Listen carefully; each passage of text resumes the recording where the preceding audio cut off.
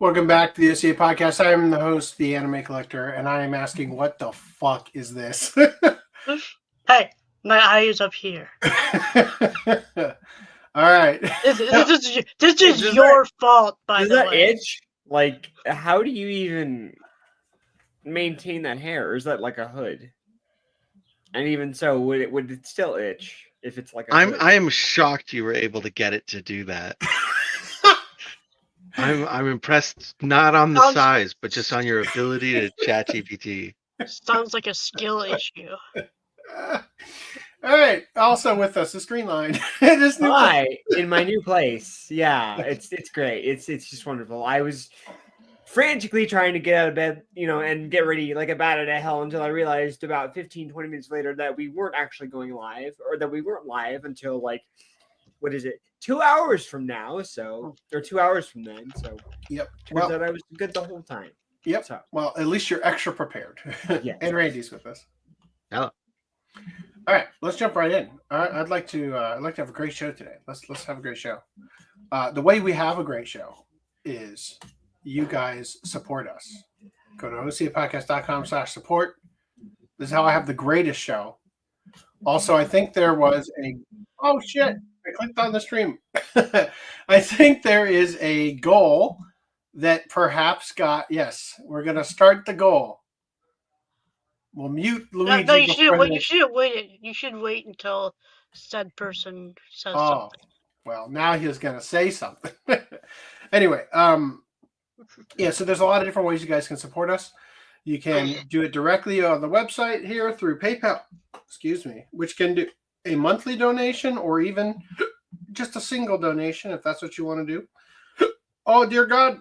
Or you can go to the Patreon, the Subscribe Star, or the Ko-fi. So head to patreon.com/OCA podcast. That's a great way to do it. That is the way we love. We love it when people do this because it tells me how much money I know I'm losing each month instead of a random guess. And then this is how you do it via Subscribe Star. I think it says we still have one subscriber. Thank you, whoever that is. If it's Val, you're the best. If it's not Val, whoever it is the best. How about that? Also, there's Ko-fi. I don't know how this works, but we made one because you guys requested it, and we live to serve. How about that? Okay, let's jump right in. I want to show you the tumultuous relationship Japan currently has with AI. Starting off, the Ministry of Internal Affairs and Communications. Hold on, am I using the right mic? It was so far away, I'm just not sure. Oh, God. Oh, it is. Okay, cool. Push that. Let me try that again. The Ministry of Internal Affairs and Communications says Japan is lagging behind in the use of AI! Exclamation point. Man arrested for threatening a shrine in Kyoto because they used AI art. Wow. Maybe perhaps this is why Japan is behind. Sometimes you have to ask yourself, am I acting like a demon? Greenland, we can't hear you. Uh-oh. I don't hear you. Greenland, we can't hear you. Greenland. Sorry. Is this the reason why? Like, because it's like Japan is naturally like behind like everyone else by like 10, 15 years, right? Like they're still using like fax machines and shit. They didn't just like 2 years ago finally get rid of floppy disks. Don't be weird. Yeah, I mean, just yeah. And it's not like they're still using like CDs and tapes and shit. So it says here, AI remains a divisive technology, especially on social media, and any company that attempts to use it in its promotions risks considerable blowback. A Shinto shrine, however, wouldn't seem as susceptible to that. It'd be like telling off your grandma for posting an AI image on Facebook. That is an oddly specific example. And yet, last March, Kurumazaki Shrine in Kyoto City caused a bit of an uproar online when they changed their Twitter profile pic to an illustration of a Miko Shrine Maiden created by an illustrator who uses generative AI. So it should say created by Joe Schmo, who uses generative AI, right? Perhaps Kurumazaki Shrine is held to a somewhat higher standard, since it's a rather high-profile place of worship that is dedicated to the performing arts and has been visited by more than a few celebrities over the years. So I think it's kind of funny, like the illustrator who traces, right? Like you wouldn't use that terminology. Like, I don't know, like the what else? What would be another good one? Like I don't know, would you like the movie maker who films people on his flip phone? Like, you know what I mean? Like just random stuff that you do. Now you're ascribing a higher like artistic intention behind it. The filmmaker who posted the security cam footage. Yeah. Right. As shown in the news report from a few months ago, the shrine received messages of curse, curse, curse, curse, etc., and I'll beat you to death! The latter of which certainly crossed the line of legality. An investigation was launched, leading to the arrest of an unemployed 38-year-old man living in Shiga Prefecture on the 3rd of July. Are there anti-AI yokai that are now going to haunt the shrine because they've got this random guy's curse on them? No. You're out. I'm covering something. What do you need? I'm grabbing out of green granola bars. I don't have any granola bars. You talking about these? Yeah. Granola bars are great, though. Why don't you have them? Try to catch it next time. There you go. Good job. All right, that's enough. Get out. Fine. God, take them. Take these granola bars and go. You lied. You Jeez. said you didn't have any. But you do. They were in the Remember, car. his father right? here.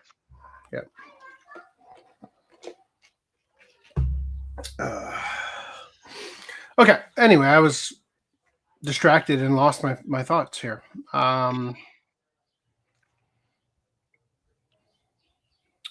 The same suspect was also accused of sending dozens of emails to the shrine between the 23rd and 27th of March, including one which read, "Your shitty shrine will burn down in a fire of unknown origin someday." And the aforementioned one about beating them to death, accompanied by images of flames, which I have to assume were not AI generated. Oh. The man admitted to the charges against him and explained to the police that he was angry about the shrine's stance of supporting a generative AI artist. The artist goes by the name of Graham-san and posted the following after hearing about the arrest. Okay, so this is the artist guy here. "I'm really relieved that the person making the threats was arrested. I hope they get the punishment they deserve." I'm really relieved. I hope they get killed. Go lick an outlet, sucker. Yeah. Their motive was awful. And I heard someone at Kurumazaki Shrine had to be hospitalized because of all this. In this case, I think the people who incited all this outrage against the shrine are just as responsible too, even if it is just on social media. Why did the shrine have to get so much criticism just for changing their profile pic to an illustration made by an AI? Was there really any need for that? Oh, hello. I thought you were my intrusive daughter again. She wanted those Nature Valley granola. Yeah, well, she acquired them.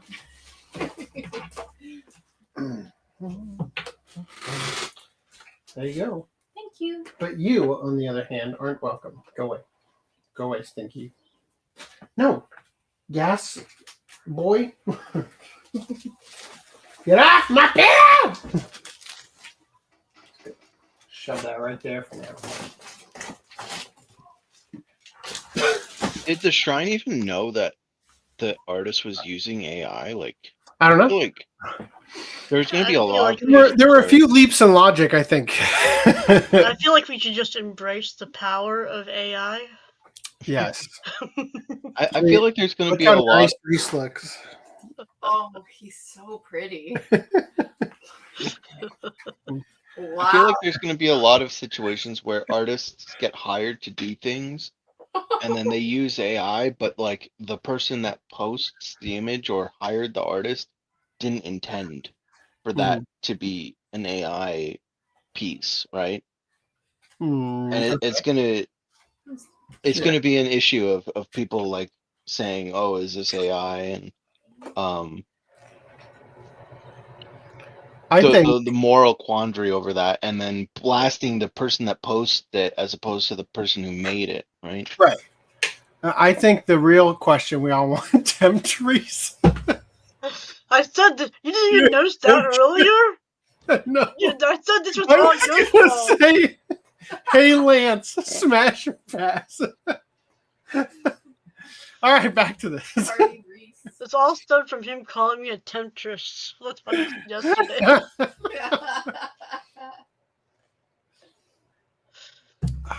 Got Cardi B vibes. Yeah, you're way better looking than Cardi B, though. She just has to be one big eyeball. All right, how's it going, Barbaric Ape? How's life? Let's see. I went back to work last week, but it was only for 2 days, so I guess it's not so bad. Okay, so they said their motive was awful. I heard someone had to get hospitalized. In this case, I think people who incited all this outrage against the shrine are just as responsible too, even if it is just on social media. Why did the shrine have to get so much criticism just for changing their profile pic to an illustration made by an AI? Was there really any need for that? I've been through a lot of stress myself over this incident. I've been called a criminal, a thief, and the one to blame for all this. But now, I think it's clear who is really to blame. I am very grateful to the police for taking firm action against this excessive behavior. Again, everyone is entitled to their own opinion, but if you put your thoughts into words that attack others, then it's only natural that you'll be held responsible. Please consider the consequences before casually attacking others. The real crime is the extra finger in the original artwork here, right? That's the only reason people cared.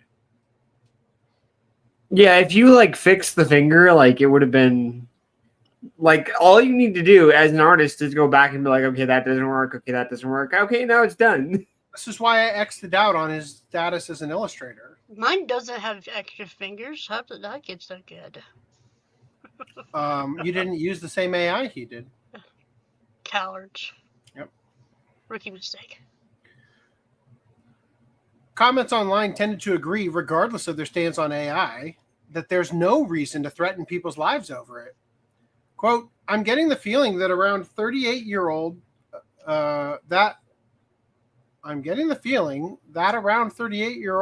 years old. Okay, I got it. I'm getting the feeling that around 38 years old is when internet literacy is at its worst. Got it. I knew it would come to this someday with all the fighting online, so I'm glad he was caught. To get that angry about AI art. If he were an artist, I could maybe understand, but he doesn't even have a job. Oh, referring to the guy attacking them for using AI art.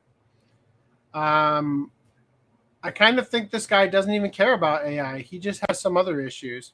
Yeah, that's kind of interesting, right? Like the people who are the most upset about this are like the ones who have nothing going on and aren't impacted by it whatsoever. Yeah. Insulted on others' behalf, as usual. I see a lot of people against AI illustrations online, so I think this will happen again. We could probably all agree that AI generated art likely isn't going away, unless everyone eventually gets bored of using it, like we did with selfie sticks. and at the same time, it certainly doesn't look like opposition to AI generated art will go away either, unless everyone eventually gets bored of being offended by it, like we did with selfie sticks. Until one of these two sides ultimately wins out over the other. Hopefully everyone can avoid making death threats and keep their emotions regarding shrine maidens with amorphous fingers in check. Oh. Yeah, why weren't they protesting selfie sticks? against people with long arms. Yeah. All right. Now let's read about the actual thing here about Japanese government's urging citizens to use generative AI more. Government would be happy if you at least tried generating mildly bawdy limericks. What? Okay. It's certainly hard to imagine life before generative AI came out. Without it, I never would have known what a microwave looked like if it were in a Studio Ghibli movie. Wow. I didn't try any of those prompts. I feel like I missed out. Or felt the lingering dread that anything I read or saw online is neither authentic human expression nor correct. And yet, despite these revolutionary changes to society, in its annual communications white paper, Japan's Ministry of Internal Affairs and Communications says that generative AI is being underused in Japan compared to the rest of the world. According to the white paper, only 26.7% of people in Japan have ever used generative AI. While that nearly tripled last year's 9.1% usage rate, it's still far below other countries' rates, such as 81.2 in China, 68.8 in the USA, and 59.2 in Germany. One might be quick to assume Japan's aging population is to blame, but even when focusing solely on people in their 20s, the rate is still only 44.7%, and usage by business is only slightly higher at 49.7%. Also interesting to note is that AI usage by people in their 30s in Japan is slightly lower than by people in their 40s, with 23.8 and 29.6% respectively.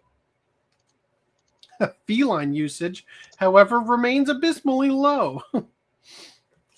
The white paper concludes that Japan is lagging behind AI advanced countries of the world in terms of technology, industry, and applications, and further promotion of AI usage is needed in daily life.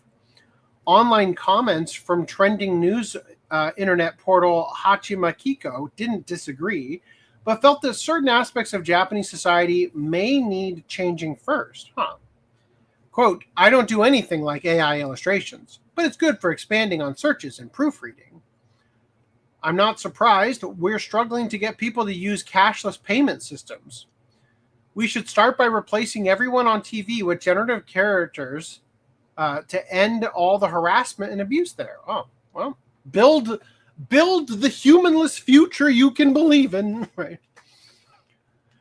I love the idea that eventually you would still have the harassment and abuse because the bots have learned so well from humans that they would start harassing and abusing the fake AI generated like reporters and stuff. Using AI in-game rendering can greatly reduce memory usage. I wonder if Japanese game makers are looking into it properly. Japan needs to stop using floppy disks and fax machines first. Oh, shit. I guess I was right when I said they didn't stop using floppy disks a few years ago. Maybe we just prefer the warmth of humanity. X to doubt, considering the birth rate. Right? Oh, ouch. Damn. That many people are using it in China? I think if there were a domestically produced AI, more people would get into it. What would you call Japanese ChatGPT?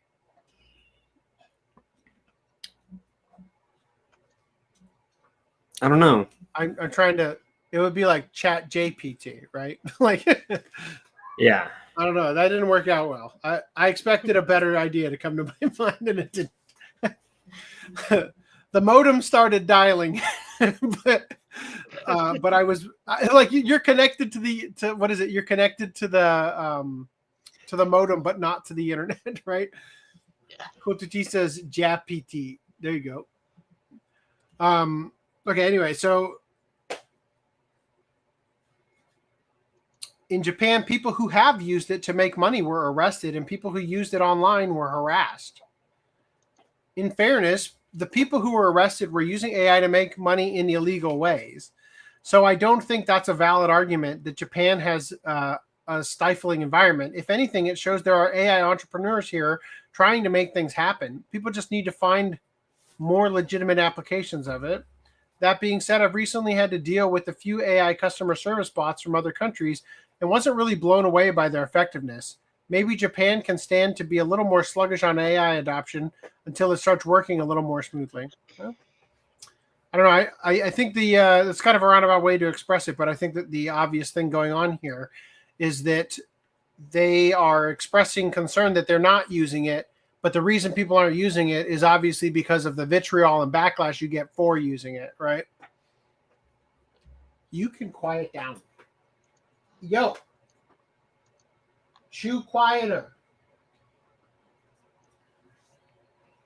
So what you're saying is Japan just needs to grow a pair and do it. Well, I don't know, because I've also got this article here.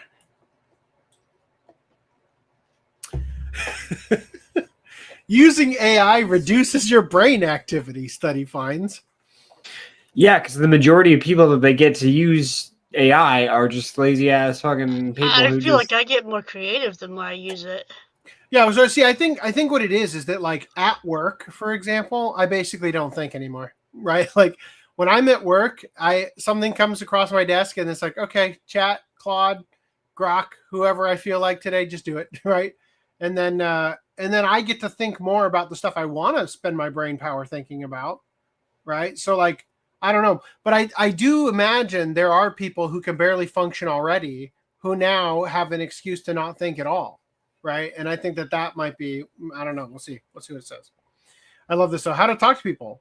Start with a simple greeting. A simple hello or hi is a good way to start a conversation with someone. Popular AI platforms like ChatGPT, Grok, or Copilot may or may not accurately summarize this article for you. Unfortunately for you, if you are the type of person to do this a lot, chances are you're hemorrhaging IQ points, at least according to several new studies released in the past month. What started as a solo study in the summer of 2024, recording cognitive decline from frequent users of ChatGPT, has since been expanded upon in a series of studies conducted by MIT. It's worse than previously thought and is applicable to other AI chat services such as X's Grok. This most recent study was published by the Massachusetts Institute of Technology's Media Lab. It analyzed students writing essays with the help of AI chat services, contrasting them to a second group of students who relied only on search browsers versus a third group who didn't use tools at all. So obviously, if you are using it to skirt your way through school, yeah, I can see your brain function declining. See, the benefit of being our age is that we've already learned how to think critically and how to utilize, like our minds to get what we want out of life. And so ChatGPT just makes that even easier, right? Whereas if you've never learned how to think critically, ChatGPT will now ensure that you never do, right?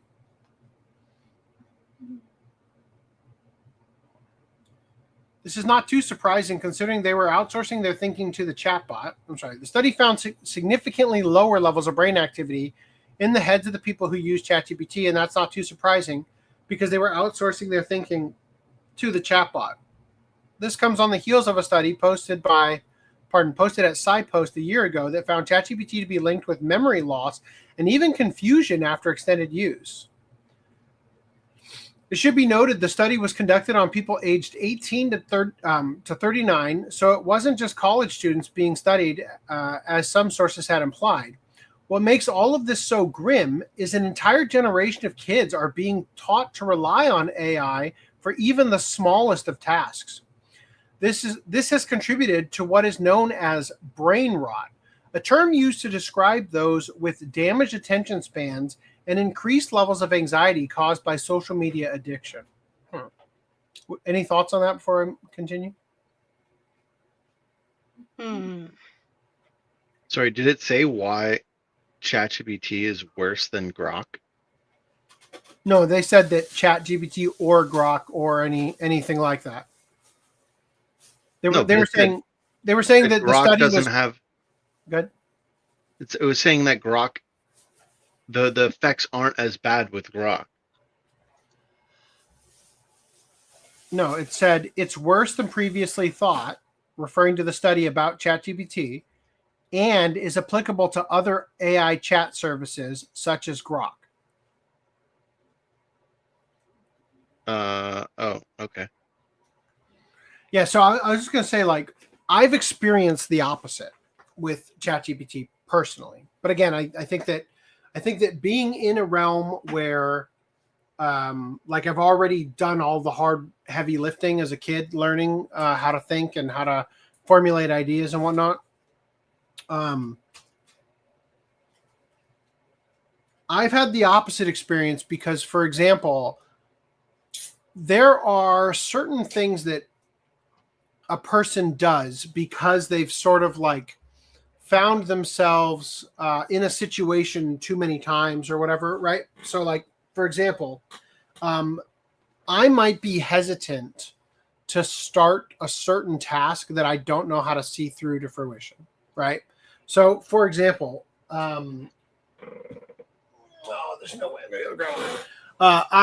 The gear that I put together for Anime Expo this last year with the Zoom and everything, where I had the recorder on my back, alone, I never would have attempted that, right? Because I turned out to need so many different things, XLR adapters, right angle plugs, all sorts of crazy stuff that I never would have even known existed or whatever.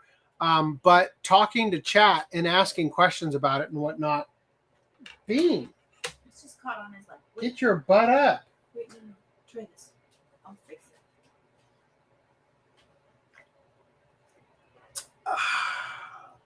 Kakashi. That's terrible. Is that our new sponsorship? Ocean Bomb. I lost my train of thought entirely. Thank you. Thank you, Bean. You were talking about chat and finding out all these different things that you Yeah, can like, for your AI. I mean, I don't know. I guess what I'm trying to get at, though, I guess, is that doing that project of figuring all that stuff out with the audio device. I don't know if I told you guys, like, when I was planning it, but I realized midway through, because what I did was I put the Zoom on my back right here where my, strap goes down. I attached it to the strap. And then on the strap right here, I put receivers for wireless microphones. And then I thought, there's a headphone jack on the Zoom to monitor what it is able to hear when it's recording. So I plugged in an earpiece, like,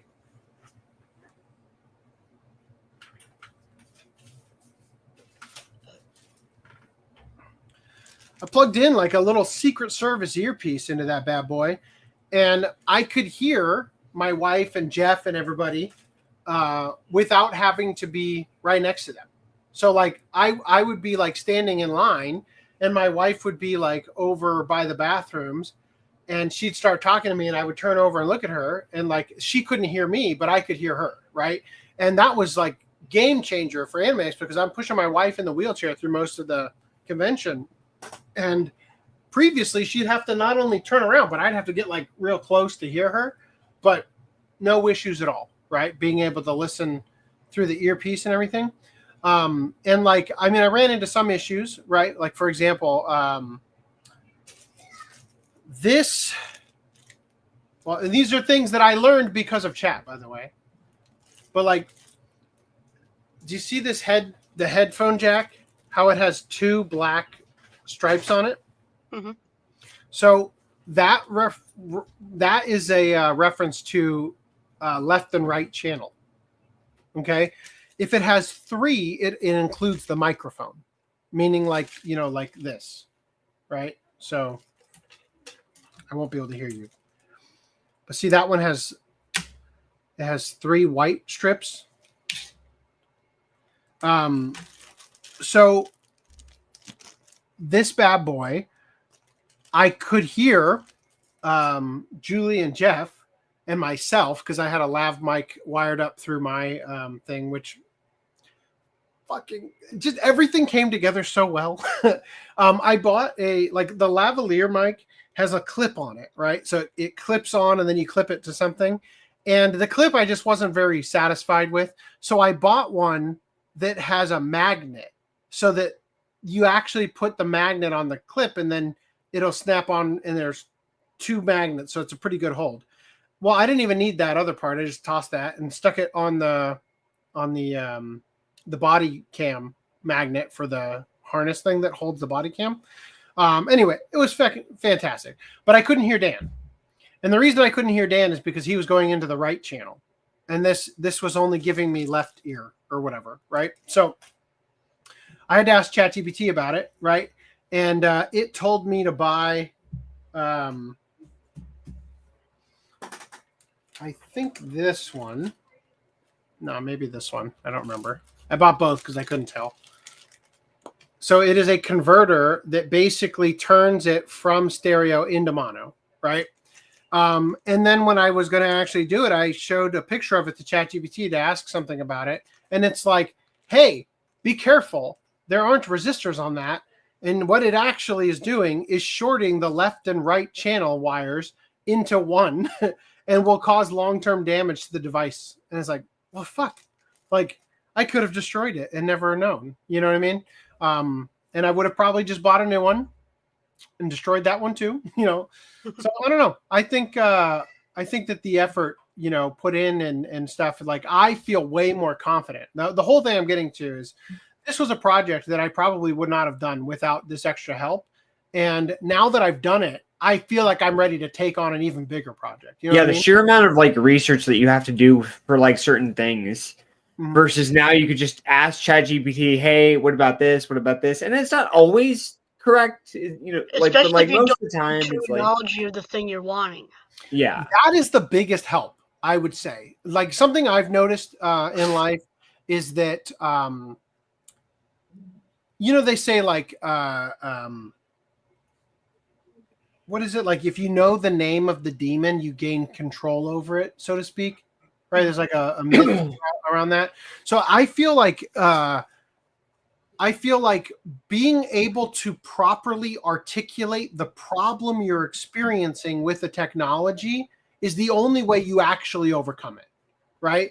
And so being able to, in layman's term, talk to chat and say, here's what I'm dealing with, and then getting the technical specifications for how to solve that problem, and then being able to use those keywords to do my searches on Amazon or wherever I need to go, that's the game changer. Like that, and that also helps you to comprehend and understand the problem on a much more sophisticated level than you otherwise would have. And that, I think, is where I feel like I'm going leaps and bounds with the use of ChatGPT and whatnot.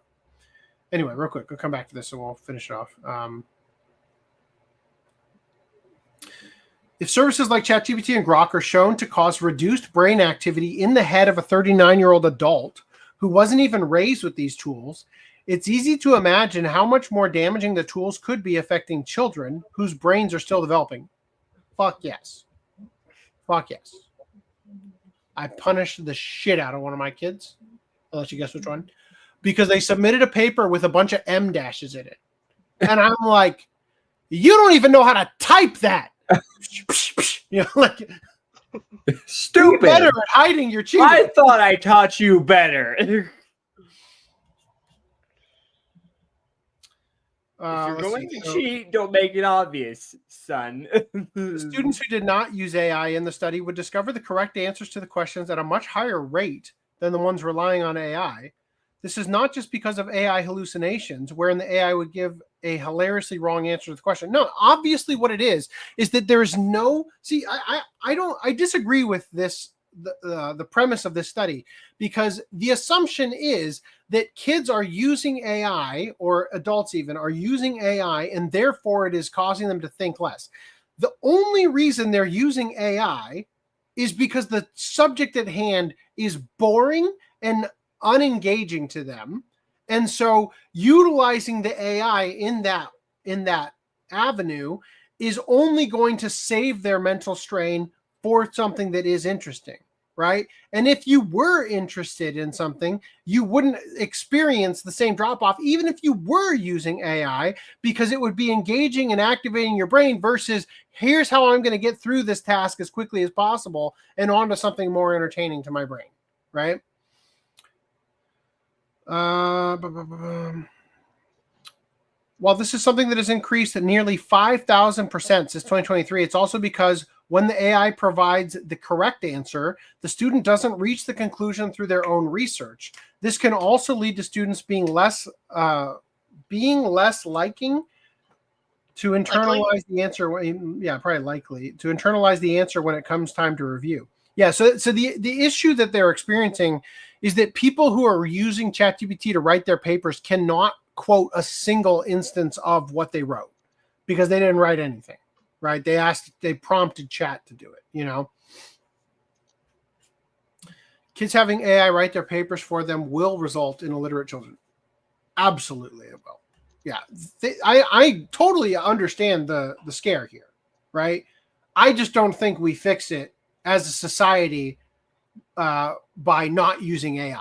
You know what I mean? Like, I think that the application is to utilize AI, and I think the benefit of AI is that especially with the growing rate of autistic and ADHD, whatever children, is that you create a greater ability for people to pursue things that have great meaning to them by creating, you know, this technology where you can ask it about anything, right? And that's one of my favorite things about it is like, you know, it's one thing to rely on your friend who's good with computers, right? It's another thing when you're like, well, do they know anything about, like, you know, music? You know, who do I ask? You know, there's like that realm of ending your sphere of influence, right? And I think that AI is really good at sort of maximizing that, right? Anyway, do you guys have any more thoughts on this before we move into pickups? For me, I usually don't have chat write me a whole entire essay for things, because for me, and maybe I haven't used it nearly enough for it to do it, the subject at hand, usually it only outlines a handful of things that I want, and then there's a handful of things like missing that I'll have to fill in for myself. You're talking about like when you use it to help you with scripts for your videos? Yeah. It'll go off on other tangents, or it'll go off on like various other things that, like, okay, I don't think that's really necessary to the script. So I'll hack it out, and I'll just be like, okay, well, I'm gonna. Sometimes it'll guide me in its own in a weird way. It'll guide me to a different subject entirely. Like I wanted to do a video on like the Amerification, quote unquote, of anime recently, because I'm going to do a video on Lazarus, the Toonami anime that just came out and finished. And it didn't write anything that I wanted at all. It didn't give me any prompts on, like, you know, any ideas on, like, you know, it went in a not totally different direction, but it went in a direction that was like, okay, that's the opposite of what I want to talk about. Like, so I'll just kind of write it myself at that point. And then once I'm finished with the notes that I have and the stuff that I want to put in, I'm going to filter that through ChatGPT and see what it says and see if it can correct anything. That's where I find the greatest use in Claude, is when you have a bunch of notes. Like, I know I want to talk about these topics, and this is how I sort of see them getting tied together. And then providing that to Claude, which I think writes a lot better than chat does, and having it organize those thoughts. And this is where it really comes in clutch. If you have two semi-related topics that you want to write about, but you don't know how to bridge them, it does phenomenal at helping you come up with a plan to get from point A to point B, so that both things can get covered, right? But yeah, totally. Like, and I think that, again, like, I think what would be the example? I mean, honestly, what it is, it's the difference between, you know, being stuck trying to get chat to generate you an image and it not quite understanding or doing properly what you're asking, and just brute forcing it over and over again, versus being an illustrator and getting the thing and then just like, all right, I'll just erase this finger. Boom, done. Got exactly what I wanted in 10 seconds, right? Versus 10 hours of, God damn it, I said 5 fingers, you know, like, whatever. Yeah. So it's the same sort of thing, right? I think bigger. the image, battling with it to get the right image is one thing, but I think that there's just too much, like, it lies too much.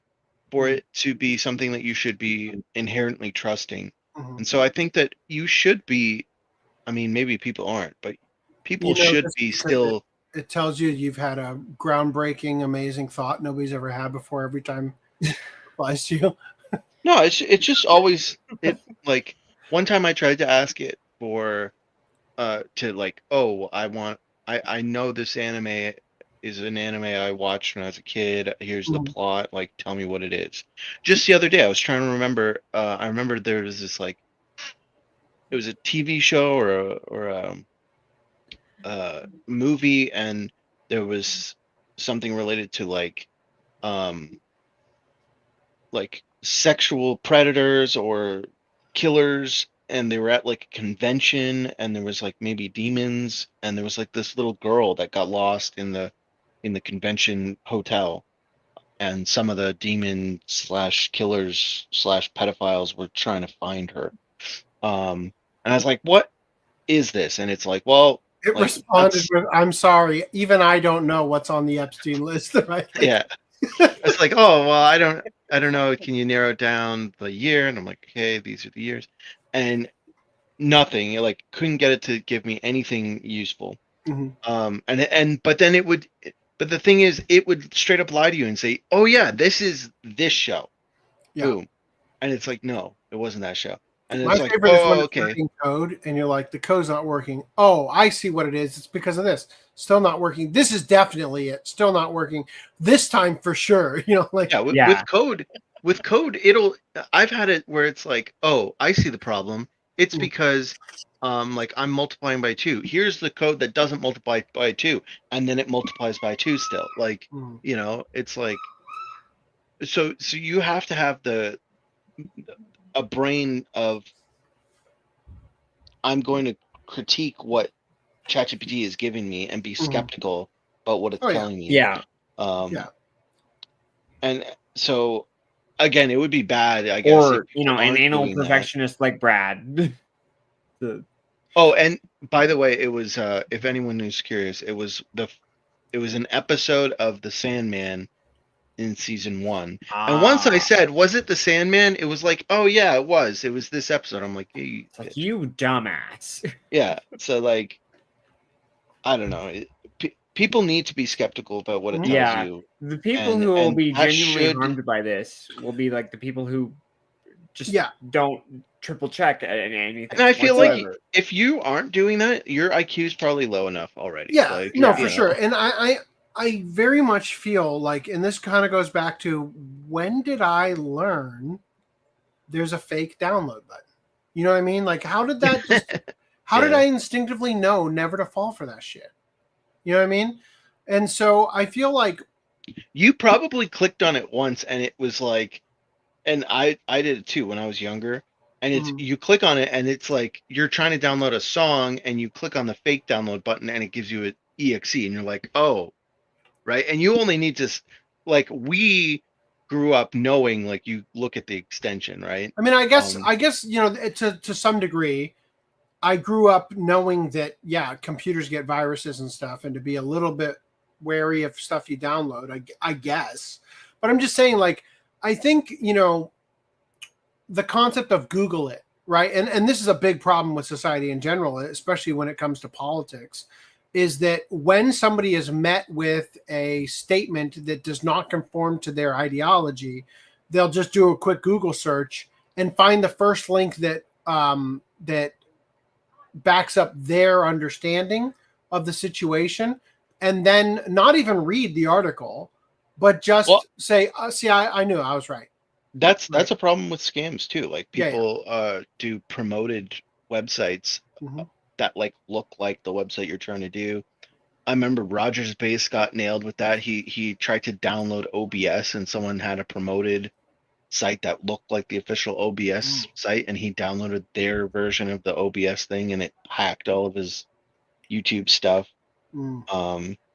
My parents have fallen for that. They bought thinking they were buying official tickets to a concert or something. They bought it through a website that was like one of the promoted things, and it was like one of those scalpy websites where it's Mhm. like they're selling resale tickets, Mhm. So when they bought the ticket, it was like $300 they paid, and it's like a $30 ticket. You Mhm. know, it's like, oh, Yeah. So, So- yeah, I think long term the issue is like the lesson people need to learn at some point in their life is you can't trust everything you read on the internet, right? And I think that instinctively makes you a little bit more cautious about things like ChatGPT. I remember I had an experience when I was in high school. I had to do a report on it was in biology class on I was assigned a specific animal, and it was some small monkey or something, right? And I did my report and noticed like it said on the website I was writing my report from that the gestational period is 183,195 days. And I was like, damn, that baby cooking a long time, right? And so I did the report, and some people in the class were like, what? And it turns out that the person who wrote the page I pulled the thing from had a typo, and it wasn't supposed to be a comma. It was supposed to be a dash. So it's 183 to 195 days, but it was read out as 183,000 days, right? Which is like longer than you're alive, something like that. Anyway, but yeah, I think this is pretty much self-explanatory to most people, right? We all know that reliance on not using your brain makes your brain stupider, right? That's a given. Everybody knows this, right? The only way you get smarter is by using it, right? Anyway, we're going to come back to the AI topic in a minute, but first I want to jump into pickups. Greenlight, did you want to go first? Sure. Let's go. I have a new room. Yeah. That's it. That's all I got. If we waited a day, I would have, like, technically, I guess 2 pickups. But so next week I'll have 1 pickup. So be looking forward to that. I wish it came a little sooner, but what can you do? Yep. Can't wait more. Especially with the new address. So that's it. So I'm going to start here because I meant to show these last podcast and I forgot to, and now they're in the storage unit. So I picked up a time slip of 10,000 Years Prime Rose, and the other thing that company released, Beauty and the Warrior, which I think is Indonesian or Thai or something like that. They did a new dub on it from the original release, and they have both dubs available on the disc. So anyway, that was the new thing. Jumping over all this other stuff real Is quick. it available on like Amazon, or is it just do you have to go through their website to order the I went through their website, but I bet it is on Amazon. Okay. Yeah, it was easy either way. So I'm gonna pull off here for a second, and I'm gonna show you guys some of the things I purchased. Okay, let me think. Okay, so before Anime Expo, well, actually, this arrived right when I got back from Anime Expo.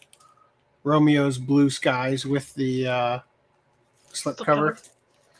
And then from eBay, I bought Cinderella, right? I've been trying to collect these thin-cased anime released at like dollar store DVDs from Mondo TV.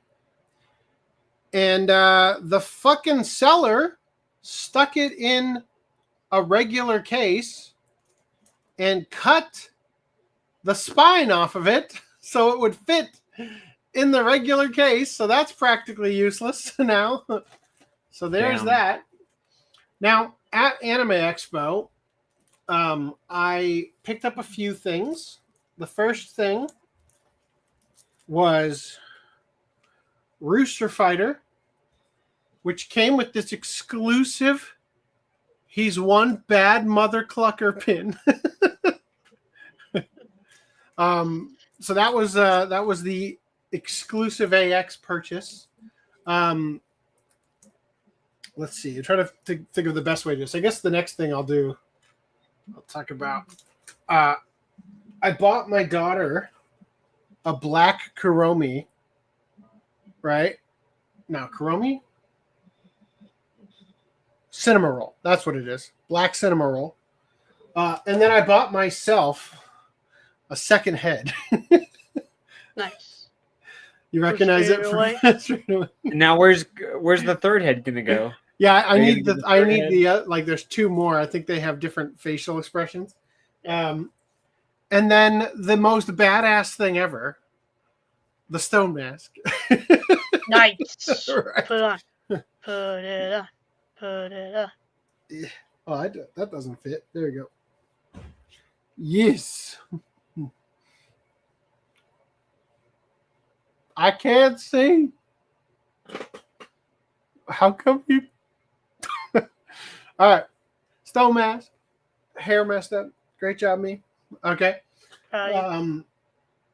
Let's see. So I want to show you guys a clip to illustrate the next thing. Courtesy of my body cams. So there is a chance to get duplicates. Even I don't know which one's in which. But yeah, they're just like this. Oh, I see what you're saying. So they're random. I'll pay for 3. Maybe I'll get lucky. Sure, yeah. You never know, right? Oh, actually. I doubt it. Knowing my luck, I'm probably just going to get all 3 of the same ones. I don't think so, but you never know. You don't know his luck. You said 3 of them? 3. Come on, big money, big money.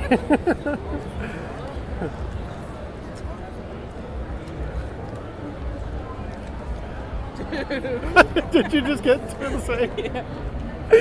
We should go back there and show him if you get 3 of the same. 3! Well, you gotta go back.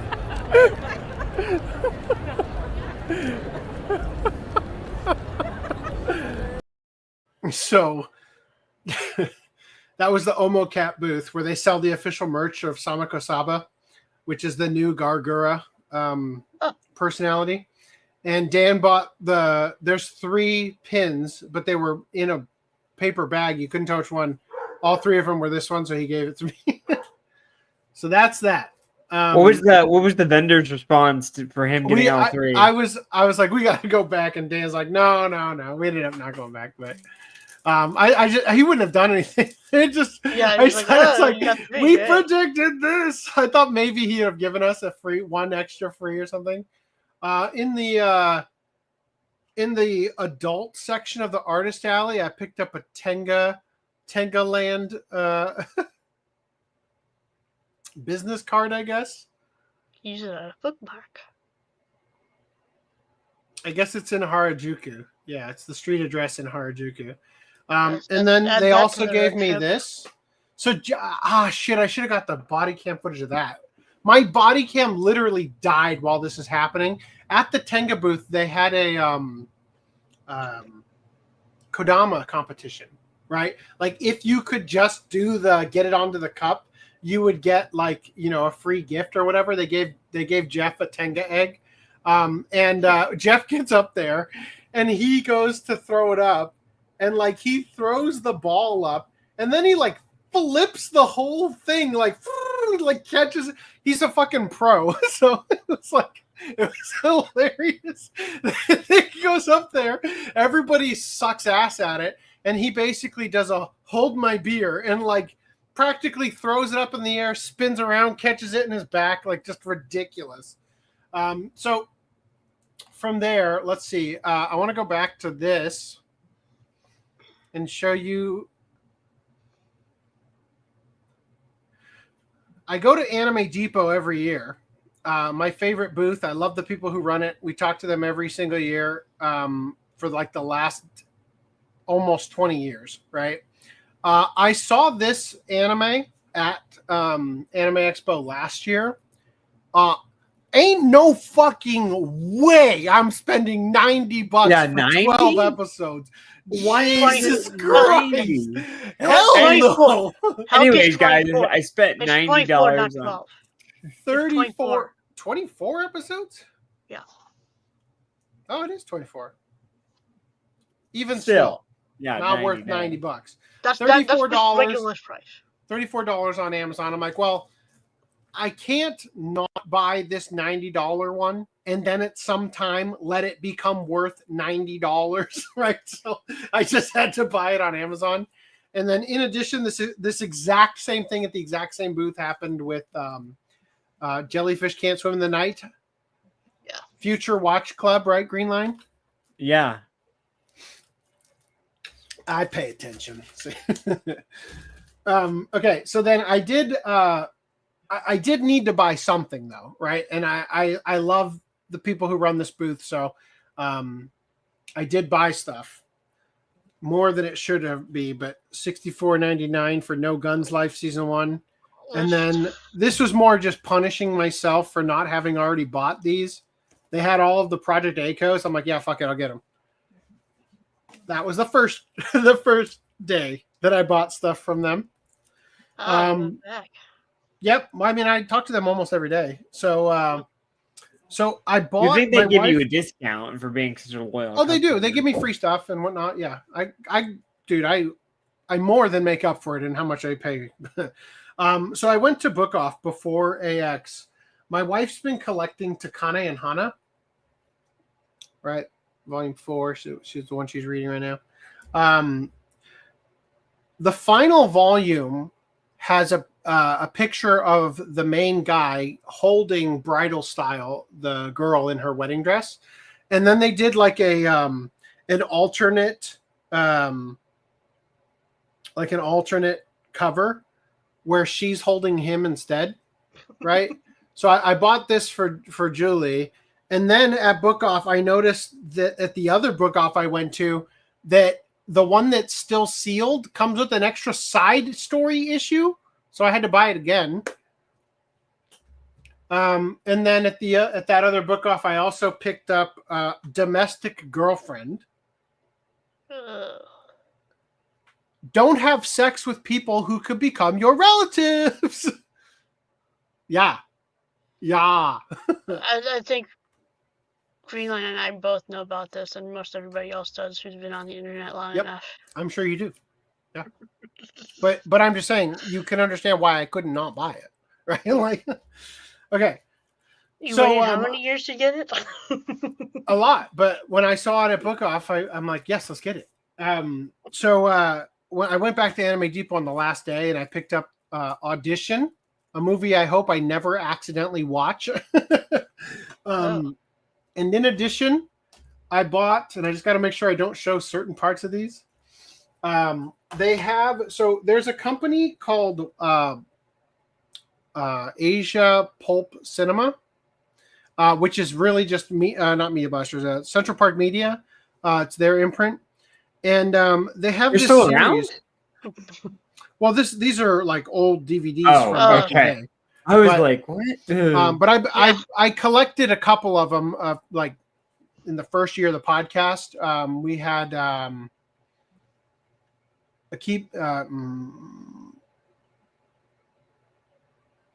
Magical Maid Kiki, something, I forget what it was called. Living Doll. There were 3 of them. They all had this yellow cover. So they have this other. They have this other one. Yeah. They have this other one called Beautiful Weapon, Beautiful Target, and Beautiful Killing Machine. Wow. Right? There are more of these. I found Beautiful Beast, Beautiful Prey, like I think it was another one. So I watched this one with Dan, and I don't know what the fuck they were doing in the 90s in Japan. Holy shit.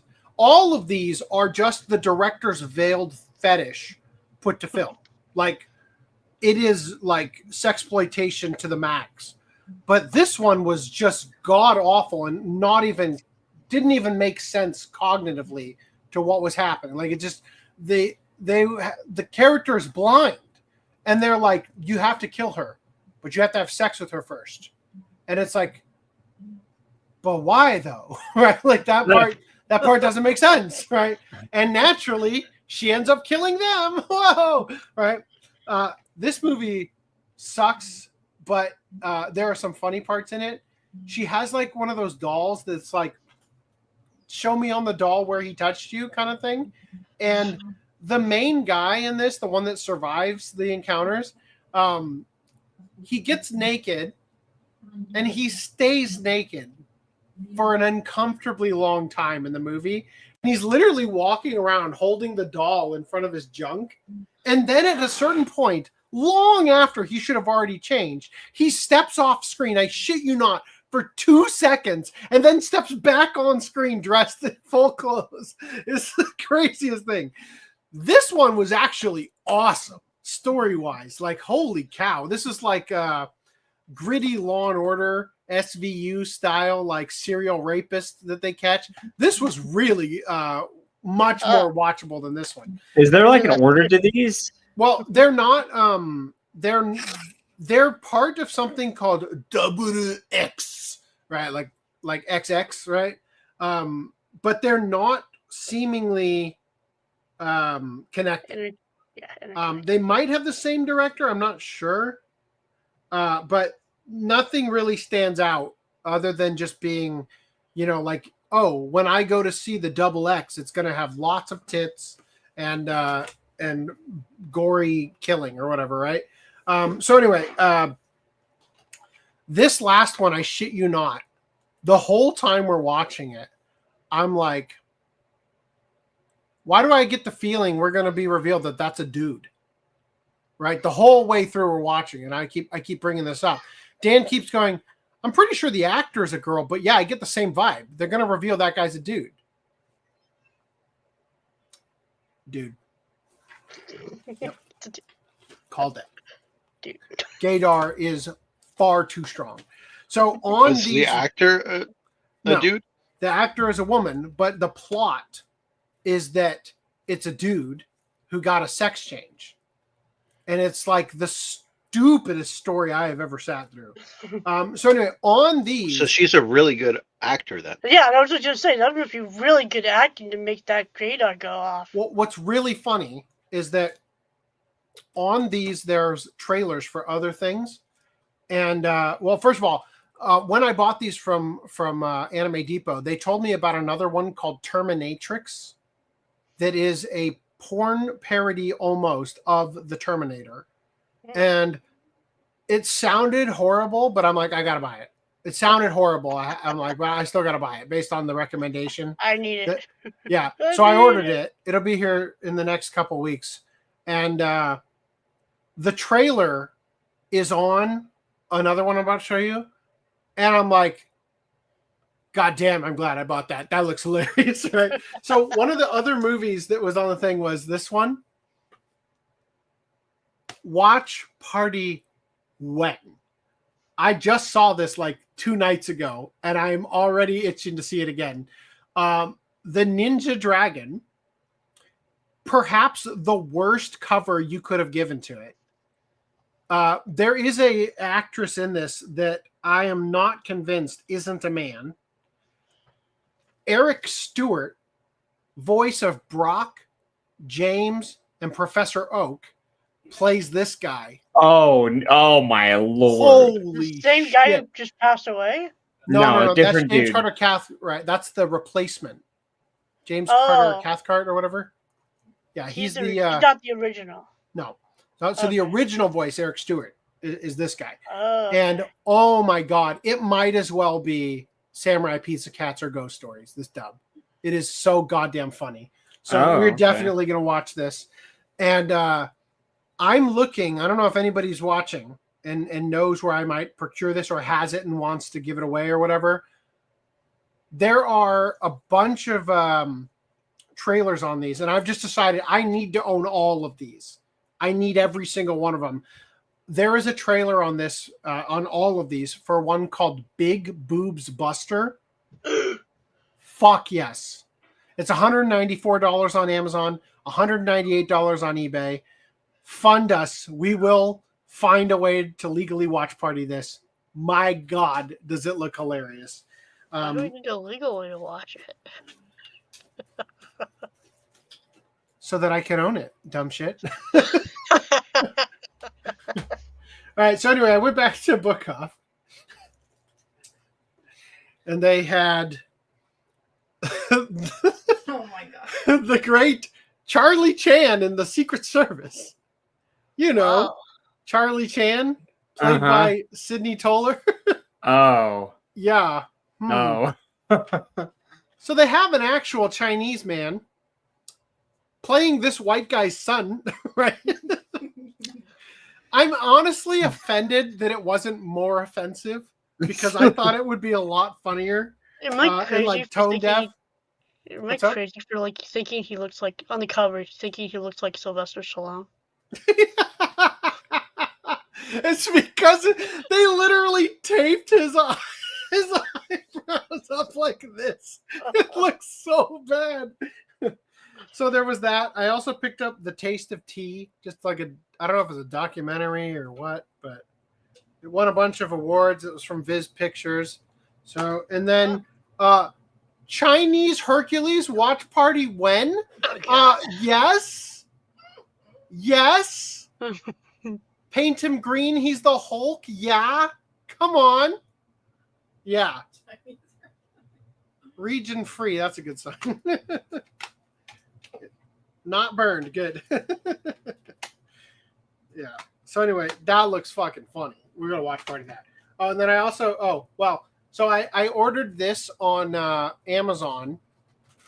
I put it in the cart, and then I bought it on eBay for a half price. And then when I went back to the cart later on, I was like, oh, I thought I bought that, and I checked out, and now I have two of them. So that one will go back to Amazon. And then I also picked up Little Pim, Learning Japanese for Toddlers. Yes. And then I picked these up from Book Off. Tokyo Living Dead Idol. This is the story about a idol who gets bit by a zombie in the first couple minutes of the film. And then the rest of the film is them looking for a cure. And it is the most bizarre story ever. There is a at least half not Japanese guy in it who's very likable. And I don't want to spoil it, but you guys are never going to watch this, so I'm going to. The end of the movie, Oh, it's good. They should he watch fights a Chinese zombie. And when I say Chinese zombie, I mean like, oh, great leader as a zombie practically. And this guy pulls out a machine gun and it empties beyond the level of bullets that should have been in that gun into this character. And I mean like he unloads on his front. The guy falls down. Then the zombie switches out the machine gun magazine and then empties it on him again. And then after he's emptied 2 full magazines into this guy, he gets up and grabs the guy's grenade and pulls the pin. So the zombie blows up. And it's like your insides are liquefied. Like, this doesn't make any sense. All right, and then I also picked up... it. You shouldn't have a heart anymore. no, it's just ridiculous. So I also picked up Sasami-san at Ganbararanai. I don't know. Let me see. Devil's Line. And then Hamatora and Hamatora. I might already have these. I couldn't remember. And then last but not least, well, actually I got 2 more, but SD Gundam, New Allies, and Street Fighter 2, the animated movie. I've never seen this set. Have you guys ever seen this one? That's No. it. Ready for Butcher. So,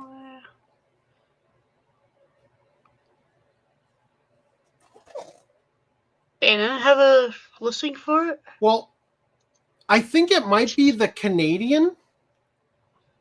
It's SMV. Apparently, they also marked up my case. Randy, do you know SMV? No, it's just never heard of them. Sony Music Entertainment. I don't know. SMV. When I was SMV? SMV. I don't see why it would be Sony Music. I'm just telling you what it says underneath it. When I was collecting the original releases for Fist of the North Star, I think Volume 3 of mine was SMV on the back instead of what it should have been. I don't know. So anyway, I picked this up. I have this movie like four times over, but it's Sony Music Video Enterprises. This is Okay. Yeah, I'm just reading what it says. Entertainment. Yeah, and, well, you missed the video. Like there had to be It doesn't say video though. That's the problem. Well, I understand your conundrum over the fact that there's a V when it should be an E. All right. Well, either way, I've never heard of I've never heard of that brand specifically, SMV. So Okay. How much did you pay for it?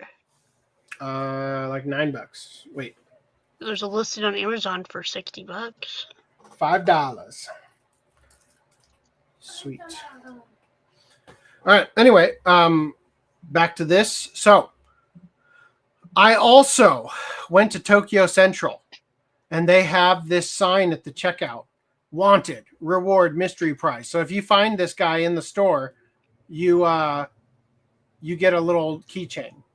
And I brought Dan, this was on Friday, and we went, okay, guys, I took a picture of it, and we literally took like 4 steps into the store, and I said, all right, we got to find this thing. If I had to guess, I'd say they'd put it up in the rafters. And Dan immediately, I'm not even kidding, not a half second did I finish saying it would be in the rafters. He points over my head and says, yeah, it's right there. Like, we planned to be in this store for up to 3 hours if necessary, and found it in under a minute, right?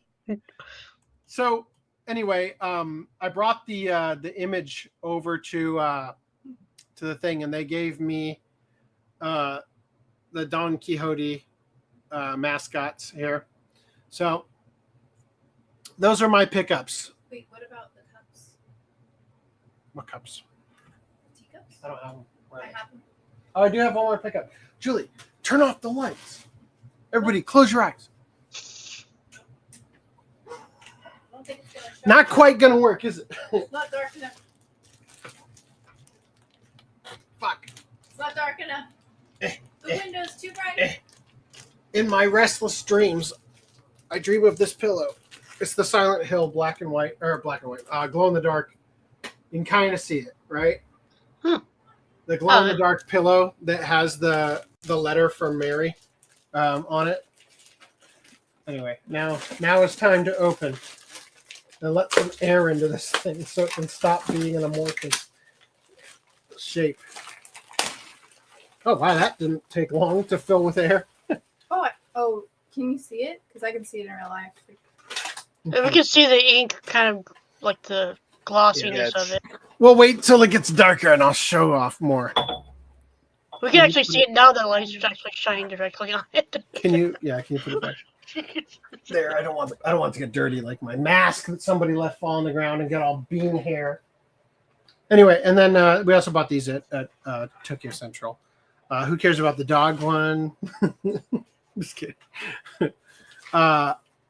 Dogs. Oh, that's cool. It's got them all written in Japanese. I didn't realize.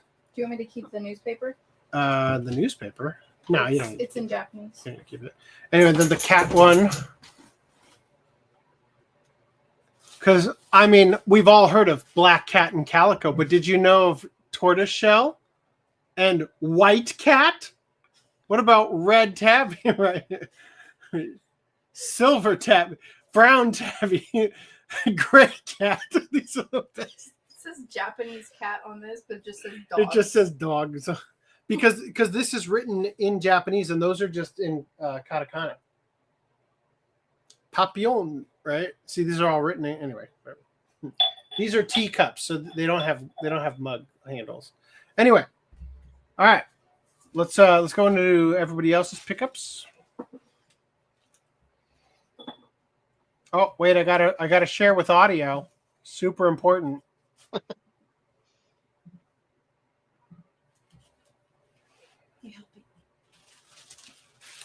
Lance shared Hey this. guys, we've got Blastoise, Mew, Sleepy Flareon, and of course our Goku boy doing Soul Finisher. Yeah. So, Lance, when did you get a sex change? And then the most perfect response. About the same time you got yours. Oh, that's terrible. Should have said it louder, way louder. He said about the same time you got yours. All right. So anyway, Enriv picked up Resident Evil 4 Wii Edition, Tales of Symphonia GameCube, and Fear Effect and Fear Effect 2 for PlayStation. I never played either of those. Oh, look at that. 50% off Bluey, seasons 1 through 3. Nice. Superman versus the Elite.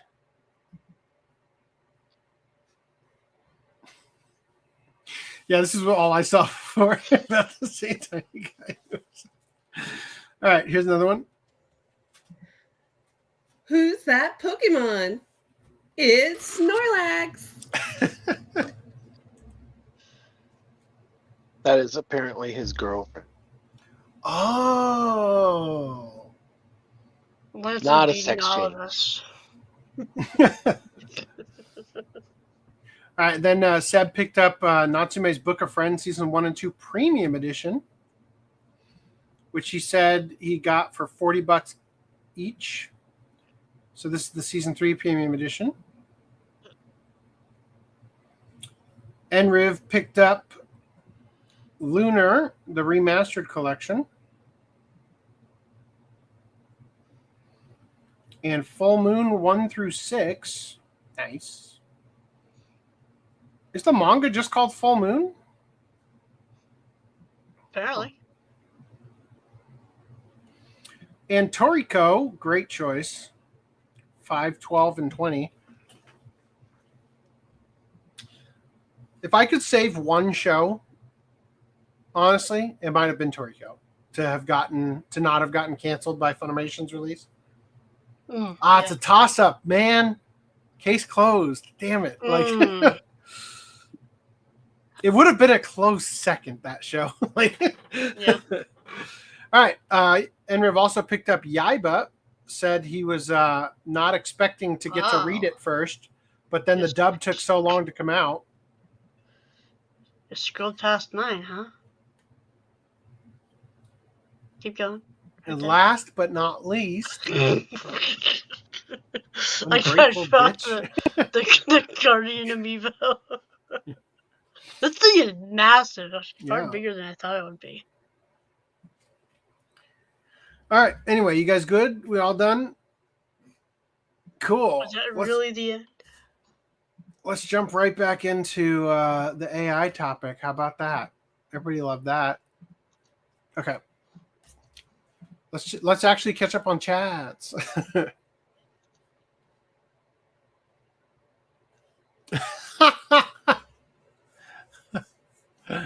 Oh no. There's so many chats. Okay.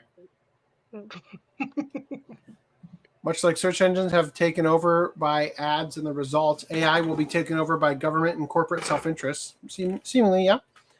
I definitely see the avenue for like the Mark of the Beast scenario with AI and Bitcoin, and like it's sure seems to be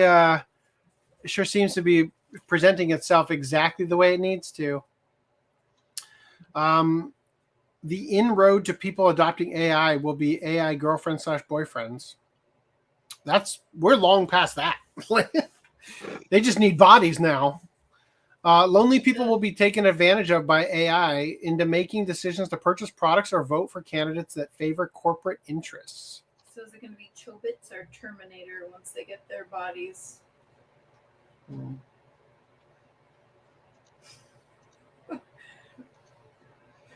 I'm trying to remember how Chobits ended.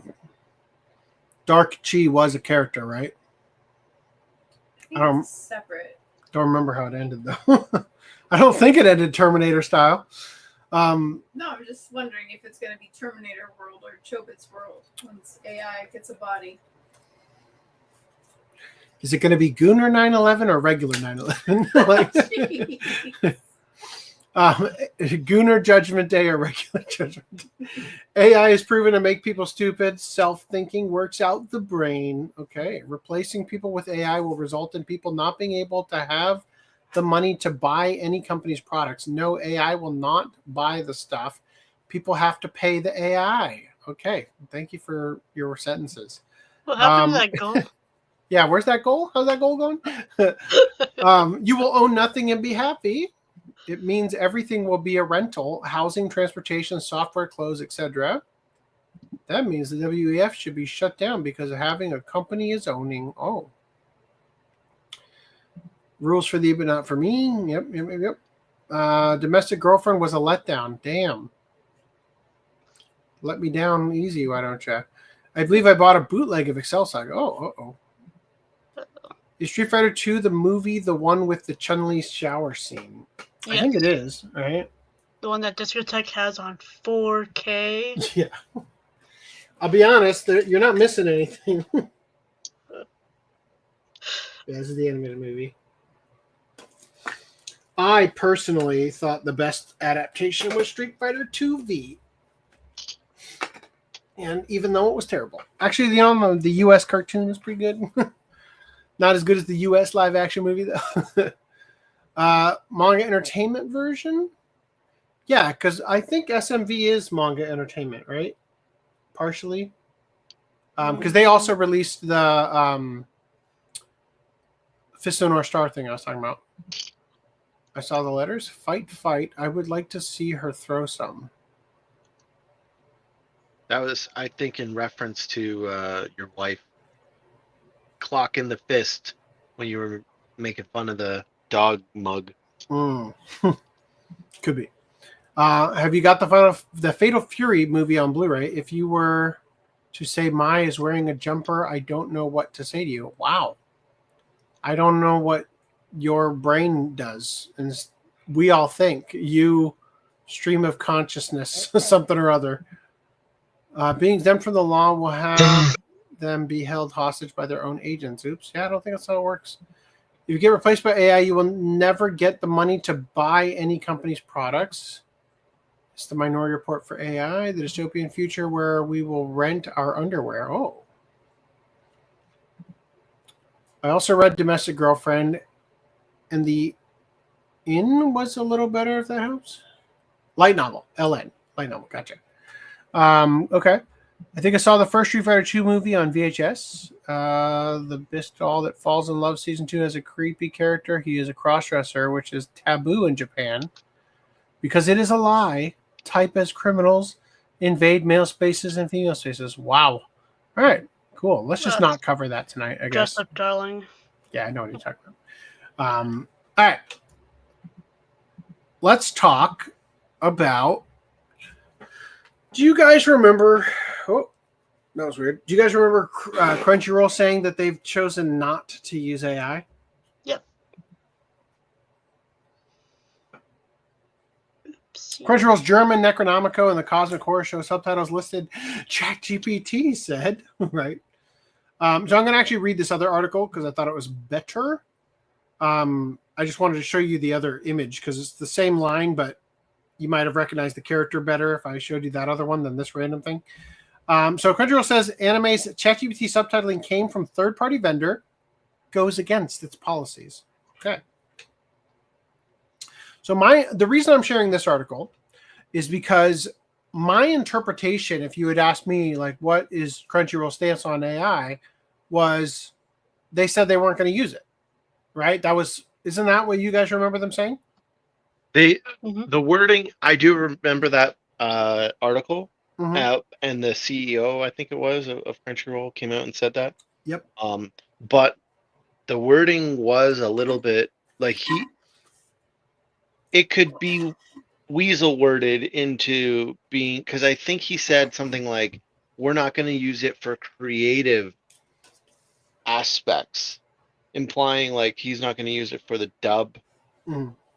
But so maybe translations of subtitles would count.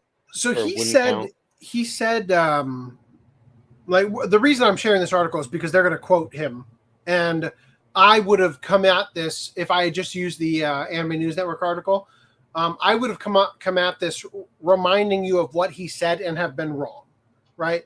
So that's why we're using this article, because I thought he did a pretty good job of couching specifically what he said and the caveats and whatnot in a good way. So this week sees the debut of Crunchyroll's summer season of anime, and one of the streamer's new lineup of shows has become a focal point of online discussion, not for the content of its story, but for its subtitles, which appear to include a line explicitly mentioning ChatGPT. On Tuesday, Blue Sky user Pixel Does Things uploaded a screenshot of, so I'm pretty sure that this is a typo, like an autocorrect. They wrote Cyan Games, but I'm pretty sure that this is from Psy Games, not Cyan Games, right? So they say here, screenshot of Psy Games and Studio Gokumi's VR video game-centric action anime Necronomico and the Cosmic Horror Show. In their screenshot, the lower third of the anime's German subtitles read, ChatGPT said, "When ich die Welt von and weiter." I don't even know how to pronounce this character. Gone. All right. According to Anime News Network, the dialogue appears at the end of the premiere episode at around the 19 minutes, 12 second timestamp. Quote, this is from Pixel Does Things. Beyond disappointed to find Necronomico and the Cosmic Horror Show subs on Crunchyroll are blatantly and openly ChatGPT. This is not acceptable. How can we be expected to pay for a service that clearly doesn't care about the quality of its products? As Anime News Network notes, as of July 2nd, the German subtitle no longer includes ChatGPT in its subtitling. However, for many, the damage was already done. Pixel Does It's, no, that's not the name. Pixel Does Things. Are you using ChatGPT? Pixel Does Its post has since been cross-posted from Blue Sky to Twitter, leading to an outcry from anime fans wondering if the streamer was caught blatantly using ChatGPT rather than hiring human subtitlers. I love this. My favorite thing about this is every single thing before the existence of ChatGPT, every single thing ever said about Crunchyroll subtitlers is pay your subtitlers more, pay your translators more, right? So now, rather than give them no pay, they're using ChatGPT, and people are now upset about that instead, right? Speaking with Aftermath, a Crunchyroll spokesperson, I think this is speaking with ANN. A Crunchyroll spokesperson provided an official statement this morning saying, quote, "We were made aware that AI-generated subtitles were employed by a third-party vendor, which is in a violation of our agreement. We are investigating the matter and are working to rectify the error." Speaking with The Verge in February 2024, Crunchyroll president Rahul Parini mentioned that the company was experimenting with machine learning technology to, quote, improve and optimize their processes for delivering subtitles in more languages worldwide at a faster rate compared to the original Japanese release date of seasonal anime. The following March, Polygon asked whether Parini's stance on AI had changed in the wake of Crunchyroll's merger with then-competitor Funimation, a merger that led to fan outcry over losing digital anime content they once owned on Funimation. This can't possibly be right. That wasn't March 2024 when that happened, right? Like, I don't know. That's such a It weird feels thing. like it- Crunchyroll didn't merge with Funimation. It was the other way around. Right? Sony. It feels like it was a lot longer ago. That must have at least been 2023, right? At least. Regardless, it says here, a merger that led to fan outcry over losing digital anime content they once owned on Funimation. Parini reiterated to Polygon that the anime company wasn't using AI in its subtitling, despite subscriber worries over his February 2024 statement, which had hinted at the possibility that the streamer would implement machine-generated subtitles. Quote, AI is new. This is the important quote here. All this other stuff I don't know about, but this is where the caveat, right? AI is new, We are curious to see what it can do, what it cannot do, to understand it better. Quality is of paramount importance for us. And if we find out the technology is not to the level that it can create the best subtitles we want for our fans, then we will wait until the technology gets there. And if it never gets there, then it never gets there. When Polygon asked how and when Crunchyroll might implement AI-generated subtitling and closed captioning into the company's localization workflow, Frieren declined to comment on a timeline. Quote, "We still don't know if we can get them done. It's really, really early testing so far." The widespread outrage within the anime community over obvious ChatGPT-produced subtitles for a lesser-known show highlights a long-standing concern. Many worry that, like the manga, film, TV, and video game industries, anime may also be showing signs of increasingly relying on AI for faster production and higher output. Anime fans' collective outrage over Necronomico and the Cosmic Horror Show's ChatGPT-generated subtitles shows they recognize the vital role of human translators and localizers. After all, it's these human beings' expert skills and training that have contributed to Crunchyroll's lofty position as the leading platform for anime fans, not AI, and it should stay that way. I don't know. I think that nobody would have even noticed had they not had it written as ChatGPT said. What do you think? So first of all, the acquisition was in 2021, or well, it started in 2021. Thought so. Anyway. It was announced in second- 2022, and then the website was shut down for Funimation in April 2024. Called it. Okay. Anyway, whatever. There's a Reddit post from 2021, but it doesn't matter. In terms of the noticing the quality, people were bitching about even the English translations for that anime because for this specific one. Yeah, because she's like a streamer or something, and they in the subtitles it called her a VTuber. Yeah. When she's not a VTuber, and there was like some other weird mistakes. So I think based on what I know about the show, it seems like it's very possible that the show included a lot of sort of like internet lingo or like, terminology that wouldn't necessarily translate via ChatGPT very well from Japanese. You know what I mean? Like that seemed like a potential possibility to me. And the word you're thinking of is they refer to her as a liver, meaning a portmanteau of live streamer, right? To just shorten it down to liver, right? And that was the word I think that was getting translated as VTuber for some reason. Yeah, possibly. So there's also this that you shared. Somebody had shared this Crunchyroll's German Necronomico thing, right? This is the Anime News Network article here. This person said, a good indicator of subtitles not done by Crunchyroll themselves is if the font looks different, whether on Crunchyroll directly or if you're sailing the Seven Seas. A group like Eri Raws, which I think is actually Eri Raws, right? Isn't that? I think that's a typo. Or Very E-R-A-I. G. Eri. E-R-A-I. Is it E-R-A-I usually? Yep. Oh. Yep. Eri Raws. Eri Raws. Okay. Which doesn't modify the Crunchyroll styling, right? Crunchyroll's own subs use Trebuchet MS. Anything other than that likely means the subs are provided by a third party. In this case, it was Cygame's Japanese division that provided the subtitles. If you rip the subtitle files and open them up, you can see this in the tags. Original script, Cygames JP, http://www.crunchyroll.com/user/Cygamesjp. So it seems like the actual Japanese publisher provided the German subtitles in this case. I would assume they provided all of the subtitles. Possibly. Very possibly. So I don't know. The blame in this situation might not land squarely on Crunchyroll, but I also don't think it fucking matters that much, right? Like, What happens when the actual translators start using it? It's gonna happen. That's what I was It's kind of still saying. still the freaking translators doing it. It's not Crunchyroll. Like, what the?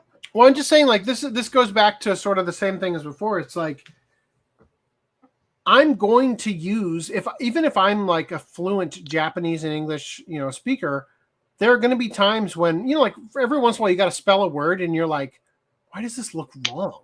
Like, and maybe it's because you've never like written it with handwriting before. You've only seen it typed, and then you look at it like, is that how that's spelled? So every once in a while you got to double check shit, and I think that probably that's what it'll be for, the translators, is they're going to be like, I'm pretty sure this word means this, but I would like a second opinion. You know what I mean? And then you start to realize, like, there's a lot of words, like, for example, omoshiroi. When I was taking Japanese, I learned that omoshiroi meant interesting.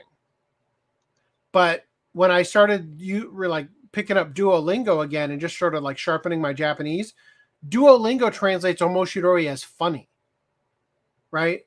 And I think the term probably has some sort of in-between meaning, like clever or something like that, like the sort of interest and like tickle your brain kind of clever, funny, and whatever. Words also do have multiple meanings. Yeah, even in English, funny and interesting can mean the same thing.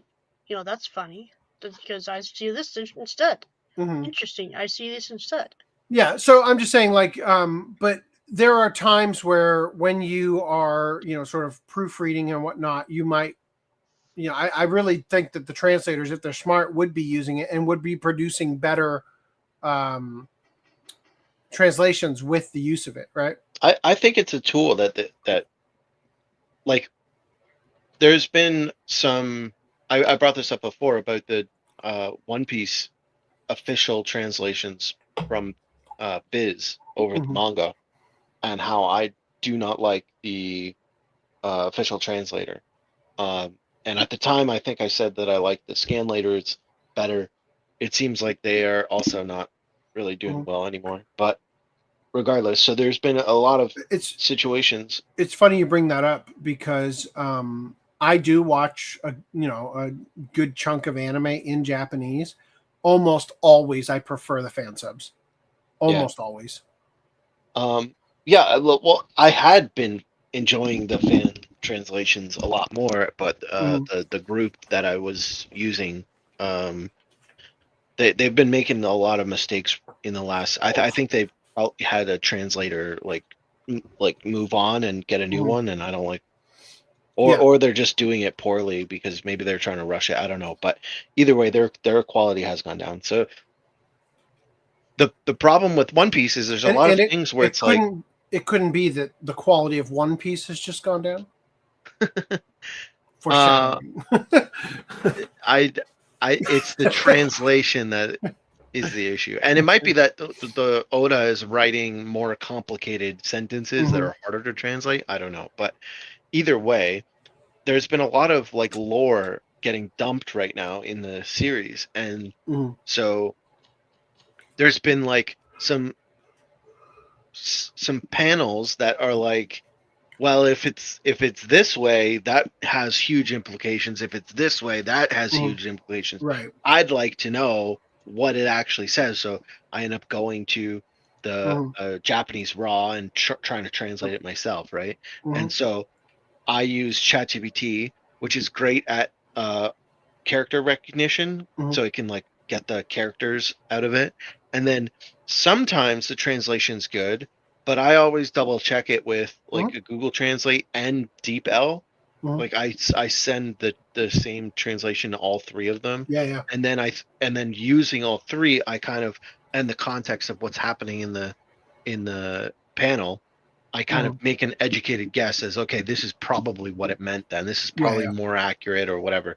And obviously the original translation by the sub group and the not the subgroup, the scanlator group and the Viz translation too. So I use all of this as a way to add to my best guess as to what is being said, right? Yeah, so I think it's a good tool. But I'll tell you, like, we would have already finished the Attack on Titan manifesto had it not been for the fact that I did exactly what you're describing and found out that a major talking point I was trying to put together was only in the English dub. So I had to come at it at a different angle. Yeah. I think that if you leave it alone, though, it is like, if you're not, again, back to what we were saying earlier, if you're critical, it can be a tool that is helpful. But if you're not critical and you're just taking the thing at face value and copy pasting and then going on, I mean, it would gonna be have problems in that situation. It's going to be almost as valuable as, you know, starting your text message by typing in one letter and then hitting the auto button to write your whole message, right? And the people getting upset about it, like I can see the issues, especially if the quality of the finished product is not good, like having random ChatGPT thing in there, or calling her a VTuber.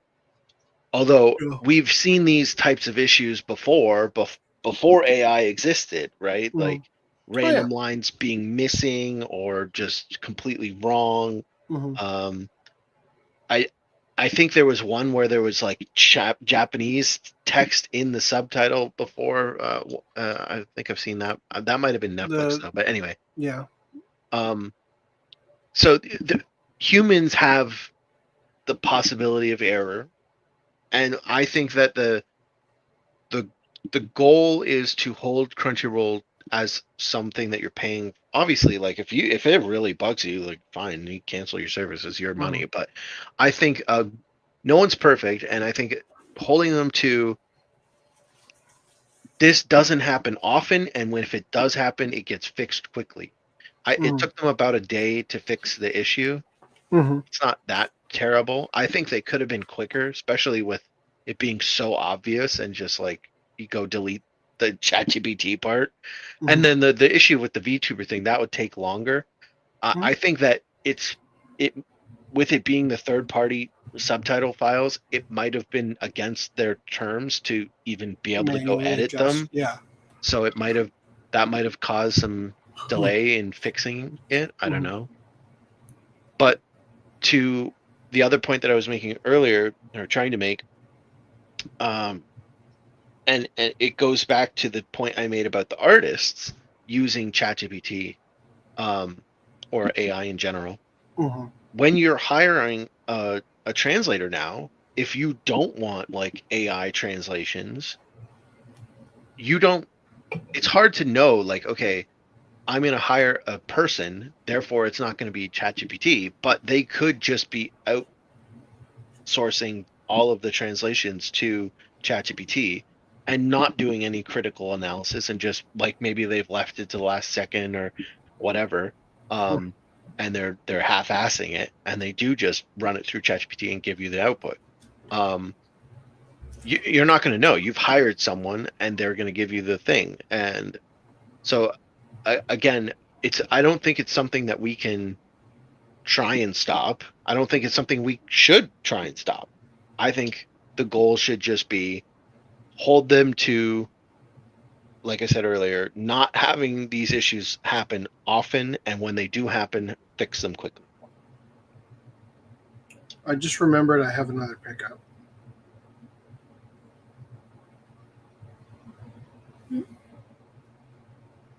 The backpack. Hold on. I'm looking for an image of it. I think I took a screenshot.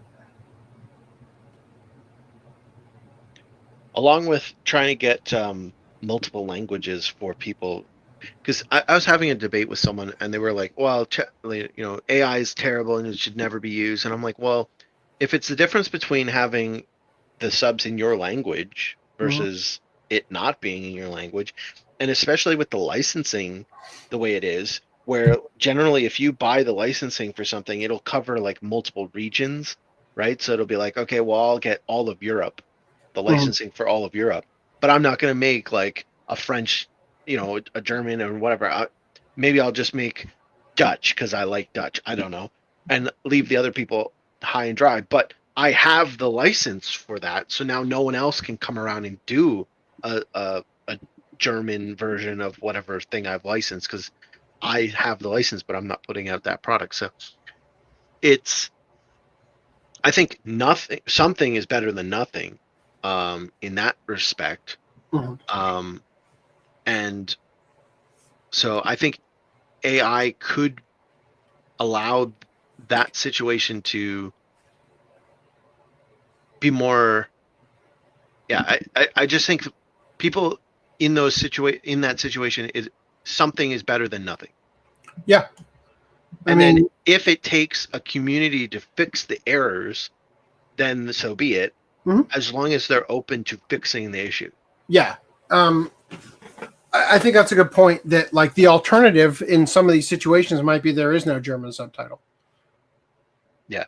It's not fiscally worth it for them to hire a natively German speaking individual. So I've actually used ChatGPT to translate a couple of my videos, most notably the scorpion fell from my ceiling video, into Spanish, because I knew that the places, so that video goes, semi-viral every year, especially during scorpion season, because people start Googling scorpion stuff on YouTube or whatever, and then they start seeing it, right? So I tried to put it also in Spanish, right? And what I did for that, and this was back when ChatGPT wasn't nearly as good as it is now, but what I did for that was I gave it like context around every single line. Like, this is what's happening. This is the reference I'm making when I say I don't want it to be like JoJo, like I'm talking about JoJo's Bizarre Adventure, right? So if you need to adjust this to make that point make sense in the other language, please do, kind of stuff like that. And I go to great trouble to get that. And it took a good chunk of time. Like, it would have been way faster if I just simply was also able to speak Spanish, right? But I feel confident that what I ended up putting out there would be completely comprehensible to a Spanish speaker, So, anyway. Sometimes there isn't enough context. Like for you, that It's video. different for me because I was producing the content. I knew exactly what I meant and all that stuff, Yeah, But yeah, you had for all sure. the context. In an anime where the line is vague on purpose, you're like, are they talking about a guy or a girl? Well, I don't know. Japan doesn't really have, gendered language like that. It's like, well, shit, I don't know, There was a line that in the last arc, a thing got introduced called the Mother Flame. And the Viz translator decided to, because there's the whole LNR thing with Japanese, the Viz translator decided to translate it as Mother Frame. And the context of what it was describing, it sounded to me more like a power source. So Mother Flame would have made more sense. But you could argue that it was like a frame that held something, and it was a weapon or something. And so I suppose there's a possibility that frame could have been a valid thing. There was more context that the creator of this Mother Flame was a character named Vegapunk, and it was earlier stated like he doesn't really like making weapons, so a power source isn't a weapon. A frame could have been. It's more likely, and he was also talking about a power source earlier in the arc. So I mean, the context to me said it was obvious that it was a flame, but for whatever reason, the Viz translator decided to say frame, and so in that context of that chapter, it was kind of a toss-up. You could go either way, and then later on, it was more context was given, and it was it's clearly a flame. It's a literal flame. Yeah. So he was wrong. Yeah. But at the time, the context, it could have went either way. Totally. So at that chapter when it was introduced, when you didn't know it was literally a flame. Well, this is adding context to ChatGPT. I don't know what it would have given you. Right, and this reminds me of when I was watching Blood Plus, And I originally bought Blood Plus, like episodes 1 through 13 as a bootleg. Her adoptive brother is named Riku, but the fan translation translated Riku as Rick, and that's accurate. That's what his name is probably meant to be, because his dad is American, stationed in Japan, so it makes perfect sense for the kid to be named Rick, right? But then in the Sony released official dub and everything, they call him Riku. You know what I mean? And that's another example of where it gets kind of like headcanon wise, like I have a disconnect with that, right? I don't like that they refer to him that way.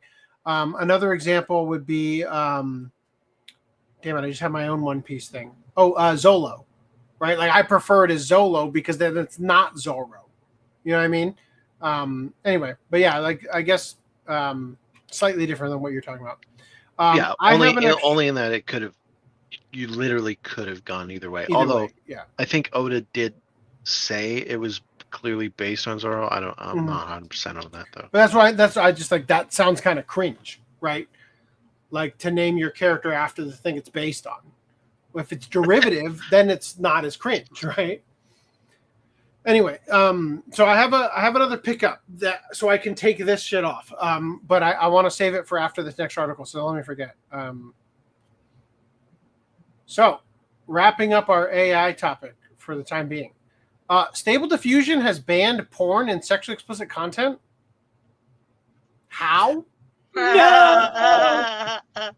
I don't think I feel like it's more like Stable Diffusion attempts to appease government oversight by asking you to stop making porn, right? Like that's probably what that. To be fair, they were like their latest thing, like Flux.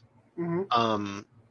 I believe they were offering like a paid service to allow you to use it on their servers. So maybe that, I don't know. We'll read it, I guess, but maybe it was just meaning. Yeah, maybe like they you don't can't want use their servers to generate it anymore. So it says here, Stability AI has announced a new update to its terms of service for Stable Diffusion, banning all sexually explicit content, commercial or not, starting July 31st. There's still time, boys. Right? The move has already sparked controversy online, especially given the model's widespread use in local, unmonitored environments. In a move sure to inflame artists, open source advocates, and anyone who uses AI for not safe for work creations, Stability AI has announced sweeping changes to its usage policies for Stable Diffusion, the wildly popular image generation model.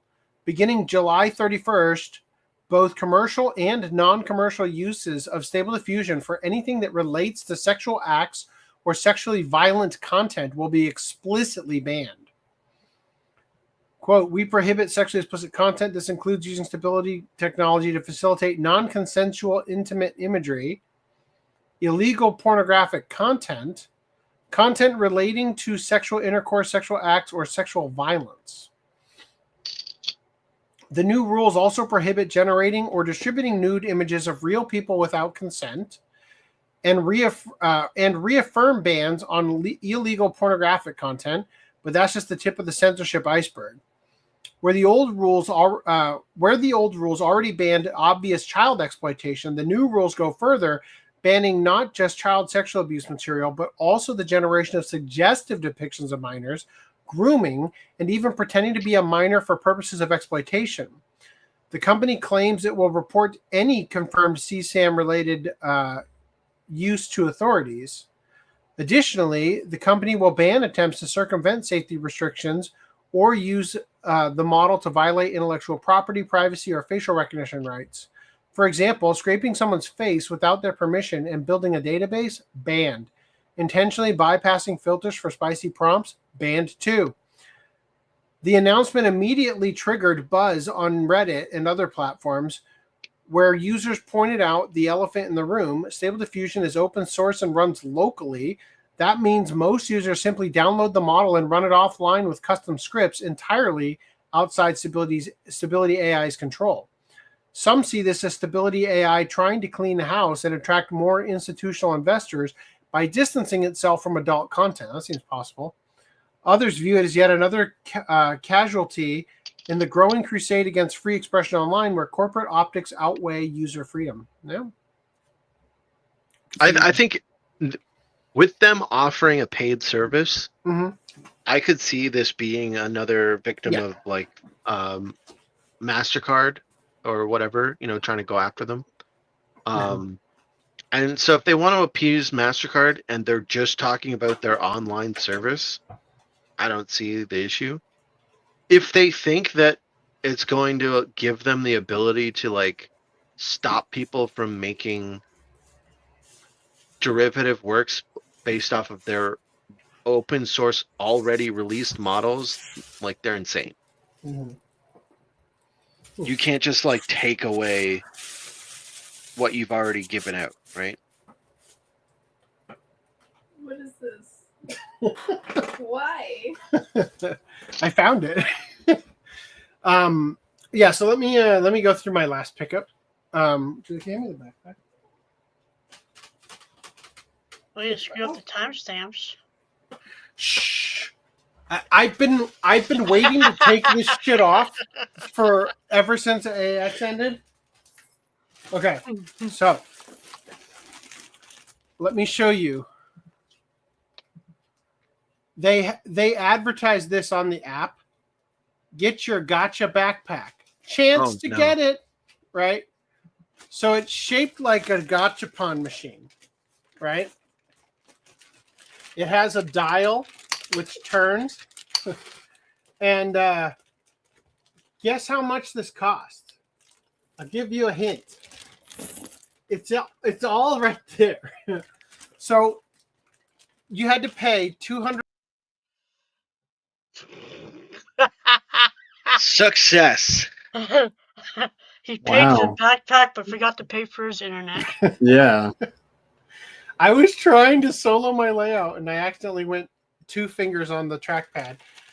So you had to pay for $200 worth of Gachapon tokens. Oh my god. And the way that you had to do this, I shit you not, because Japan with their floppy disks, they had to watch you do it. And so they have these like machines where you put your card in, select the amount you want to buy, and then it comes out. But the highest denomination you could do was $50. So you'd have to put your card in 4 times. Now, already at a convention, when you try to buy something from a booth that has its physical location somewhere else, all your card company's like, wait a minute, they just bought something in LA and now they're in New York. Cut off that card, right?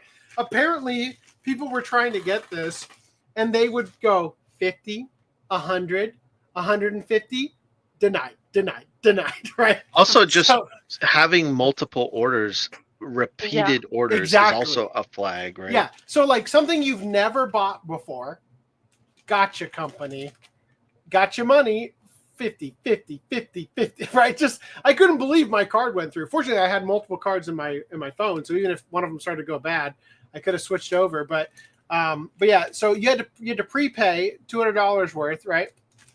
And the way I look at it, it's technically free. You're just prepaying your next $200 worth of Gachapon tokens. So That's I figure what I would do. Tokens, though. What I figured I would do is I would put the Gachapon tokens in my car, and then if I ever find myself in a place where there's Gachapons, like, oh, just go back to the car and grab some tokens, right? Turns out, how much is a normal like one Gachapon? More expensive than it should be. It's like $5 per coin. It says 300 yen on the backpack. Too much is the thing. Too much. So here's the thing, though. Turns out the things that I was shopping at that I believe were Gachapon are not Gachapon. They're a different capsule toy company, and I don't even know if these coins will work. I've never even seen a Gachapon in the United States now that I realize. So I don't know, but I got this because, as you guys know, There are some in Toronto.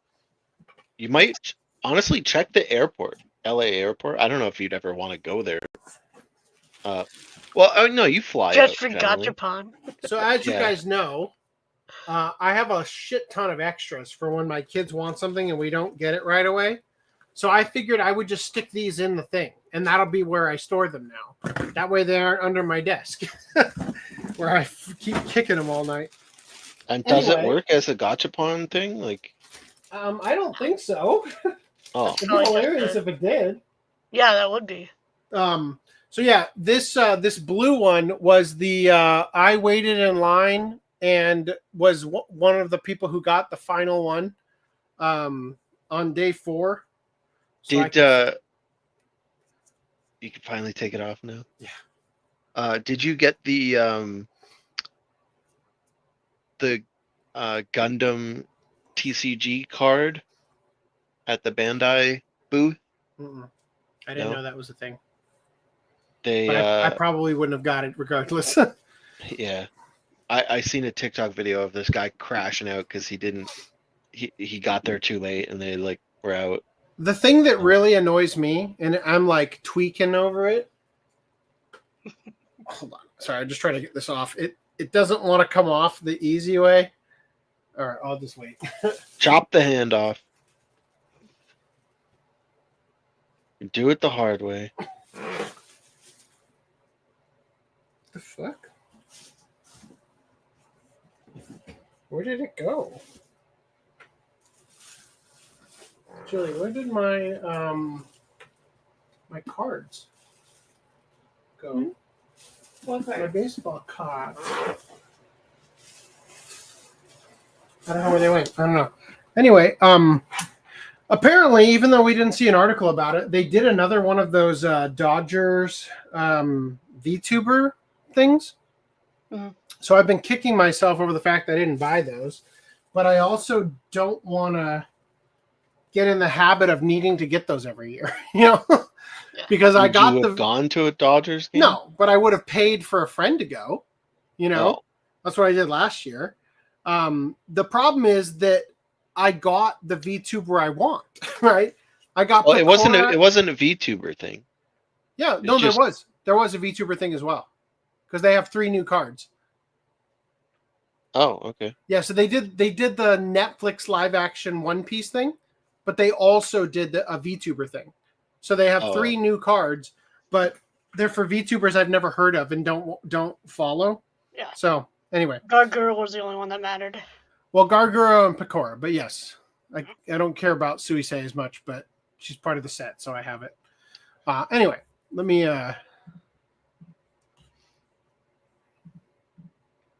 I've seen that they had a pretty good. I don't know. Do you have a thing about the Dodgers at all? Mm-mm.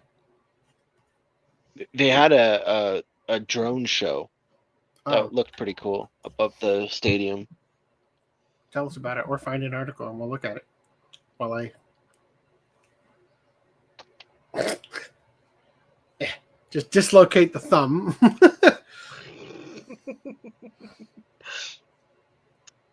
Anyway, all right. So I guess we don't have. You'll probably want to mute it, because you might get nailed on the audio. But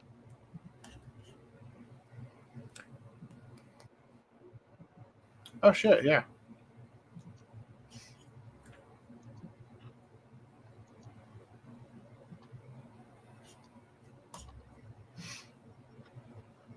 That's quite some effort here.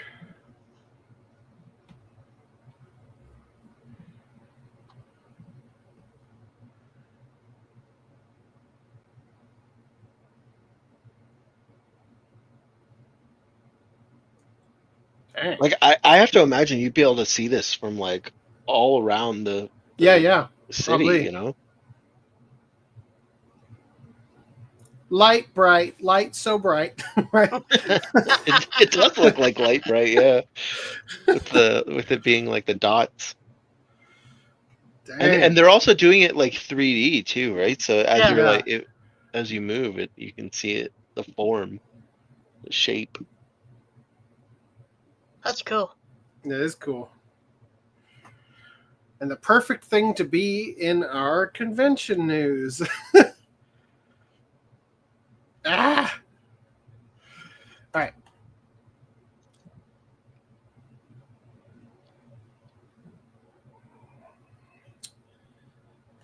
So, as we go into convention news, let us read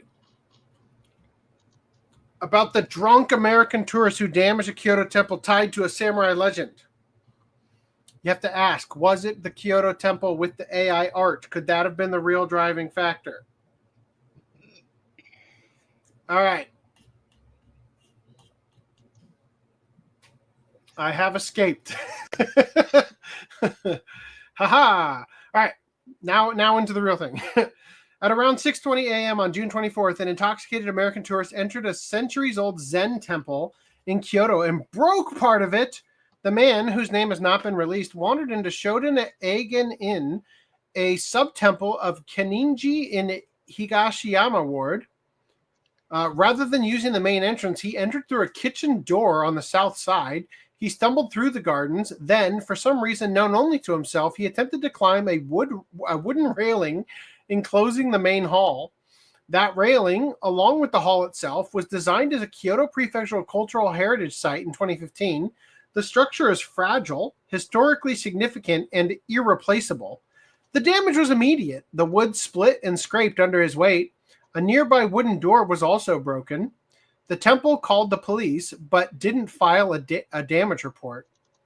The man returned later that morning sober. Through a translation app, he told the chief priest, "This was the biggest mistake of my life. I am truly sorry." When asked why he did it, the answer was simple. "I just wanted to see the temple." Shoden Eigen Inn isn't just any temple. It's one of the quieter sub-temples of Keninji, Kyoto's oldest Zen training monastery, founded in 1202. While Keninji's dragon murals and manicured grounds attract thousands, Eigen Inn sits in a more subdued corner, slightly hidden and slightly worn, and usually closed to the public, save for the rare seasonal openings. It's a place most visitors will never step inside, let alone touch. The temple is closely tied to Oda Urukusai, also known as Oda Nagamasu. I haven't heard of any of those. I'm just going to cut off this other wristband real quick. There we go. That's just the one that shows I can have drinks. Even though I'm pretty sure that only gets you into the AX 21 and over lounge, which I never go to. Now you can't have drinks anymore. Nobody needs to pay $20 for a cocktail. Even if AX is pretending it's the greatest cocktail you've ever put in your mouth. All right. Why would you put a cocktail in your mouth? Phrasing. It's a place most visitors will never step inside, let alone touch. The temple is closely tied to Oda Urukusai, also known as Oda Nagamasu, a warlord turned tea master and the younger brother of Oda Nobunaga.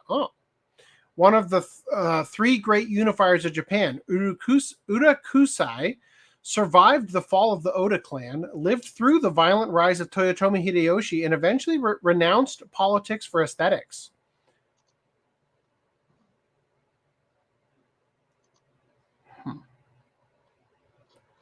I'm guessing that should say ascetics, not aesthetics, right? Because, like, to be an ascetic means, like, to renounce worldly, like, desires and basically become a monk, right? Asceticism? Looking it up. All I know about Ascetic is Got it. in the Asceticism. Transformers 86 movie, Megatron's. Oh no, was it Megatron? I think it was Starscream. He yells, "You ascetic fools!" Asceticism is a lifestyle characterized by abstinence from worldly pleasures and comforts, often for religious, spiritual, or philosophical reasons. Ha! I don't think it was that he renounced politics for aesthetics. Like, it just looks cooler not to be a politician. You know, like he became a student of Sen no Rikyu, the most influential figure in the history of the tea ceremony. Urukusai brought with him a taste of restraint, imperfection, and wabi-sabi, ideas that would come to define Japanese high culture. His legacy survives not only in ceramics and tea rooms, but in quiet places like Shoden Eigen Inn, a temple where there are no velvet ropes or security guards. I don't know. Maybe it is aesthetics. Like, if he's renouncing worldly desires, he certainly isn't sipping up on the best of the teas, you know. This incident is hardly the first time a historic site in Japan has suffered from the side effects of tourism. In 2024, authorities moved to restrict access to Kyoto's geisha districts after repeated cases of tourist harassment. The city, which welcomed a record high of 10.88 million foreign visitors in 2024, walks a fine line between preservation and profit. The temples are cultural touchstones, but also a functioning religious space. And while tourism fuels the economy, it also frays the very fabric that visitors claim to cherish. Chief Priest Kanan Magami, 48, told reporters he accepted the man's apology. There was no permanent damage to the residence attached to the temple. The railing will likely be repaired with traditional methods, quietly, without fuss. Within an hour of the story breaking, though, several people took to Twitter to vent their anger. Quote, if the temple doesn't ask for repair costs, things like this will just keep happening. This isn't just about one drunk man and a railing, though. It's about a city buckling under the weight of its own myth. A place where history lives in wood and paper, and yet is expected to withstand the full force of global foot traffic, camera flashes, and clueless entitlement. Shoden Inn will mend the damage, the priests will move on, the tourists will fly home, but there will be more issues in the future. Oh. So I got to ask you, do you think, like, are you ashamed for the American tourists doing this to the Japanese? Do you think that this is the worst that could possibly happen to a shrine and you just feel so ashamed? I would, but I know there's a punchline. Well, there was a story from a few months ago where the I know there's a Korean but, or tourists however, were like shitting at the shrines. So I ask because before you get too hung up on a lowly drunken American accidentally breaking a railing, meanwhile, the Japanese, I should not have gone out naked, admits man arrested at shrine in Japan. Some 2020 hindsight about wearing zero clothing. When caught acting inappropriately, it's important to show remorse. Obviously, you can't turn back the clock and undo what's been done, but expressing that you now understand your behavior was inexcusable is a necessary step toward rehabilitation, since it carries the implication that you'll try to avoid repeating the same mistakes in the future. And so it perhaps provides some measure of reassurance to know that the completely nude man who was arrested by Japanese police at a Shinto shrine on Wednesday now realizes that he could have made better choices. On July 2nd, police in the town of Shikokucho, Hime Prefecture, received reports from residents of the Doicho neighborhood that there was a naked man walking around the neighborhood with specific mentions of his private bits being exposed. Before officers could arrive on the scene, though, the man had moved on, and so they began a search which ended at a local shrine where they found the still unclothed individual. He was immediately placed under arrest for public indecency. And no, there wasn't a naked festival going on at the shrine. The man has admitted to the charges, and they would have been pretty hard to deny, seeing as he was naked when the cops found him. Shrines in Japan don't really have interiors that can be accessed by non-staff, so when you visit one, you are essentially still in public. But there's more to the man fessing up to the crime than simply being caught red-handed / bare-bottomed. As in his statements to the police, he said, quote, I should have not gone out naked. The 48-year-old man is a resident of Shikokucho,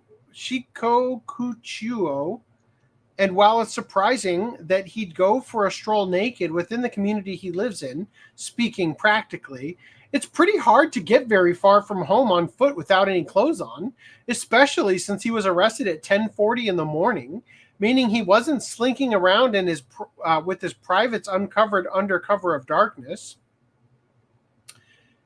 With the matter of whether the man committed the crime or not settled, the police are now investigating what possible motive he could have had, with online commenter speculation pointing out that it has been really hot in Japan the last couple of days, and also floating the theory that he might be a Terminator.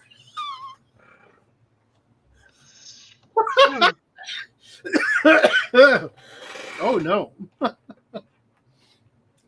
right. Time to catch up on all this stuff. Okay. Live action news. You want to run through comments? Yeah, let's go through comments. Sorry, I've got the private chat up and I wasn't looking. Okay. Yes, but not this podcast.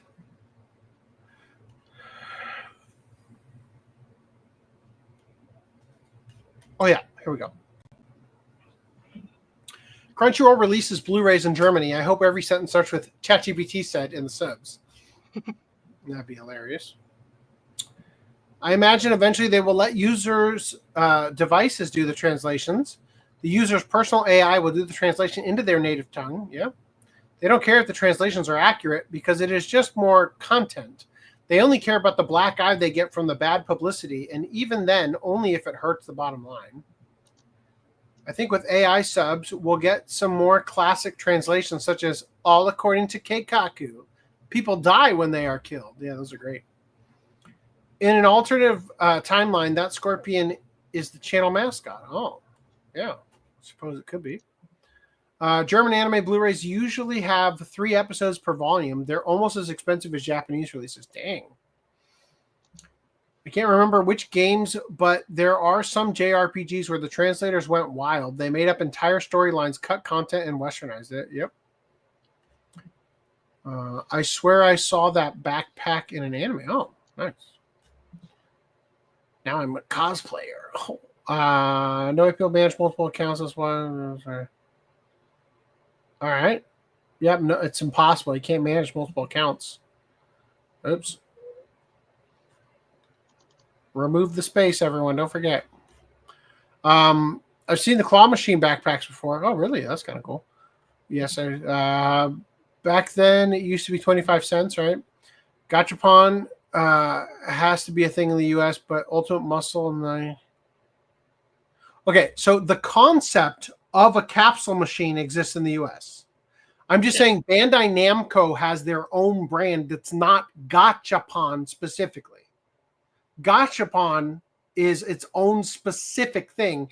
It's kind of like Band-Aid is a brand, but we use it to refer to all adhesive medical strips, right? Right. Gaijin are always the problem in Japan. Oh. Yeah, I saw a stream got attacked. Streamer, T-Man. Okay. All right. We're caught up. All right. So, Solo Leveling is getting a live action series from Netflix. They cast this guy. It's going to be one of the live actions from Korea. Like, it's going to be like a Korean live action, kind of like how the Yu Yu Hakusho one was a Japanese live action, right? Same with the Bleach one. So, yeah, that's all I have to say about it right now. I don't think it'll be any good, but, you know. I think a lot of Solo Leveling is carried by its animation. I'm not going to... Yeah, I can't imagine this would be watchable, to be honest. I have, like, with the dragons and, like, the monsters, I assume it'd just be, like, shitty CG. Like, I don't even want to know how they're going to handle the shadows.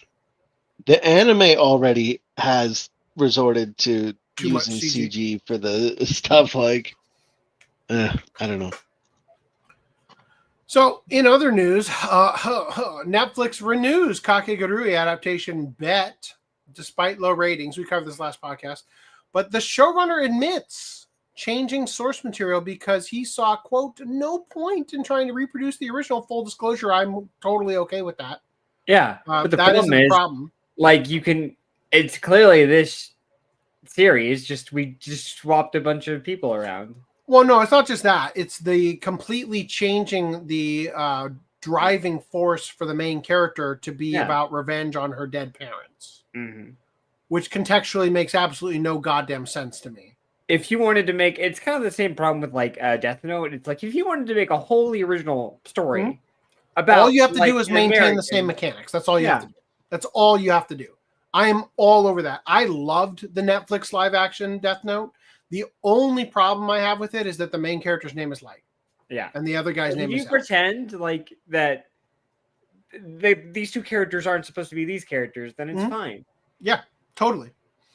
So they say here, even though all the odds suggested that the winning move was not to play, Netflix has doubled down on their latest butchering of a Japanese work and officially renewed their live-action adaptation of Homura Kawamoto and Toru Naomura's Kakegurui Compulsive Gambler manga, Bet, for a second season.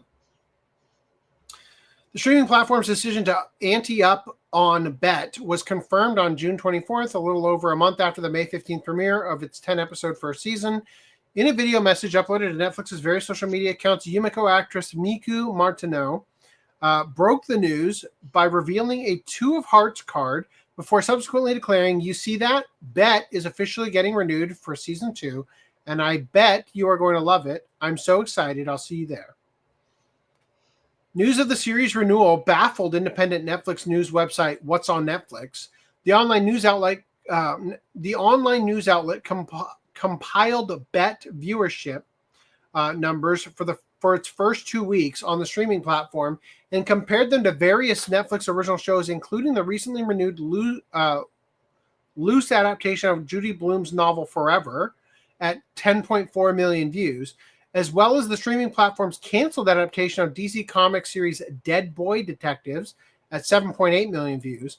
Based on the numbers, all the odds were against Bet favor of receiving a second season. As noted above, what makes Netflix's continued seat at the Bet table so eyebrow-raising is the fact that the first season just did not perform that well with audiences.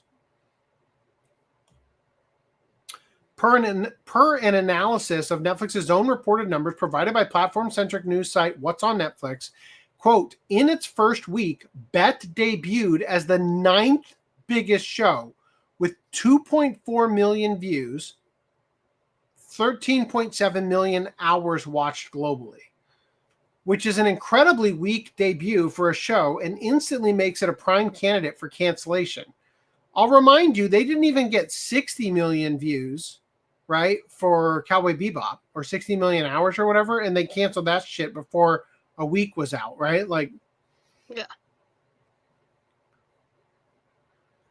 Viewing hours did increase dramatically in week 2, yeah, out of curiosity for the cringe, rising 110% to 28.8 million hours watched and an additional 5 million views, bringing the total after 2 weeks to 7.4 million views. Following up on their, it must have just not cost them a lot to make it, right? Like, Cowboy Bebop was probably ridiculously expensive because it takes place like in outer space and on other planets and all this crazy stuff, right? Whereas this had a bunch of no-name actors and stuff like that, and that probably it cost them almost nothing to make it. So they were like, "Yeah, sure, let's do it."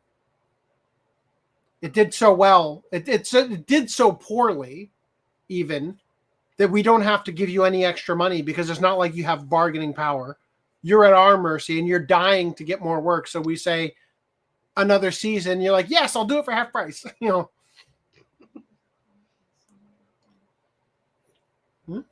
There's a comment about Solo Leveling. I wonder if the Japanese will be the bad guys in the Netflix adaptation also. They'll change it if they think they'll be called racist by Twitter, referring to the Solo Leveling live action. I don't know. Never watched it. I was gonna say Solo Leveling was originally a Korean webtoon. Mm-hmm. So this is just the Korean version where the anime is kind of like Japanese, but I don't. Are the Japanese a bad guy in the show? Well, I think the Korean webtoon got turned into light novels. Is that correct? It's the other way around. The light novels came first. Mm-hmm, but it's so. And the So webtoon there is a manga adaptation, though, right? The manga adaptation is just the webtoon webcomic like formatted for manga. Formatted So physically. I could have. I mean, I haven't looked at anything about this, but I could have sworn I remembered reading somewhere that they changed all the characters' names in the Japanese manga release in to the be Japanese in the Japanese broadcast version. All the characters are not Korean. The main characters are not Korean. They're Japanese, and what is the Japanese characters are from somewhere else, not Japan. And that applies to the anime, the manga, and the webtoon. Like the Japanese versions of all of those, they chose to swap that. So this is like when they made Master and Commander Far Side of the World, and they switched the British and the French because they didn't want the British to be the bad guys. I don't know what that is, Right. but that is kind The of what Russell happened. Crowe so. movie. I know that movie. I never knew that was a thing. Yeah, so in the original books, the people that they're against are the British, and they're the French ship. And I think they swapped it for the movie because everybody could get behind rooting for the British and poo-pooing the French, but they couldn't get behind rooting for French snooty bastards to take on the British, right? So it says here. That was a great movie anyway. Great movie, right? Absolutely. Every time I rewatch it, I'm like, fuck, that was good. Like, I can't wait for the 4K to come out. Yeah.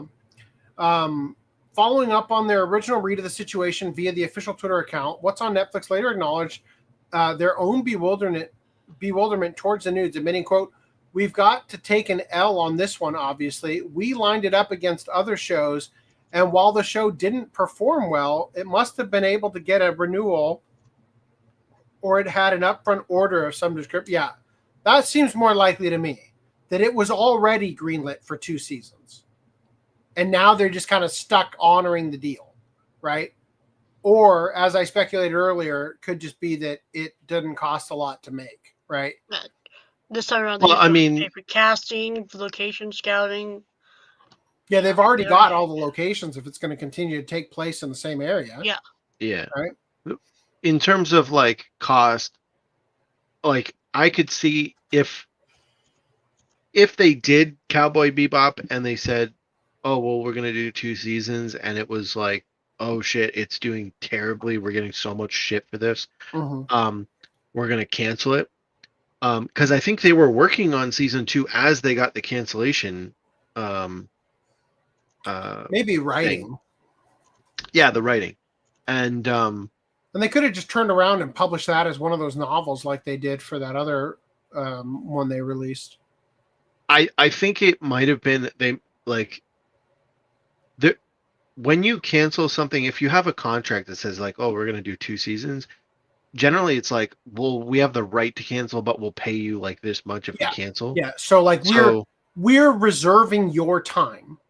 Like you now are expected to film season 2 for us, but if we can't come through on that, we're still going to pay you 10% of what you would have made or something, you know? Yeah. So it's possible that like they did have something like that set up with Bet, but they were like, well, it doesn't cost a lot to make. Mhm. You know, it didn't do that absolute terribly. It's not hurting us to put it out. So like benefit to cost benefit analysis of like the amount we have to pay to cancel this versus the amount we have to pay to just put it out for season 2. Like, why not make the season? Like, that's possible. Obviously, we don't know, but yeah, could have happened. So they said we got to take an L on this one. Obviously, we lined it up against other shows, and while the shows still don't perform well, it must have been enough to get a renewal. It had an upfront order of some description. Interestingly, though, Bet has faced a constant and particularly strong stream of criticism due to its lack of fealty to Kawamoto and Naomura's original manga. The series' renewal announcement also saw showrunner and director Simon Barry reveal that he never intended for source material accuracy because, in his opinion, the original was already damn near perfect. Quote, "When the Bet creative team set out to develop a series inspired by Kakegurui, we knew that there was no point trying to reproduce the original, as it stands on its own and works perfectly. Instead, we chose to be directed by the spirit Kakegurui inhabits in tone, audaciousness, and fun. To that end, we made something birthed from the source material that inspired a new take, one that pays homage to it and doesn't try to replace it. You didn't, you weren't inspired by it. You copied it and then race swapped a bunch of people. I mean, at least they didn't call it Kakegurui, right? They called it Bet. So it's like, I think they did know. They're like, we're not making a... I mean, honestly, I'm 100% okay with everything that the guy's saying. Like, I totally agree with all these sentiments. Like, you're not going to make it better, so just do your own thing with it, right? Like, I loved the live action Death Note because it didn't follow the original story to a T and try to just do it in the United States. I would have liked it even more, as I keep saying, if they had took the reins off and just made it a sequel to the original anime, where once Ryuk was done in Japan, he dropped it in America next, right? And just see where it goes from there. That would have been amazing, right? And it would never have been as good, or a replacement for watching the anime, but enjoying it as its own thing really brings out a nice experience. I feel like when you get to watch it, right? I thought Willem Dafoe as Ryuk was fucking amazing, right? Every aspect of it was good. You looking for the Flame 4? It's the bottom one. Anyway, so yeah, I'm totally okay with what they did to Bet / Kakegurui. I do think that it's kind of annoying, the amount of race swapping, right? Because it feels like the intention behind it was literally just fill a quota. You know what I mean? If you make a deliberate choice to do something and the story is enriched because of the change, absolutely, right? Like, for example, we always use this example. Michael Clark Duncan just made a great Kingpin, right? The presence provided by that actor in particular was worth the race swap. And they didn't make it about and now I'm going to make him underprivileged and from the hood, or what I mean? Like, they let it be what it was, but the imposing nature of just the beast of a man he was the right call. You know what I mean? And not a single person ever had any issues with it. Unfortunately for Barry, like the majority of Western-produced live-action adaptations of Japanese properties, including, hilariously enough, Netflix's own Death Note film, what he and his creative team birthed with Bet comes off as less of an homage to the source material and more like something that holds complete disdain for everything related to its premise. From various race and gender swaps to the hard westernizing of Japanese names to rewriting the entirety of protagonist Yumiko's motivations, truly the only thing Bet has to do with the original manga is its premise, and even that's barely kept intact. For those who are some curious as to the absolute train wreck that is Bet, the first season is now available for streaming exclusively on Netflix. I don't know. I thought there would be more to that. Guess there wasn't. Okay, great. Let us enter streaming news. The most controversial topic of all time. Holy shit.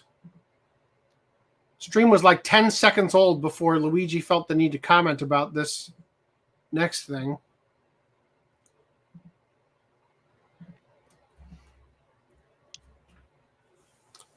Netflix claims half the world now watches anime. Don't worry. Oh, you unstarted? God damn you. Here it is. Still have it. What the fuck, man? Half the world watches anime? No! Netflix does not represent the world at all. You are basically saying Spotify and Napster represent the world. Stop it. Get some help. What did I do?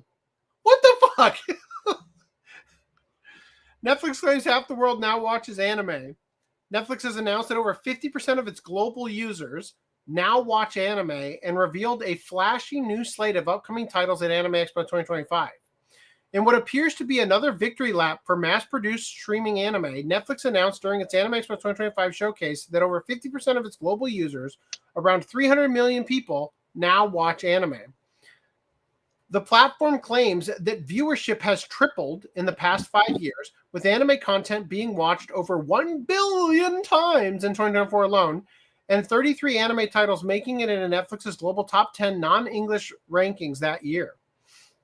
While Netflix brags about dubbing anime in over 33 languages and appealing to a vast global audience, it is painfully clear what this really means. Content tailored for broad international consumption, stripped of all the quirks, niche appeal, and raw artistic identity that defined anime as a medium in the first place. Netflix's upcoming slate includes Sakamoto Days, Cyberpunk Edgerunners 2, which we'll look at in a minute, Record of Ragnarok 3, Dear God, Make It Stop, Beastars Final Season Part 2, The Fragrant Flower Blooms with Dignity, My Melody and Kuromi, and more unnamed projects were teased at Anime Expo.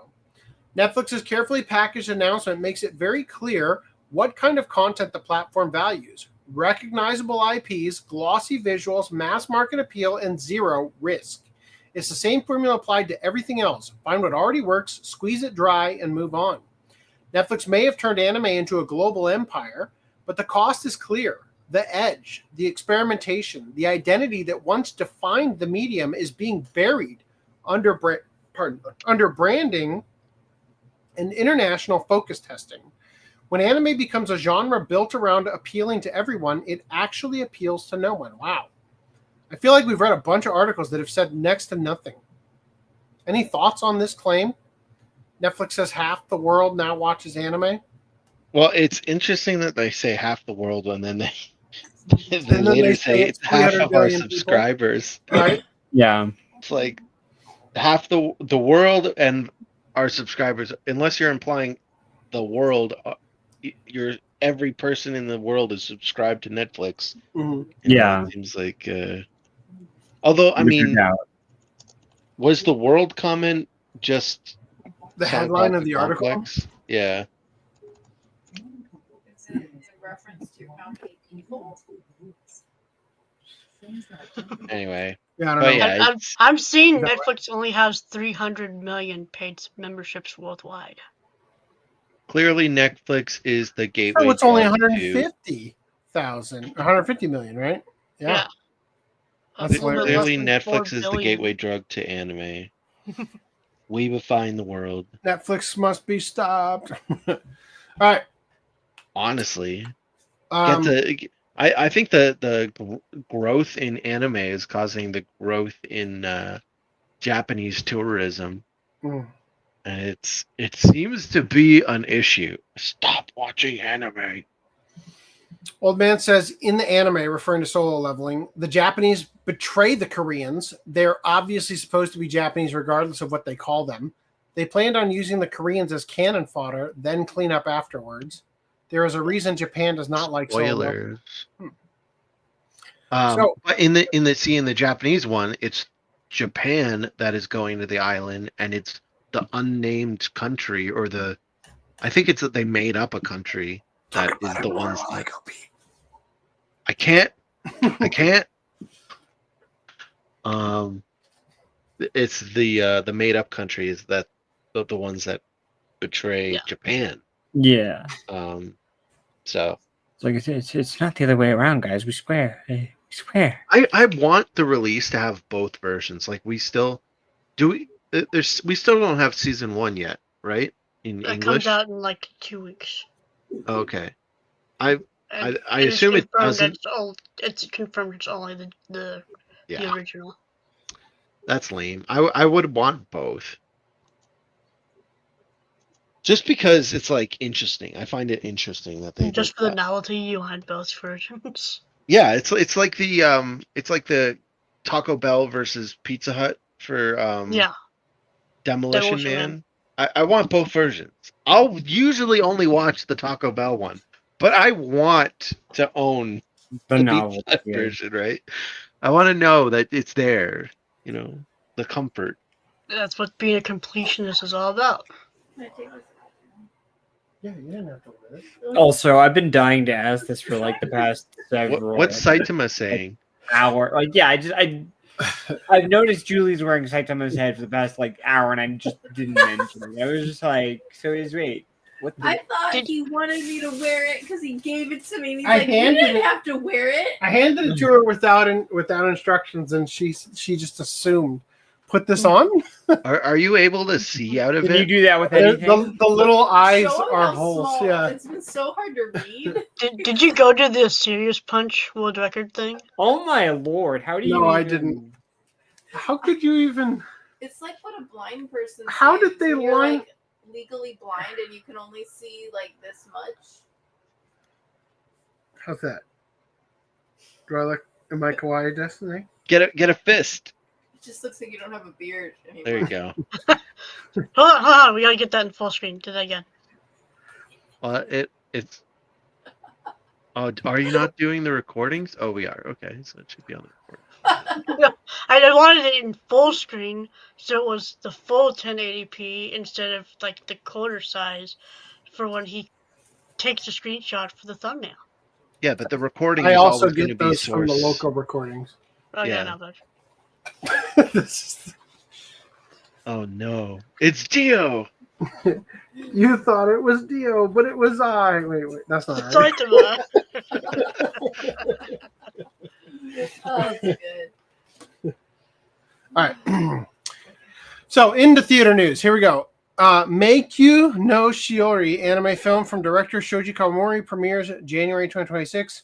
So this is the first original anime movie being done by Shoji Kawamori. Okay. He's previously done Macross, Aquarion, and Escaflowne. Oh. All right. Now, Now, on a quick previous note, because I wasn't able to get it out fast enough, all I can imagine now is that scene in JoJo's, except it's Saitama, and the mask is like trying to pierce his skin, but it can't. So Saitama is just like freaking out because he can't get the mask off, and the mask is just trying to continuously pierce his skin. The to make mask him a is vampire. trying to latch on, but he's too powerful. what is this? All right, A bug so, catcher? The story of Meikyu no Shiori will follow protagonist Shiori, a high school girl who awakens in a parallel version of Yokohama after she breaks her smartphone. Meanwhile, images of another version of herself begin to populate her social media. To stop her doppelganger, she must escape this parallel Yokohama. Yeah, so she like drops her phone in the trailer, and it shatters the screen, and then she gets like isekai'd into I Bizarro. have merch idea. Hmm? In another world without my smartphone. It's just sadness, like you're a peasant, you know. All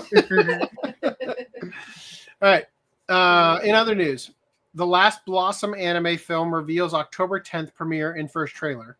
So this is the one from the creators of Pump of the Cinephile that's about the Yakuza guy who's been in prison for like 30 years and he's about to be executed for his crime. And he starts talking to the flower blooming in his cell. And it's like a introspective story about his life and the crime he committed 30 years ago or whatever. It seems really interesting. I think that'd be a really good one to watch. Anyway, if you wondered who voiced the flower, it's this guy. All right. That's coming out That is the last guy I would have pictured to voice the flower. I'm going to be honest. October 10th in Japan. Because now all I can imagine is, yeah, it's just this That flower's got a deep ass voice. Giga Chad voice. All right, Girls Un Panzer Moto Love Love Sakusen Desu. Anime unveils trailer visual release schedule. So apparently this series just won't end, and I'm all for it. That's great. I love this series. Definitely going to do another watch club of it so we can actually watch the movies. So it's going to hit Japanese theaters on December 26th. And it is 4 movies or 4 chapters. I don't know what that means. Coming out December 26th, then January 30th, then March 6th, then April 10th.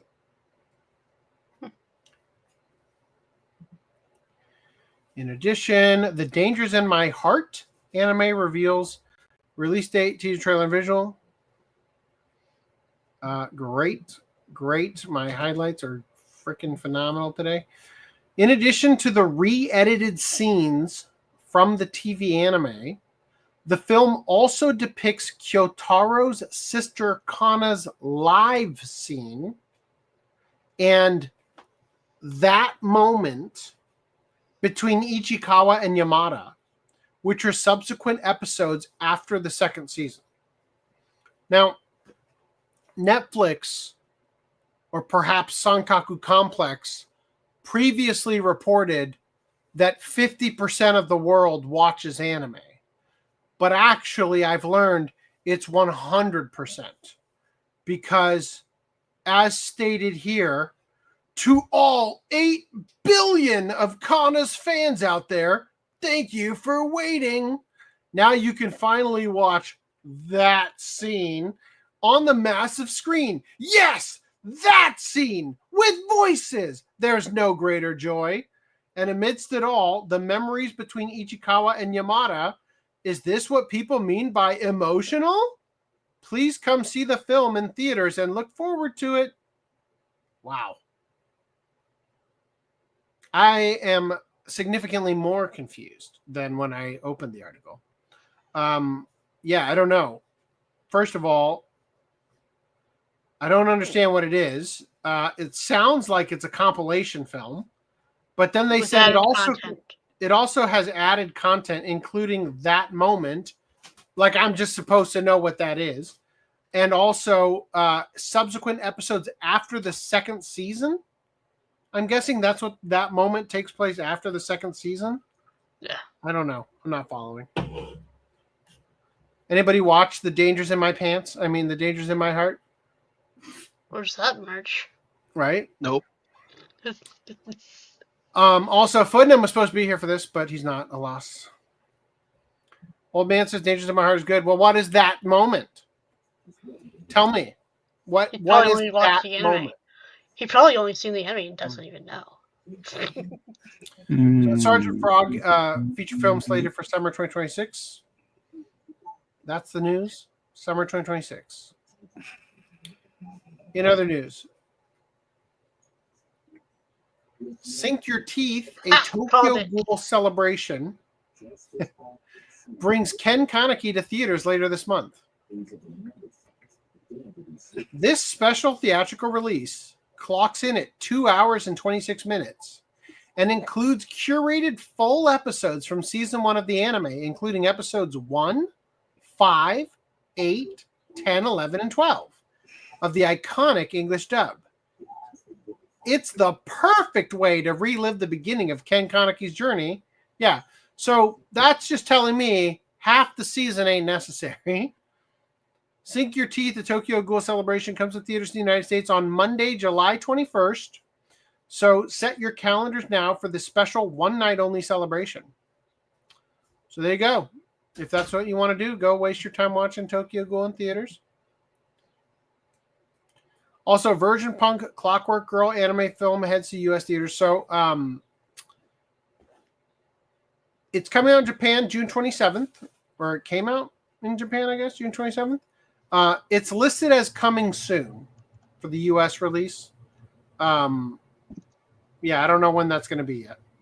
We'll see.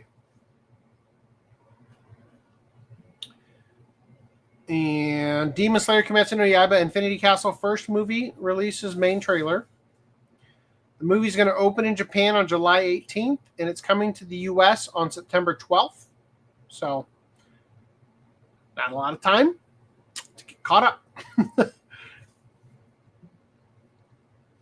And Scarlet anime film reveals new key art and main cast members, coming to Japanese theaters on November 21st.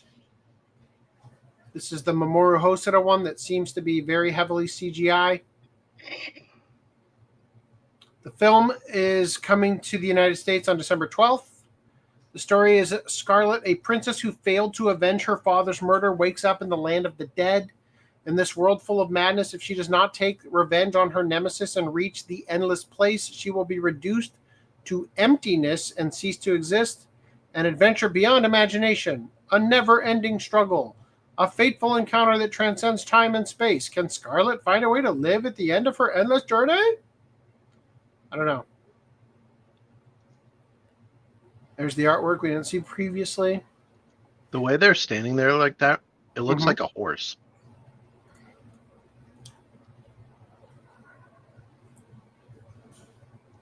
Like the way their legs are. Like if you just Oh, look at the legs, you're like the shadow looks like I'm looking at horse, like a horse standing there. Yeah. Or the shadow, the reflection, I mean. Like how the boots kind of look like hooves if you squint. Yeah. Like they're not really showing the foot, just the profile of front. All right. You guys ready for anime news?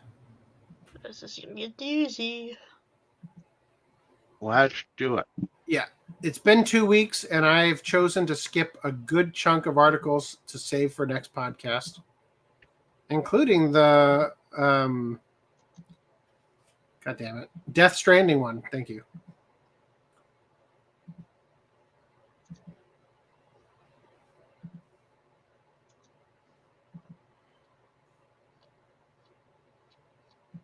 I know. Reese was right.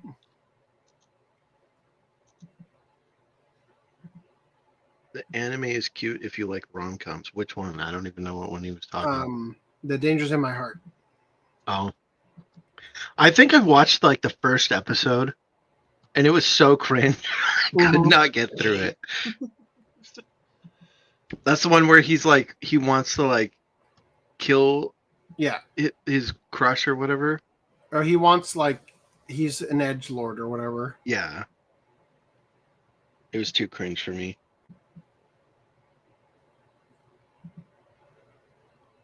Come on. We got this. Your browser's gonna die. Yeah. It sure doesn't seem to like what I'm asking it to do. All right, here we go. You've asked too much of me. All right. In anime news, a new Black Clover anime announced. Will stream on Crunchyroll. All right. Wow. About time. And I guess more uneven box sets for us. Let me ask you this. Do you happen to know how many episodes this series is so far? No, how many episodes? How many episodes? The one that we currently have? Mm-hmm. Let's see. I want to say like 200 and something. 170. 170, excuse me. 170 episodes. But don't worry. They're finally starting the second season.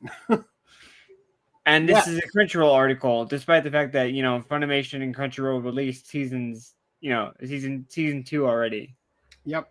They're at like season 4. Yeah. No, we're on season. This would be like. According to Anime News Network, there are 170 episodes so far. And there have been a release for season 1, season 2, season 3, season 4, right? But no, we're just going to call this part second season. So it's going to be titled Black Clover, second season. I really season hope 1, not. right? I really hope Part not. 1, right? I really hope that that Crunchyroll has the balls to be like, okay, this is actually like season 5. Yeah, just call it fifth season. Or I think they're just gonna. I think I literally just because this second season coming to they should have said second series instead of second season, obviously, which I think is probably what they mean. They're just gonna call it Black Clover and then just start it off at season 5, part 1. Black Clover Z, right? Black Clover, shipping it. Kind of. All right. Yep. So look forward to that. Yeah. By the way, this doesn't seem like a nightmare. Oh, what comes out on just Blu-ray? Season 1, Season 2, Season 1 and 2 Holiday Collection, Amazon exclusive, and Season 3. Oh, but if you want the whole series, to get Season 4, which is a Blu-ray DVD combo, you should probably just also buy Season 1 Part 1, Season 1 Part 2, Season 1 Part 3. Oh, but get the one that's plus the collector's box, and also Part 4, Part 5. Holy cow, Part 5 with an art book? Does that go in the collector's box? Wow. This because seems like I moved, I fucking don't have my collection on hand. nightmare. Otherwise, I would be glad to show all of these that And I the have. thing I hate about this set so much is that when you see it, when Green Line is showing them in his pickups, it looks so cool. And then you realize there are 4 full-ass box sets. No. Identical on the spine. No, you got 3 boxes with 5, and then 1 box which is just 1 set. 1, which is season 4. Oh, which is only 16 episodes. God or damn. whatever. Yeah. Terrible. Yeah. Terrible. That was bad. Because it looks, bad. they Feels look bad so for- good. They look so good when you see it on display in the store. But then once you realize that there are 4 of them, and they all are meant to look like the binding of a book that says Black Clover and has the logo on it, you're like, why? Like, they just look like I have the same thing in my box, like in my collection, like 4 If times. they were all like, if they had altered the colors even just a Yes. little bit, like that would have been fine. But it's like no. What was we're this just argument throwing with them the same. Attack on Titans? But at least with Attack on Titan, they have a different emblem, Yeah. Well, right? For Maria, Cena, Rose, right? Man.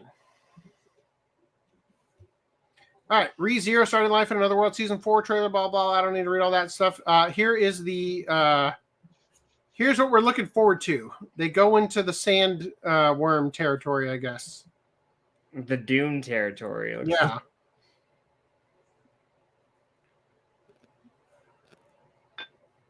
I like Have how you guys Subaru's seen like, the, and then Bissy's just like locked in. Apparently, Have you guys seen the VO3 TikToks of like the Sasquatch? Mhm. Where it's like Do you the want to watch my Sasquatch. favorite one right now? That I could pull from. They Just made context for one. the audience that don't know. They made one very similar in a similar style where he's like a streamer. Oh yeah, yeah. For Should we watch this? Let's watch ReZero. this. There's 2 of them, right? That you shared. Yep.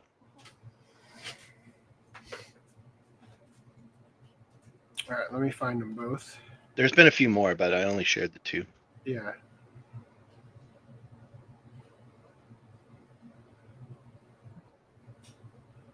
Let me just get them back. Wow.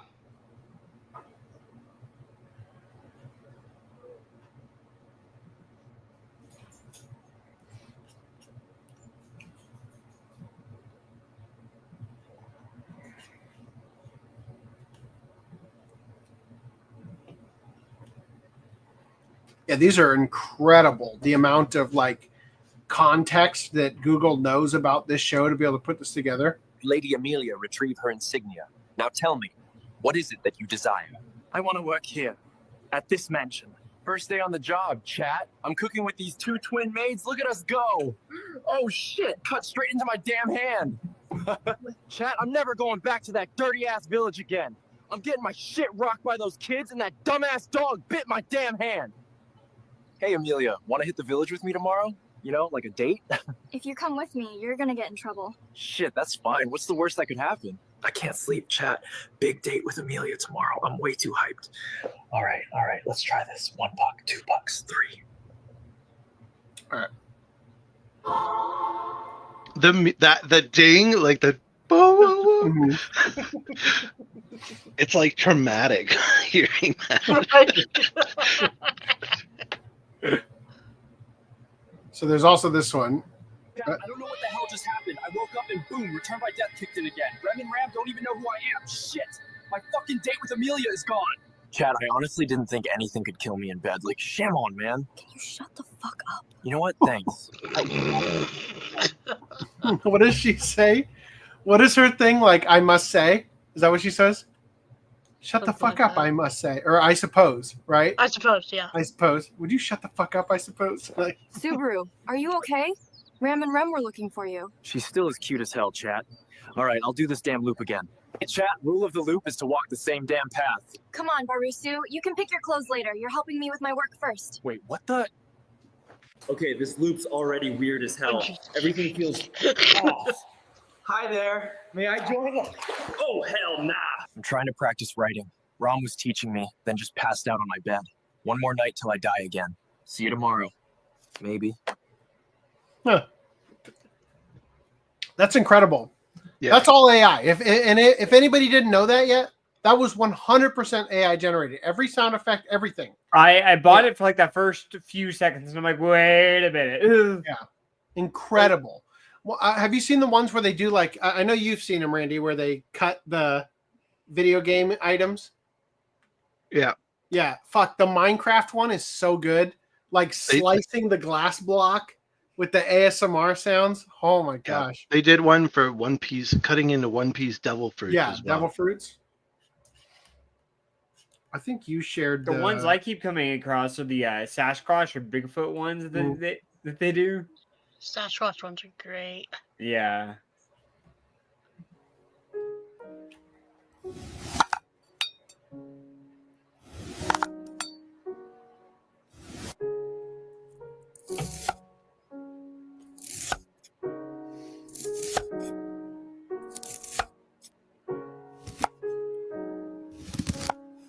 I don't know why people don't just edit out the fuck ups. Like,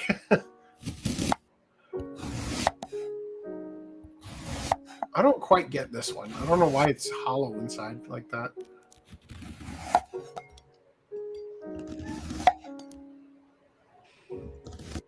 The fact that was this is AI insane. This is just insane. Crazy good, right?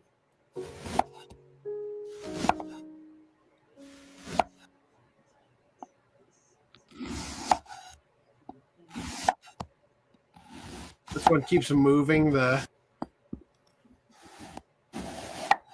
Wow. Anyway. Yeah, okay, fine. Yes, Sasquatch it is. Twist my arm, Reese. I didn't ask, actually, but I'm fine with it. Yes, did you see the one? Fine. Well, watch my favorite one so far. Did you see the one where he dresses up as a cow? No.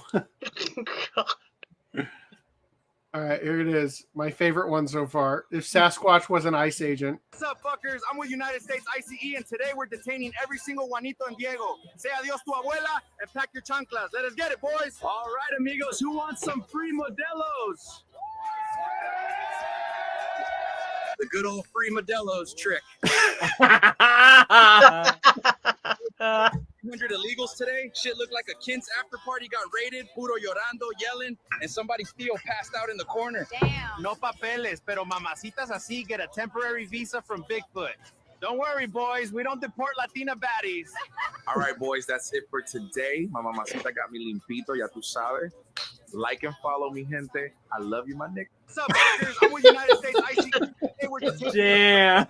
Diego. Say adios to abuela and pack your chanclas. Let us get it. Oh, that's great.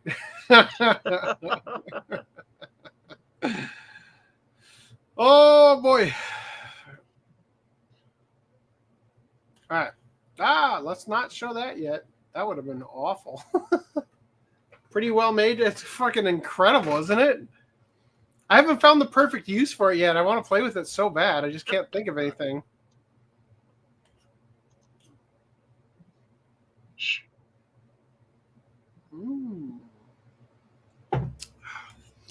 All throughout Anime Expo, Dan and I are like, the old free Modelo trick. Gets them every time. All right. Leaving ReZero behind. Reincarnated as a Sword anime season 2 premieres in 2026. I have footage that I'm not supposed to have of them showing us this super exclusive image one day before this article was written. They made such a big deal about it. So funny. This is made by NBC Universal in Japan, which is formerly Geneon, which was formerly Pioneer. And boy, holy shit. I have vowed never to go to another NBC Universal panel because these people are smart as fuck. And they know if you want to watch that premiere, they're going to get an hour of telling you about other shows you don't give a shit about before they show you the premiere. Because the other people will show the premiere first, and then most of the room leaves, which is what I was hoping for. However, Reincarnated as a Sword looks very watchable. This was the thing they talked about it in both of the premieres I went to, and legit, it looks awesome. So I think we should do it as a watch club at some point. It's pretty fun. Yeah, it was funny too because I was at Anime Depot that day and I pulled it up like, fuck, this is expensive, just like Helk and all those other ones. I don't know if I have this yet. Put it back. Then I went into the panel and they had the steel book of it. Like, oh, that's right, I have the steel book. That's why I didn't recognize it. Because they were giving it away. They do a thing at the NBC one where they give you stuff as you walk in the door.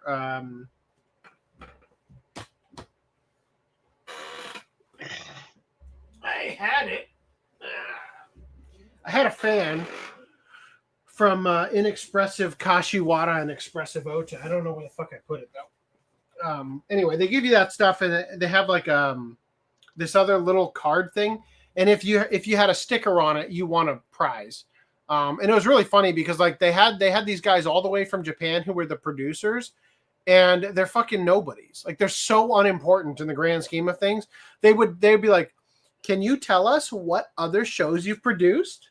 And then they'd be like, I've only worked at NBC Universal for about 4 years, so I've produced about 5 shows. Thank you. Like, Can tell you us name them? one of them. Like, you probably never heard of them. Like, it's just ridiculous. Anyway, however, this looks great. I'd love to watch it. Sentenced to Be a Hero premiere has been postponed to January 2026. It was supposed to originally come out in October. Now coming out in January 2026 in an effort to improve the overall quality of the work. Additionally, the series production committee has also revealed that the first episode will be an extended hour-long special. So that's kind of neat. This is the one where they get sentenced to like take on a dragon or something as their prison sentence or whatever. Looks pretty cool. A lot of characters in it. That was the other thing. I don't want to harp on it too much, but in the NBC Universal things, you know, when you buy a DVD and you read the back and it's like the special features are listed as interactive DVD menus. And you're like, you mean like the bare minimum thing I expect from a DVD, right? Yeah. That was back when DVDs were new. Yeah. But they got to list it like it's a special feature. Yeah. That was most of the stuff that they were, when they were trying to hype up a show, they'd be like, season 2 has even more CGI. And we'd be like, that's a selling point? Let's see. By the way, I'm thinking of possibly, I don't know if you guys would care about doing like an IRL stream. See, I'm only reason I'm worried about doing an IRL stream at Anime Expo is the amount of music going on. I feel like I get copyright struck. Are you thinking next year? Yeah, obviously. I'm No, not he's thinking going to about go back and do one like a machine. week ago.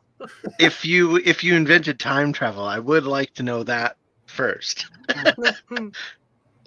He already told us, but we haven't heard it yet.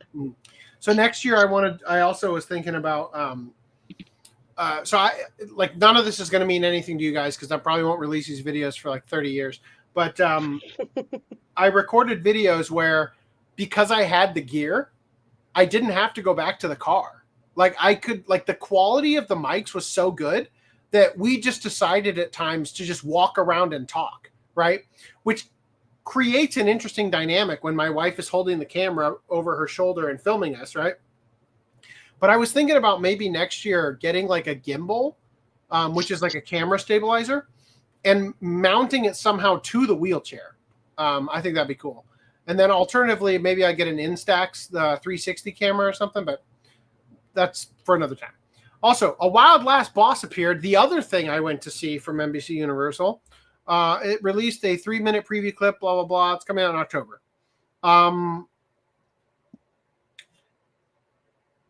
How to describe it? Waste of time. No.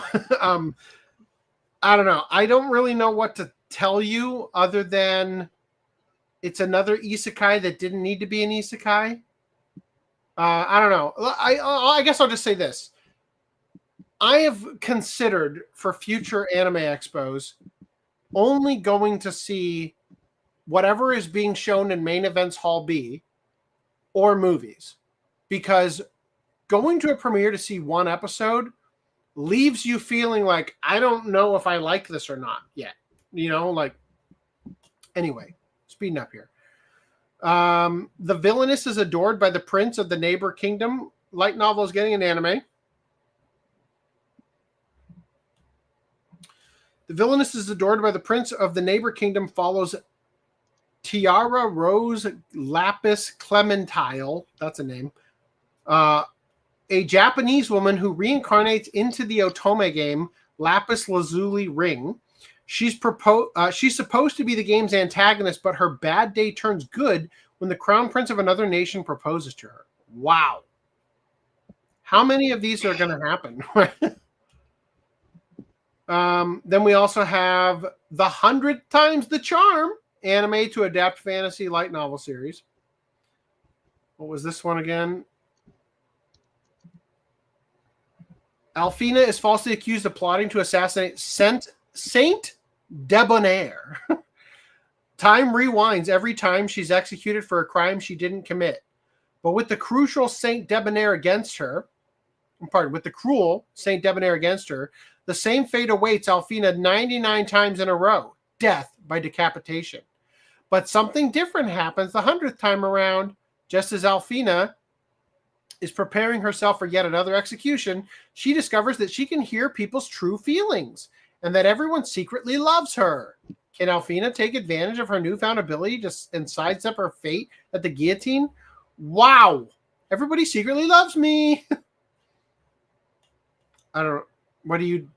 Hey, guy who's about to execute me, how about a kiss? Sounds like a dick. Weird. Yeah. All right. Also, Secrets of the Silent Witch anime reveals new special artwork. This is mostly about the artwork. Again, this is the story about the witch who is the most powerful witch ever because she can perform spells without uttering a word. But the reality of the situation is she's just fucking shy as shit. And so she doesn't want to speak up. So she somehow becomes a witch without needing to utter spells.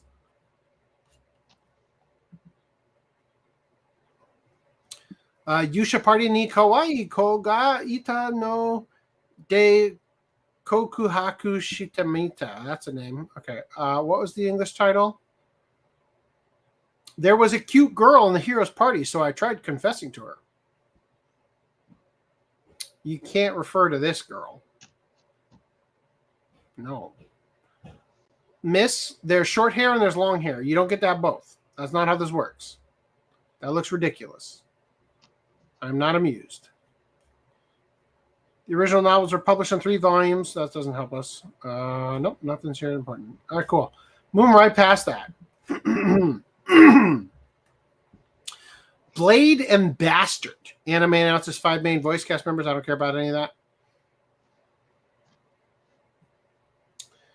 That looks great. I love that. What if at the end of your adventure you were to lose your soul one day? When that time comes, then the next adventurer will take care of it. Deep in the unexplored reaches of the dungeon, a corpse is discovered, one that shouldn't exist. After Laramus is resurrected, his memories of life before death are gone, and he spends his days delving into the dungeon to retrieve the bodies of dead adventurers. Can they be revived as well? Or will God reduce them to piles of ash on the altar? Either way, is it Laramus or Iarumus? I'm guessing it's Iarumus. Collects his finder's fee. And though his skills earn him some grudging respect, he's also scorned for this cold, utilitarian attitude. The living keep their distance. Iarumus consorts primarily with the dead, That is until he meets Garbage, a feral young swordswoman who's the sole survivor of a massacred party. Your waifu is Garbage took on a whole new meaning. With Garbage by his side, Yoruma's adventures deeper. Waifu is trash. No, her name is Garbage. For clues to his past, avoiding monsters, traps, and the inevitability of a permanent ashen demise. Wow. Is this Garbage? Garbage, cute AF.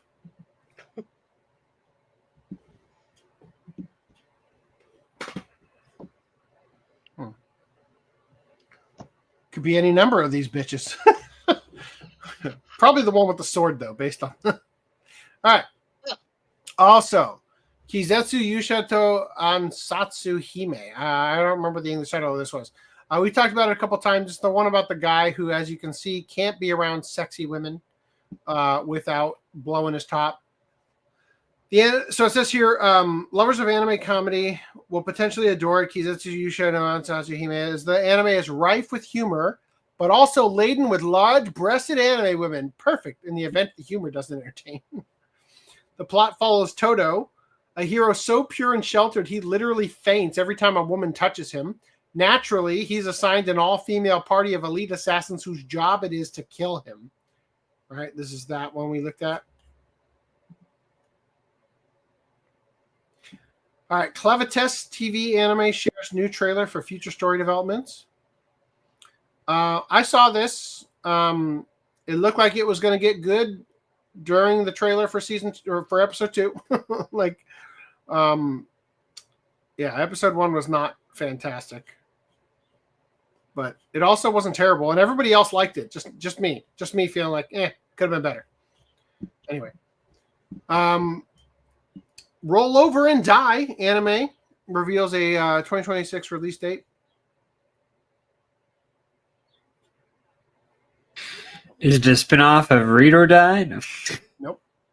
To vanquish the increasingly powerful demon lord, Divine Revelation ordained a party of heroes, each blessed with unique power.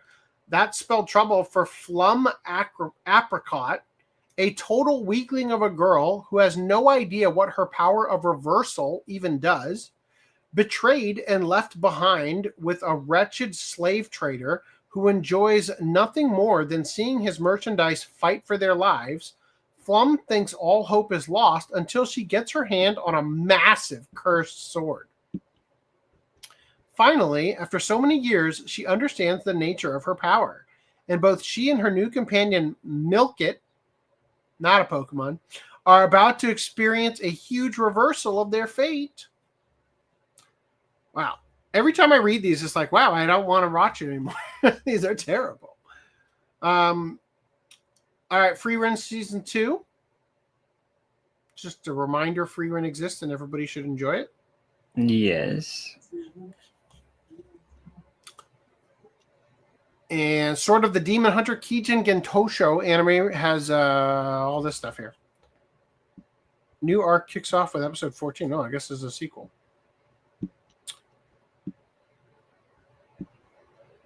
Anyway, that's that. Skipping that. Moving past it. Hiromu Arakawa has a new anime for the manga she wrote, Demons of the Shadow Realm. So this is the creator of Full Metal Alchemist, if you couldn't tell, based on the artwork.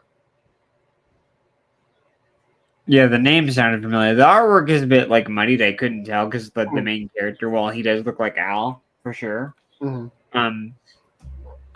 It's just a bit. I couldn't make out his face fully, so I'm like, maybe. But is this a spin-off to Yu-Gi-Oh? No.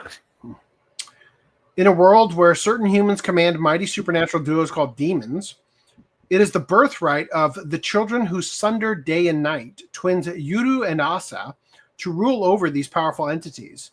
Separated from a young age and unaware of the truth of their birth, brother and sister must fight to make their way back to each other, claim their birthright, and save the world. Anyway, continuing from here. Golden Kamui's anime OVA reveals 3 new cast members in a new trailer. So the story takes place in the mighty northern field of Hokkaido. The time is in the turbulent late Meiji era. A post-war soldier, Sugimoto, aka Immortal Sugimoto, was in need of large sums of money for a particular purpose. What awaited Sugimoto... Wait a minute, hold on. This is the synopsis for the show, not the OVA.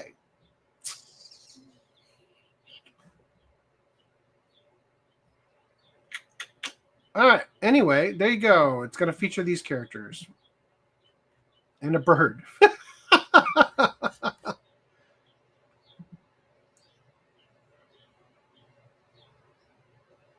If it's half as good as the rest of the show, it'll be awesome. Especially Bird Sand. All right. In addition, Cyberpunk Edgerunners got a season 2. Showing this more because that headline was better than the next one. But also showing this because artwork. So as far as I can tell, now I didn't finish the first one. As I've told the story before, I started watching it on Netflix using my Chromecast. And I turned off the TV, and I guess Netflix decided to keep playing. So when I came back to it, I came at a very crucial episode without any context of what was going on. And it kind of ruined the experience for me. So I vowed to rewatch it from the beginning as soon as it got a physical release. And so far as I know, it hasn't, right? But from what I can tell, based on this image, none of these characters are in the original. Is that ringing a bell to anybody? They don't. I mean, it's hard to tell, but it is hard to tell. None of them really stand out. Yeah, I can't make out. I like how they got Pain in there. Pain? Yeah, from Naruto. Oh. In the bottom left. Here? No, up from there. Up. Yeah, right is that there. The eyes? Is that what you're talking about? And the Rinnegan. Got the Rinnegan. I love you too, Chloe. Anyway, so Cyberpunk Edgerunners account silently edits lolly tweet about Rebecca. The official Cyberpunk Edgerunners Twitter account has edited a tweet promoting a new manga chapter to remove the word lolly when referencing fan favorite character Rebecca, likely in an effort to dodge online backlash from the most insufferable individuals. The Cyberpunk Edgerunners Twitter account has quietly edited a tweet that originally read, "Your favorite lolly is back," replacing the word lolly with the character's name, Rebecca. The tweet was promoting Chapter 5 of the manga, Cyberpunk Edgerunners Madness, a spin-off continuation of the anime that continues to feature Rebecca, the explosive little gun gremlin who arguably stole the show. Fucking arguably. There is no arguably about it, right? I didn't realize this was about the manga. The tweet edit was spotted and archived by other users who called attention to the alteration and its implications. Rebecca has long been at the center of controversy due to her petite-sized and energetic childlike appearance, despite being canonically an adult. Her design was originally pushed back on by CD Projekt Red during development of the anime, with the now infamous claim that lollies don't belong in Night City. Studio Trigger disagreed, reportedly saying the lolly must stay, and got their way. Thank fucking God they did. Cyberpunk, like the concept of the you know, the series tied to the CD Projekt game, the entirety of that would be dead if it weren't for Rebecca, right? Like totally just dominating in the show and becoming, you know, like the vessel through which the series, you know, sort of latched on through internet, you know, communication, and then eventually got people to watch it because of all the buzz. Yeah. The game series would be nowhere without it. All According right. to Blu-ray.com, the Blu-ray for that for Edgerunners is coming out in October. Nice. In a news I never expected to see, Gate is getting a season 2. Hell yeah. When did we cover this? Like episode Joining the 108? club of like alongside Devil's a part-timer where it's like, wait, Yeah. what? So the sadness here is that I forget this character's name. Do you remember this character's name? Nope. It's been too long. Well, Rory Mercury, I don't think is going to show up again because says here after more than a decade, Gate Jietai Kanochi Nite Kaku Tatakeru returns with Gate 2 Tides of Conflict, shifting from land wars to high seas diplomacy. And yes, that means a whole lot of maritime military intrigue to keep your attention. The sequel, titled Gate 2 Tides of Conflict, has been greenlit to adapt the light novels that follow Japan's self-defense force into new aquatic territories and heated diplomatic confrontations in the special region. This season pivots to sea-based operations led by JMSDF officer Goro Erejima and Hajime Tokushima. They're tasked with rescuing an American journalist from pirate-riddled waters, balancing international relations and gunpowder diplomacy. So this guy kind of looks like the main character in the first season, but none of these other characters look familiar at all, right? So I just kind of wonder if they're going to follow a different group for season 2. And I don't know how I feel about that. Yeah. The main I think, guy wasn't her name like Pina Colada or something? The main guy is Yuji Itami. So it is different characters. Lelena is the blue-haired one. Yeah. And her name was like Pina Colada or something like that, right? Yeah. No, I forgot. Tuca Luna Marceau. I just remember we called the episode where we covered it, Elf Daddy Likes Pina Coladas or whatever. Yeah. Anyway, Studio M2, known for their work on Pluto, takes the reins at this time, replacing A1 Pictures. Oh, hold on to that for later. Returning staff include scriptwriter Tatsuhiko Uehara and new director Toru Takahashi, with character designs by Shigeru Fujita. There's no release window yet, but with the official title and robust staff lineup confirmed, it's looking like Gates' return is shaping up to be more than just a nostalgia trip. It's a strategic sequel with literal naval tactics. Oh. That feels like a ChatGPT written line, doesn't it? Hey, M dash called it. Called it. Right. There's 5 light novels. How much did the original series cover? Only the first novel, I think. I don't even know if it got through the whole thing. So I was on the wrong mic this whole time, apparently. Hello. Wow. Did you just say you don't think Rory Mercury's returning? But isn't that her right there in the center? Am I stupid? For the image here, but not in this. It's following different characters. Yeah. This is just Sankaku Complex. Okay, so hold on. So there's 2 novel series. There's like more than one novel series. Mm-hmm. There's there's Gay, and then there's this one, the whatever. There's Gay? Fought in their seas. Good. So Yuji Itami is listed as a supporting character in the novel's entry for this one. Got it. Well, I'll put it this way. I was going to say, isn't there like a low-key end to the first season? If they made, such compelling characters the first go around, hopefully this season will make you fall in love with these characters. But I'm just saying, Dykes ain't no waifus. Anyway.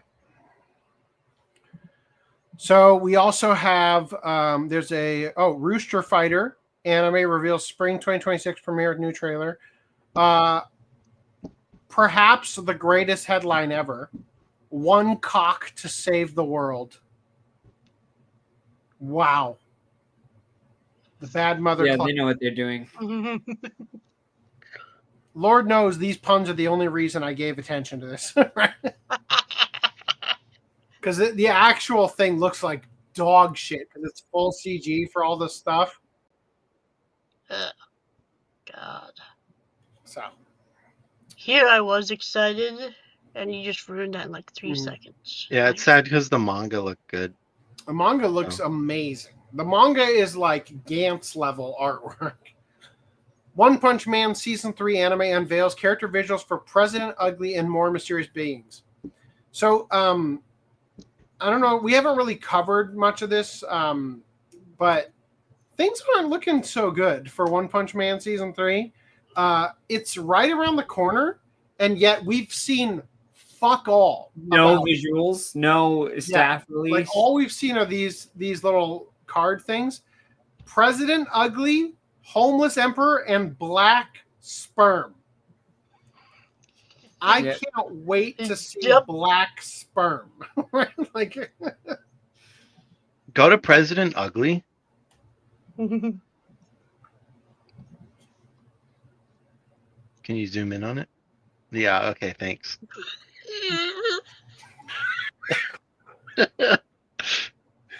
Yes. That looks CG. It looks like they made a CG and they just like drew the hair on his head. You think? I don't think so. Looks like they made it with crayon. There's no way that CG would make this shape. All right. There'd be a lot more like shading on the edges here too, I think, if it was CG. Well, I mean, it could be like a trace, but over a 3D model. But I don't know. It's just giving me vibes. It is a very unusual look for an anime character's face, right? Well, that's why he's called President Ugly.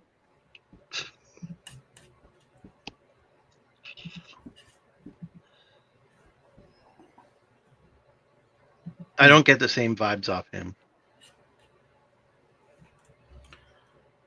All right.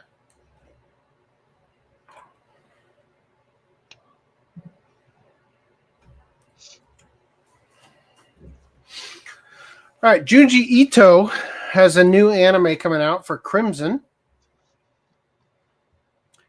And it sure looks like they're trying to capture that same thing they did for the last thing, Uzumaki. Is this also from Adult Swim? I don't. Did they not learn from their previous failures? Is it going to have one mediocre episode and then, or well, one or two then mediocre, absolute and then dog shit everywhere else? like slideshow dog crap afterwards?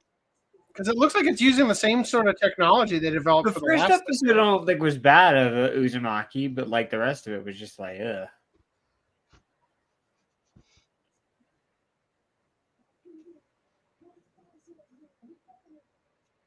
It looks very CG to me, but that's all right. Yeah. It worked for the Uzumaki in one episode. All right, speaking of A1 Pictures, A1 Pictures suffers loss of $1.2 million in previous fiscal year. Solo Leveling was one of the more popular anime releases in recent years, but despite its success, anime production studio A1 Pictures, a subsidiary of Aniplex, has reported a net loss of $1.2 million for its fiscal year ending March 2025. Damn. This represents a significant downturn from its previous year, where the studio recorded a net profit of 24 million yen. The financial results were disclosed to the company's official financial results announcement, published in Japan's National Gazette on June 30th. Key anime titles. What? That's all 24 million yen? Yeah. That's only like $240,000. Yeah, that's not good. Key anime titles produced and released. Screening of the screening of the Solo Leveling recap movie and 2 new episodes made multiples of that over here in the States. How is that possible? Well, this is profit, so the cost to produce I know, the show might. Yeah, I know. You know. That still doesn't make any. How is that so low? Maybe it's tax evasion. Who knows? Key anime titles produced and released by A1 Pictures during this fiscal year include Make Heroine ga Osugiru, Too Many Losing Heroines, Nier Automata version 1.1, Part 2, Core 2, Sword Art Online Alternative Gun Gale Online 2 Solo Leveling Season 2 Arise from the Shadow Goddess of Victory Nikkei Old Tales Special Animation. What? Is there an anime for Goddess of Victory Nikkei? Just like probably just a cutscene or something like that. Here's how other properties of Aniplex performed. They made like a short film or whatever, I think. Here's how other properties of Aniplex But it's performed CG, I think. during the fiscal year ending in March. Aniplex did $147 million. Cloverworks is down $171,000. A1 Pictures down 1.2. Joan up 343,000 and Boundary up 116,000. Damn, Aniplex doing fucking well compared to everybody else. All right. One Piece manga sales hit record low. Volume 112 sells just 550,000 copies in first week. Damn. This is doing even better than A1 Pictures. Apocalyptic. One Piece is doing so badly. For volume 113, they should put that picture of Nami on the front. It only sold 550,000, aka 500,000 in its first week. In the first week, yeah. You know how bad is it that performed? creep trajectory? It fucking stomped every one of its Oh my competition lord. dramatically. The second place was at 60,000. Holy, how is One Piece ever going to recover? Absolutely destroying everyone else. Yeah, the latest volume. Damn, Dodon's already on volume 20? Shit, right? The latest volume recorded a historic low in first week sales, moving only 550,000 copies, a stark decline from previous volumes and the lowest since the series' peak.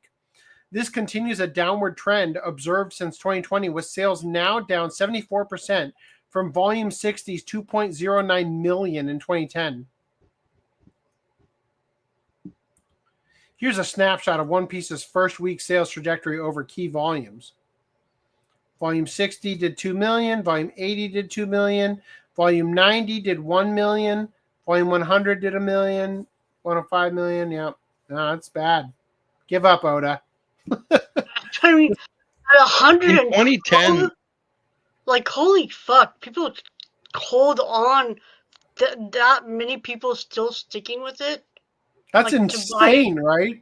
Like, this is honestly like how to lie with statistics, right? Like, it's the lowest it's ever performed. It's still 10 times higher than number 2, right? Like, in 2010, there was probably not as much like like the. You'd think they'd how would be you say more this? because they were supposed to stay in place. Like, people would buy that shit online or buy it, and you'd think it would have spiked in 2020. In 2020, he's talking about 2010.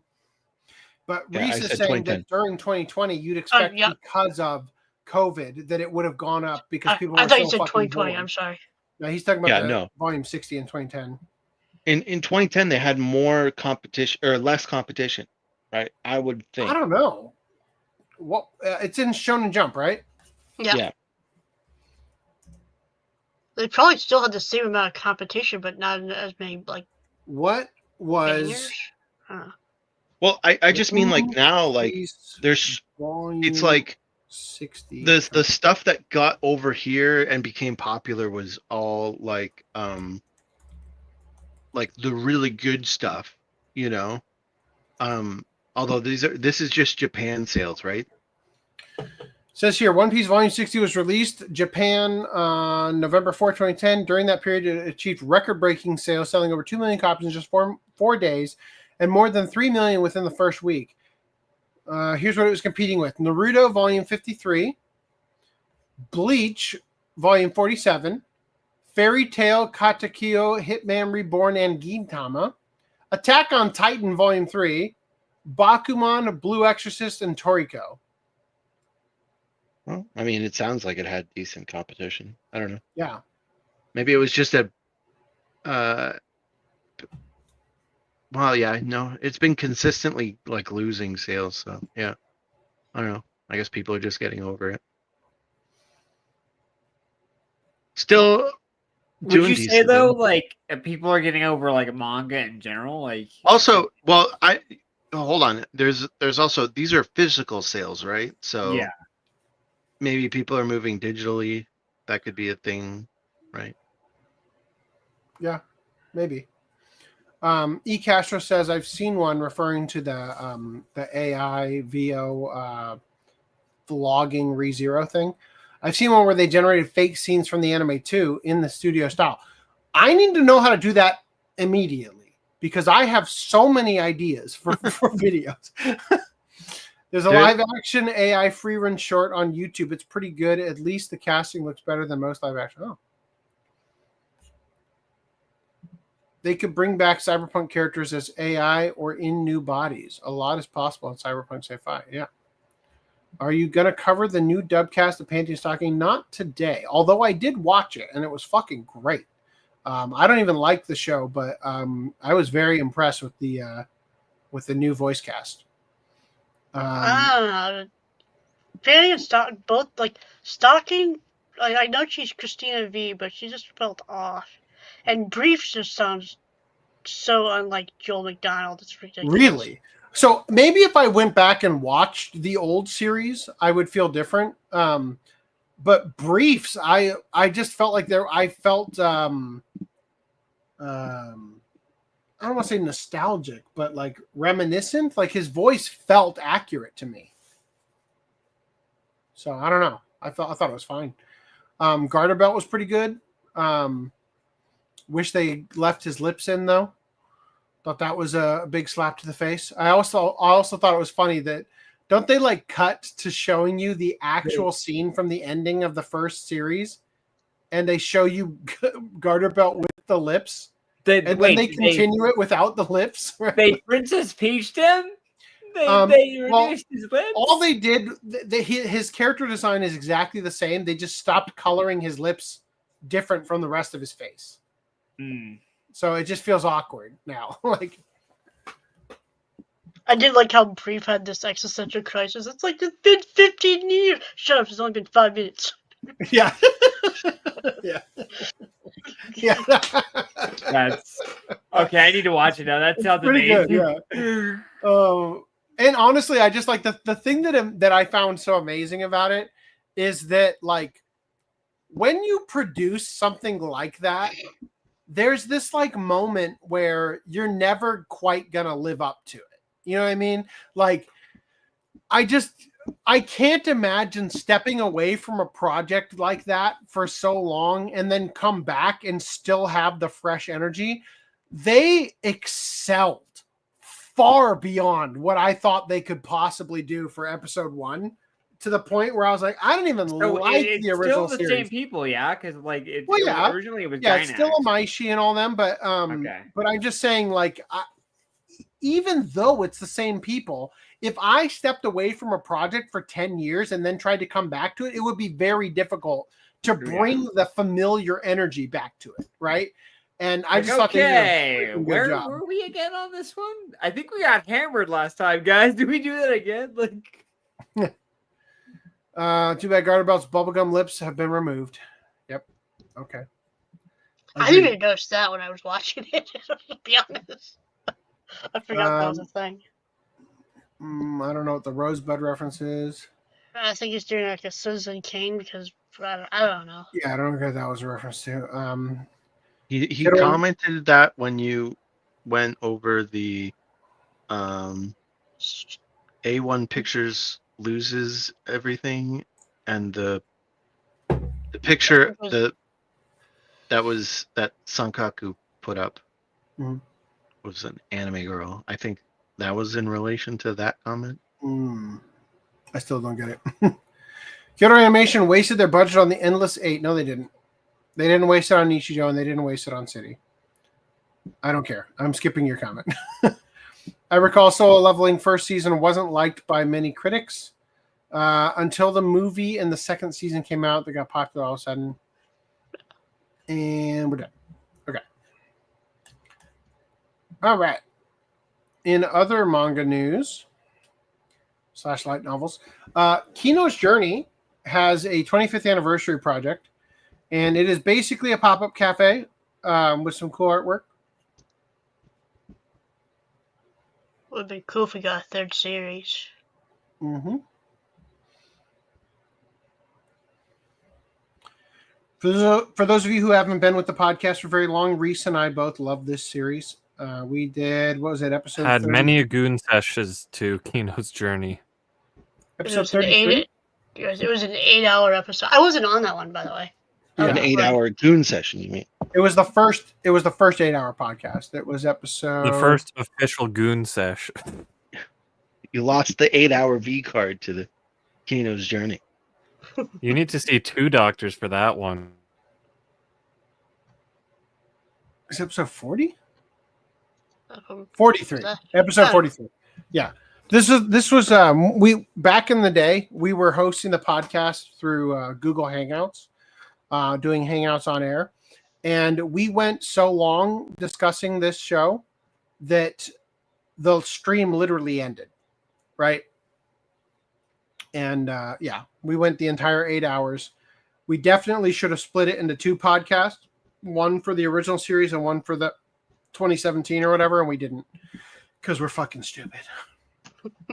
Hindsight is 2020. That was like the moment the Fire Nation attacked, where we realized how autistically passionate you were about it. About philosophy, you bet your ass. You should use that time machine that you built to go back and tell yourself to split it into 2 episodes. You know, I sometimes wonder about stuff like that. Like, if I could go back in time and make a different decision in a certain instance, how badly would that fuck up the amount of work we've done on the podcast so far? Would we be able to like recreate it? Like, if I could go back in time and I still had all of the content, right? Could I convince you guys that all we have to do is live stream the recordings of the episodes we've already done for the ones that were good, right? I don't know. Anyway, so this year, the long-awaited 24th volume of Kino's Journey's The Beautiful World novel series is set to release from Dengeki Bunko on September 10th. It will have been 4 years and 10 months since the release of the previous 23rd volume in November 2020, which I find crazy because this is the 25th anniversary. So how many fucking volumes got released in one goddamn year for them to be on the 24th after a 4-year gap, almost 5 years? I think they were releasing like 3 volumes a year for quite a while. Year? That's insane, right? Yeah. For the type of writing this series requires, that's just mind-numbing. I can't imagine writing that fast. And this guy also does the Sword Art Online Gun Gale Online novels. Does he really? Yeah. Why does the space boots be like super high heel boots? Are you an astronaut You know, from he's another a world? girl. It's nice. It's fancy. She's putting on her dress shoes for space. I don't know. Why is she the same height? I can't tell if that. You know, for the longest time, I thought she was a guy. For like Well, it's until like supposed 2 to years be. ago. Yeah, that's the intent. That's her intention. Yeah, that's part of the whole thing. Is like you're not supposed to know if Kino is a boy or a girl, and it's meant to be up to the interpretation of the reader, and it's designed in such ways where it actually, like, depending on how you experience the series, you could interpret it either way. And That was cool. Like 20 years ago, but we're So in you're current saying years. she's That's not a good trans? idea nowadays. Well, they did it 20 years ago, and when it wasn't novel, right? Or when it was novel, I should say, right? Anyway, so yeah, so it says here the long-awaited series, right, is coming out over volume 24 on September 10th. On that same day, Keiichi Sixawa is going to begin serialization of a new series on the website for Dengeki. The novel's content and genre are unknown, but it consists entirely of telephone conversations. So look out for that.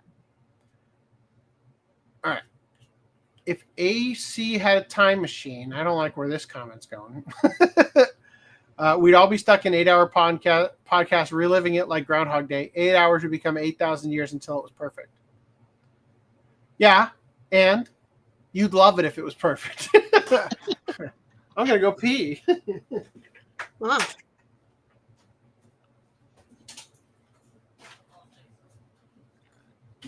So this is related to Dangers in my heart. Dangers in My Heart, and my comment about the first episode. He's a cringe edgelord in the first episode. Kyotaru has really bad Chunibyo syndrome, Chunibyo. He's spelling it wrong. It's Chunibyo. but turns around really quickly when he realizes how kind and sweet Yamada is. She is a very genuine person. Well, I don't know. Maybe I'll go give it more episodes, but the first one definitely had me turning it off. Hidden knowledge. Oh, this is still part of it. Yeah, continue.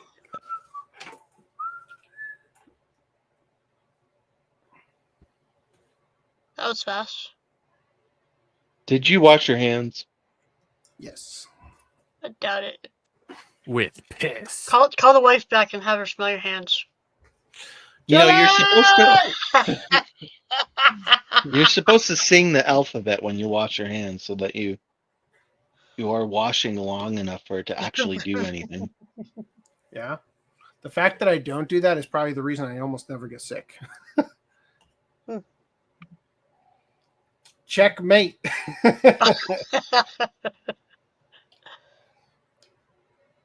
All right, Nintendo. Hey, what did you just drink? Whiskey. Excuse me, sir. You took off your drinking bracelet. You are not allowed to drink anymore. You put that back on. It's broken now. You can't drink ever again. That was the whole point. Oh no. All right, Nintendo faces legal action in Brazil for end-user license agreement that lets them brick your Switch 2. Brazil's Consumer Protection Agency is going after Nintendo over the Switch 2's end-user license agreement, which grants the company the power to remotely disable consoles if they suspect violations. Nintendo is under fire from Brazilian consumer watchdog Procon SP over a clause in the Switch 2's user agreement that lets the company permanently disable a user's console without trial, without warning, if they think you've done something wrong. This includes using the unauthorized accessories, modding, or violating any terms. The watchdog is calling the clause abusive, noting it gives Nintendo excessive control over devices that consumers have legally purchased. Affected users receive an error code and lose access to online features like the eShop and updates, with some consoles potentially rendered completely unusable. Nintendo has 20 days to respond before facing legal action. Brazil's complaint also highlights that Nintendo doesn't have a legal presence in the country, making accountability even more difficult. The company has since hired a Brazilian law firm to respond. Damn.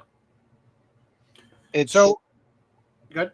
I was going to say it's notable that Brazil is suing because in Brazil, well, I don't know if it's still the case, but it was the case. I'm pretty sure that Brazil had like extreme taxes for imports on consoles, and so per like your standard of living in Brazil, the cost of importing a console is like super high. And if I'm remembering correctly, they to the point that like a Brazilian company like bought the rights to manufacture Sega Genesis like 10 years ago still, because it's so popular there, and by manufacturing it in Japan or in Brazil, they don't have to do the import fees, so it could be affordable. But it's like Sega Genesis, but anyway, so I could see them being upset. Like if you're going to spend this extra money to import this console, you don't want Nintendo turning around and bricking it on you because you did something stupid. Especially with how expensive it is. Yeah, that's what I'm saying. Yeah. Dangers in My Heart is a fun manga. The chapters tend to be very short, though, so I feel like the anime would slow the pacing quite a bit by comparison. So, in addition to this, regarding the end user license agreement stuff, Switch 2 users, be careful buying used Switch 1 games. You can get banned if a bad actor dumped it. By dumping it, they mean using a MIG cart. Is that what they're called? Technically, it's two different things, but so MIG Switch is the cartridge that lets you play dumped games, and they also have, I forget what it's called, but they have the like a MIG Switch dumper, I guess, that lets you dump the games, but it's a separate device. So basically, it's possible to copy and duplicate a Switch cartridge. Yes. And if you do, Nintendo has a way of noticing that that's happened. Yeah, And, if both games are online at the same time, they'll instantly know. and by then they'll both games, we send out mean demands. like there's like almost like a license serial number associated with each cartridge. And if it ever shows up online at the same time, the two of them, just nuke both. Or It's like- any. It would be kind of yeah, like if you had the same Steam key for the same game or something. Yeah. Yeah, Precisely. it's an encrypted key that's on the cartridge, Mhm. and the Steam or the MIG Switch thing extracts that key, and so when you share the game, if it's uploaded to the internet and people are downloading it to use with their MIG Switch, then anyone with a MIG Switch using that game is also going to get banned.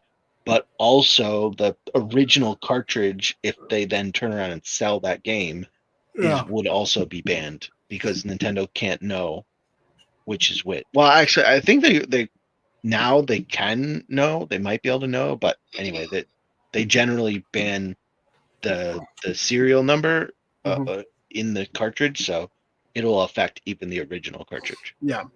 So Old Man says Nintendo key cards will make used games worthless years before Nintendo pulls the servers down. Because when somebody copies a game with the MIG Switch, Nintendo bans that system and key card. It's not a key card. Who wants to take a chance on having their system banned by inserting a used game? Even if you can get the system unbanned, it's more trouble than it's worth. Yeah, so we've got some comments here to look at. Hold on 1 sec. Okay, go ahead. You're assuming that key cards will get dumped eventually, I suppose. Well, I think what he means Right. is that the key card where you don't actually have the game, it's just like a download code kind of thing. The existence of that means that the inevitability that game eventually becomes unusable is 100% because it's entirely based on you have to download the game now. When Nintendo eventually takes down the servers, they will be gone for sure. Mhm. But because when someone copies a game with a MIG Switch, Nintendo bans it. Those are like in this comment here. Those are two separate issues. The key card having the fact that there's an expiry date when Nintendo pulls down the servers. Yes, that's an issue. But then that's not really related to the MIG Switch ban and the system and the key. Currently, the MIG Switch can't emulate a Nintendo key card because the key cards are all Switch 2 games. So, keep that in mind. Mhm. Secondly, technically, they're not bricking your console. They're just banning it from online. So when they ban, let's just say I go to Book Off. I buy a Switch 2 game. Or I buy a Switch 1 game, I guess I should say. And that Switch 1 game just so happens to have been dumped to the MIG Switch or whatever before I bought it. And I just so happen to play it while somebody else is playing it. Are they bricking my console or just basically revoking that specific cartridge from working anymore? No. So they're doing neither of those two things. They're banning your system from going online. And so the reason that people are substituting the word ban from online with brick is because technically, if you then say, okay, well, I want to wipe my console and factory reset it, there's no way to log into a Nintendo account after that. Okay. So that's why they're saying it's brick. But I think you Yeah, can so still it do wouldn't be as offline. simple as just going out and buying the same game a second time and playing on the other cart. Correct. The system is toast. Okay. It's not your account, which is odd but also good Mhm. in a way, because if they banned your account, it would be like if your friend if you lent your system to a friend and they used the Mig Switch, and let's say you had your whole family, because the Nintendo Switch can have up to 8 user accounts. So if they banned all 8 user accounts, like for a whole family, then every digital purchase attached to those accounts would all be null and void because they're all banned now. So like, at least Nintendo saying, okay, just buy a new Switch and you'll be able to play again. The one downside to that, beyond the fact that you have to spend now $700 to buy a new Switch, is if you have no cloud backups, all your save data is gone because it's now stuck on the old system, and you can't get it off because it needs the Luigi. online services to get it off. You're missing the point. What we're saying is that if you rented a movie from Blockbuster and the person who rented it before you happened to have taped a copy of that movie onto another VHS, Then you then can't your use your entire VHS player. VHS player would be bricked and you couldn't watch any movies on it. Like, it's not the same thing. Now they just have the ability to control even greater, to punish. And it's like, to punish piracy. And it's like, but I didn't do any of the piracy. I just bought the game. I'm the victim secondhand. here. Yeah. And if you have cloud backups for the save files, that's good. But there are some games like Pokemon and Animal Crossing that do not support cloud backups, so those would still be fucked on your old. How does banned Pokemon console. not have that? Aren't they borderline first party? It's both first party games, Pokemon and Animal Crossing, and both do not have online backups. Actually, Animal Crossing does, but it's a different system. But anyway, and it's because they don't want people cheating in the games. So this is the person who actually posted the Reddit post here saying, I inserted the game into my Switch 2 one by one and waited to patch. This was late yesterday. Today, I turned on the console and was told my online service were restricted. I could not even download the Whip games I bought. I don't know what that means. What is Whip?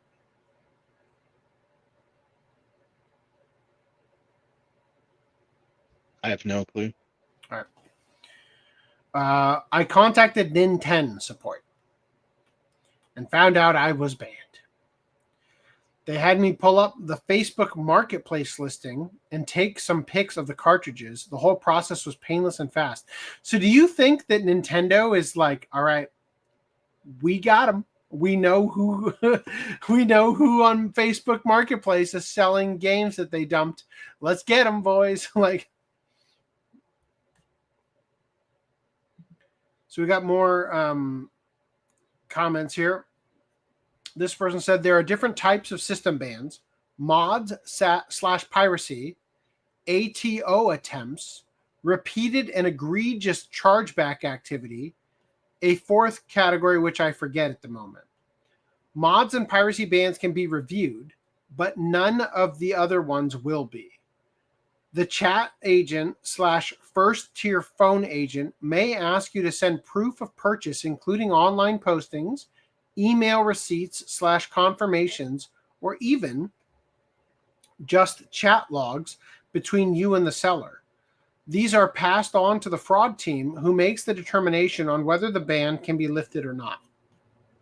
And lastly, just one second. I feel like they can't go after the Facebook person because like they don't know if that Facebook person is someone who is like third in line, or if they were the one that had the MIG switch. You know. But do you think that Nintendo won't now try to find out who that is and brick their system? So then they have to say, hey, what gives, Nintendo? And they say, haha, lead us to your supplier and we will unbrick you. You know. Well, yeah, no, for sure. That the if their console goes online with that game, they'll brick that other they're console. They're trying to work their way up the food chain of the. Again, we're saying brick, but technically it's banned from online. But anyway, yeah.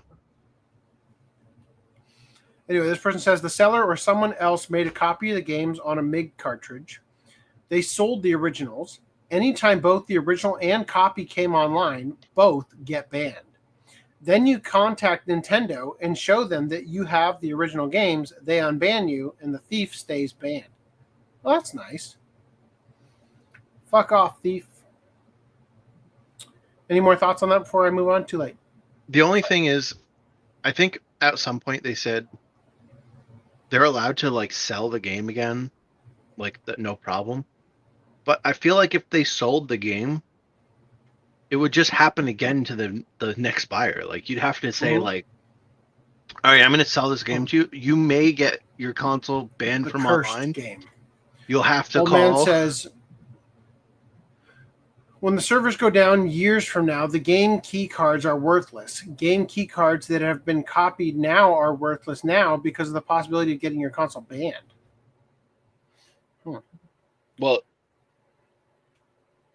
so if you get a game key card legally, or well, not even legally, if you stole it, I suppose. But anyway, if you have the physical game key card, right, you can call them and get it unblocked, your system unblocked. So that's fine. But yes, there is the end date. But also currently we can't back up game key cards because they're Switch 2. But eventually, if we could, you would want to. But I guess there's nothing on there to back up. So like, you're not even backing anything up. I don't know. You'd have to find a way to like back up the stuff you download from their server, right? So JT Vega asked, how do they know this guy's Facebook? Well, the person who bought the game shared the Facebook Marketplace listing with Nintendo. And so you can use that to figure out who sold it, and then you can use that to find their profile, right? Anyway, Ubisoft's end user license agreement now requires you to destroy the game if it goes offline. Why do they have a Nikkei on there? They need something. Ubisoft quietly updated its end user license agreement to state that when a game goes offline or the end user license agreement ends, you must uninstall and destroy all copies. A hostile move that has publishers across the industry quietly copying the same language. Ubisoft has revised its end-user license agreement to include a dramatic termination clause that goes beyond simply disabling online features. According to Tech for Gamers, when the end-user license agreement terminates for any reason, the agreement obligates the player to immediately uninstall the product and destroy all copies of the product in your possession. Fuck that. Go fuck yourself, Ubisoft. This update reignites outrage from the Stop Killing Games campaign, which already argues that publishers should not have the power to render purchased games unplayable. The language doesn't just require deletion, it demands the destruction of all owned copies, raising urgent questions about digital ownership and consumer rights. That makes it unplayable in a new way. While Ubisoft is taking heat, it's important to note that this isn't unique. Game Pressure reports similar clauses exist in end-user license agreements for Rockstar, Steam, and other developers, positioning it as standard legal boilerplate, even if rarely enforced. Ubisoft's move is less about practicality and more about control. Whether it ever becomes enforceable, the clause underscores a chilling reality. Buying a digital game often means owning nothing more than a fragile license, one that can demand total erasure at the whim of a corporate server shutdown. It seems silly, but also if they shut down the server, your game is useless. So, like, I think it's more like we're not gonna have you return it to us. You're just gonna destroy it. Like, Yeah. I think that's what the clause is meant for. They're not gonna give you a refund for it. You're just gonna destroy it. So, but it's the taking down the server stuff that's still the bad thing, right? Or at least not stop blocking people from trying to get around that your server. If they want to make their own server, let them, you know. Old Man says there is speculation publishers will be pulling games from the market ahead of any possible future legislation. That way they don't have to pay for any future support. I think this is referring to Stop Killing Games, right? The idea is that so I was hoping to cover this next podcast because I haven't had a chance to read all the articles about it, but the concept is that Stop Killing Games is a petition going around to try and force legislation, basically, in the long run, that will prevent game companies from being able to completely end the existence of certain video games. And the simple ask is, let us host the servers ourselves, right? No. Is it not? Well, kind of, but my understanding of their ask is a little bit, they asked for a little bit more. They said they want like the code, they want like the ability to make their own servers, yes, but also like they want it officially from the developer, or they want the developer to have an ability to like set up a server for themselves. But the thing to remember is like what they ask for and what they'll eventually get are two different things. The main thing is sign the petition so you get a conversation going, and then we can hash out like exactly what the company should be liable for. That's fine. But at least if the signature is on the paper now and we start the process, you can let the government know, like, we are unhappy with the current state. It has to move towards our position of we own the fucking game. Right. So I guess the point is,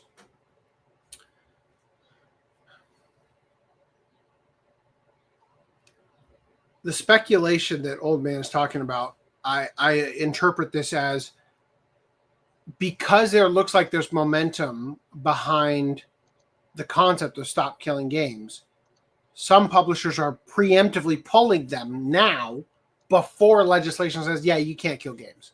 Well, they're already dead. Sorry. You know, should have come up with your ruling beforehand. Anyway, continuing here. It's possible someone Yes. would do that. Young Americans losing interest in video games. Shocking. It's because most games suck, right?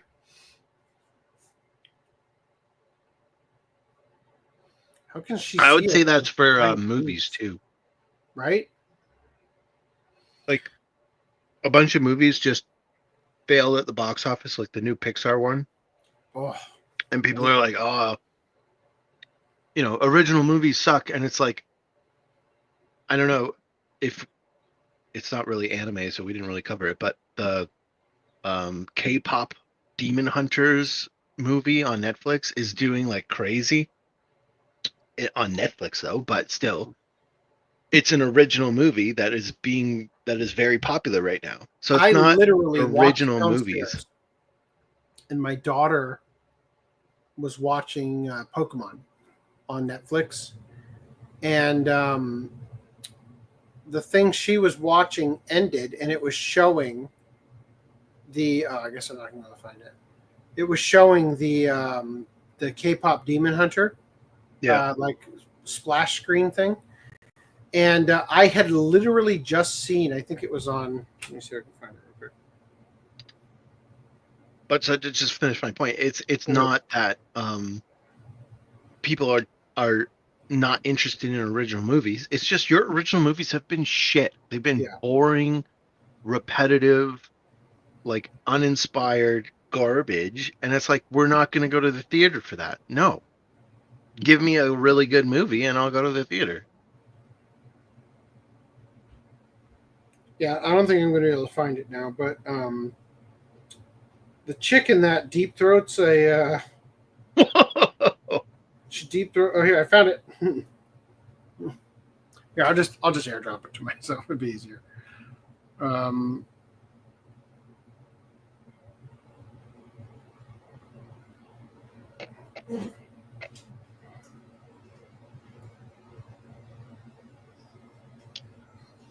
I love you too, Chloe. Okay, here it comes. I know a developer of City of Heroes MMO actually helped a popular private server. Yeah, you like some people support private servers. Back in the day, private servers were built in. Like that was the only thing you had. You had to like everyone was running their own private server. It was open code that you could download from the developer. And then some games were like, oh well, we have private servers, but also we have a few public servers. Is that what you call them? Yeah, whatever. Like run by the developer, so these ones you're not going to get hacked on. Like we ban the hackers for these ones. So if you want a good game, you can play on these. If you're okay with having your snipe through the wall, you can join the private servers, right? Yeah. So here is K-pop Demon Hunter. Oh my god. Yeah. Jesus. Is that actually from the movie? Yeah. Holy crap. Yeah. So I forbade my kids from watching it. Damn. Yeah, I'm sorry, I step away your argument to see if I can do laundry. I come back to K-pop Let's Demon read Hunter this article. screenshot. What the fuck Circana's is latest that? report indicates young Americans slashed weekly video game spending by about a quarter compared to last year, more than any other tech category. Let's call it what it is, a mass boycott of modern masterpieces like glitch-laden open worlds and contrived gender-inclusive NPCs.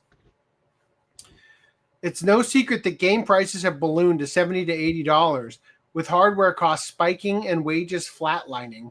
But the real killer, publishers keep churning out the same formulaic trash with broken launches, soulless female character designs, and political messaging plastered over everything. Why waste scarce cash? Younger players are migrating to free-to-play or replaying last decade's gems, anything that doesn't demand a $60 gamble on a half-finished mediocrity. Meanwhile, that's the other thing. Games, like, when we were growing up, and we had, even like our parents, or if you're maybe of the slightly older variety, anyway, with like Atari, right? Like, there's a huge graphical leap from Atari to NES. And then from NES to Super Nintendo, and from Super Nintendo to N64, from N64 to Xbox, or GameCube, whatever. And then like the 360 was it started to plateau, right? It was still better, but it started to plateau. And then we got to HD, and it was like, okay, there's a little jump in the clarity, but like in terms of definition, it's diminishing returns, I would say. Sure. In terms of like we're cramming this game full of high quality assets, and it's like, is this really returning in my enjoyment of this game? And so now when you're playing a game, right, and you're comparing the game quality wise to a game that came out even 15 years ago, it's like Grand Theft Auto 5, right? It's like that game came out 10 years ago, and people are still playing it, and it's still like on par with games that are coming out today. So why do we have to give a shit about the games that are coming out today, when if you haven't played the games that came out 10 years ago, they're still valid, they're still like on par with today's games?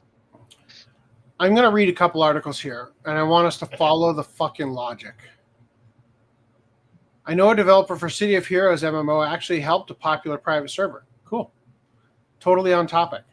Publishers want to kill games for multiple reasons. They don't want to pay for servers or support of any kind, and they also don't want you to be playing those old games when they want to sell you a new game. Also, I think they're afraid people won't buy new games. Yep. We're so on topic here that I could see where you were going before even reading the article, the comment. They're afraid people won't buy the new games and the old ones are more popular. It all boils down to money. Totally. Rainbow Six games are popular and people still play the old versions of it. Yep.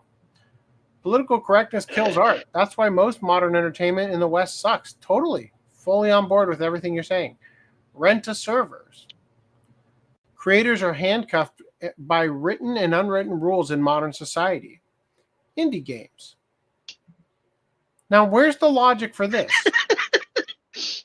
The short pants themselves are nice for slim human male characters. However, video games in the past are more complete and offline kids are actually going back to play. Great. I don't know why the short pants need to come in here. Are you watching another stream and got confused? I don't know. You know garden path where sentences or like as you I can't the men the old man the boat, right? That's an example of a garden path because it's like the old man the boat. It's like it doesn't make sense, but it's like the old comma man the boat. Anyway, that's what this comment was to me. The short pants themselves, like they pull their pants down. that's the way I took it when you read it. Damn.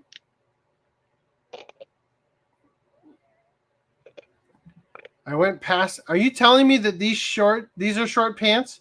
They're called shorts. Shorts. Dear God. Anyway, where did I leave? Did I finish this? It says the numbers are surprising. Why support overpriced, buggy, political correct direct when you can spend zero on indies that actually care? The youth are voting with their wallets, and apparently woke garbage $80 games don't get the memo. Yeah, it sure seems like it. And also, short, like, I heard, I don't know how accurate it was. I think it was at, then this is like double check what I'm saying here, but I believe it was at Nintendo's last investors meeting where they said that they were going to start trying to focus on lower budget games because they have quicker turnover cycles. Like you could, instead of right now, it's like you put out you start working on a game and it might be like if the Switch just came out, if someone starts working on a game now, that game's not coming out until Switch 3. Yeah. Right? So it's like, if they start focusing on games that they can make quicker, lower budget, lower scale, they don't have to be crazy, just a fun game that only takes 2 years to make. And then we could have more games to play. And potentially they could get away with not charging $80 for the game anymore. Because people don't seem to like that one. Although I think it's fair, but it's definitely especially in Canadian when it's like $100 for a single game. The sticker shock is kind of crazy. You went past the image in the article. You take too long to get to comments. Okay, but you also said for slim human male characters when it was a female character. Confirmed, I am washing my hands. Oh. You're washing your hands. I don't hear the ABCs. I watched too many cheap and ugly video games on the eShop. You don't like Piss Pirates? The amazing match game, Piss Pirates? Yes. I didn't hear while you were playing Piss Pirates, I didn't hear the ABCs getting sung, okay?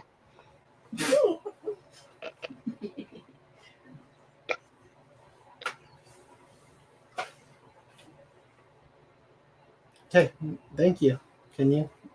Okay, Clove, we Can gotta you go. go handle the task at hand, which is to go?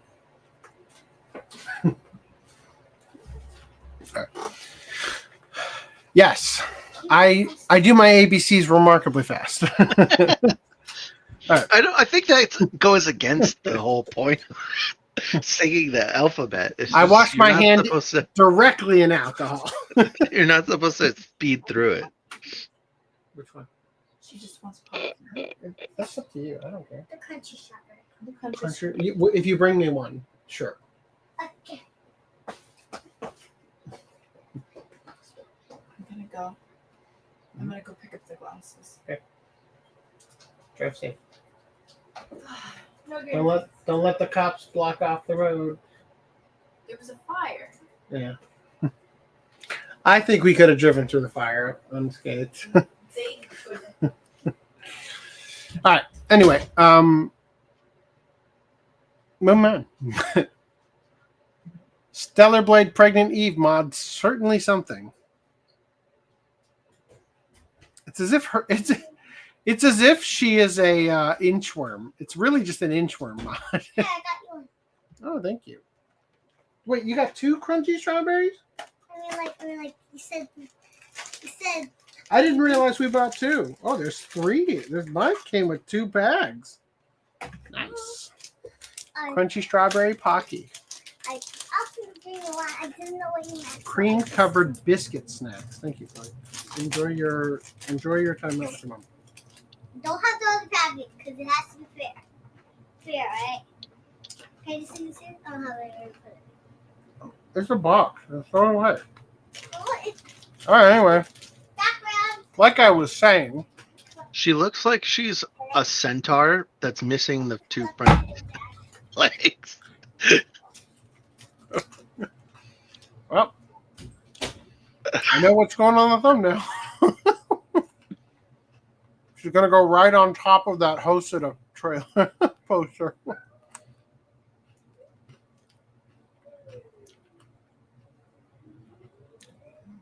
Booby. I never noticed that Slime while playing the game.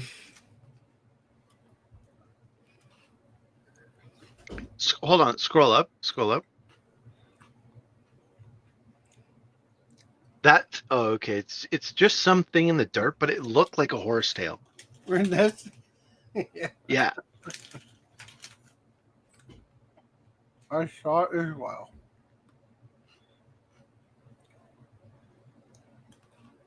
What did I come that's a back to? fucking horse Jesus tail. Christ. Eve mods, Not pregnancy just Eve. mods.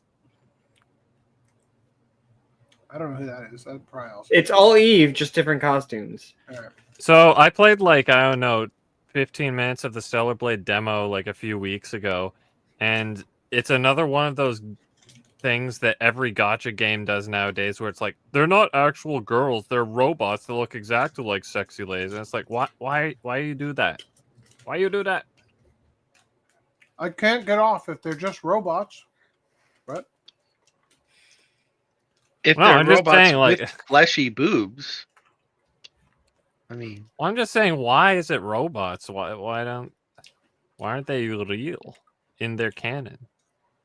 So that when they get hurt, like the government, the Chinese government or whatever the fuck, It's not doesn't real come violence. down on them. so yeah, Nexus, ESRB gives them a pass. It could be a teen game.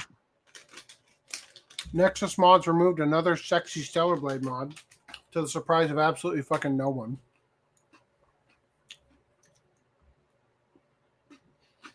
Twilight Violet mod has been removed from Nexus mods.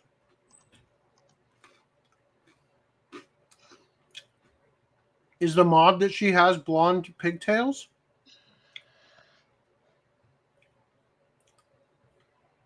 I don't understand. It's not nude. New ones are probably available and Yeah. grab for grabs. It's But not on Nexus mods. Anyway, Nexus mods, prepare your eyes, to introduce restrictions on adult content for Europe What are they just going to roll out for Europe what the rest of the world already has to deal with for the Nexus mods? Well, What's I need this to get mod? I need to get Final Fantasy on PC. That's the Italian Senate mod. Yeah. Yeah. You're right. Nexus Mods has announced that it will soon require age verification for residents of the UK and Europe and make changes to how it handles adult content.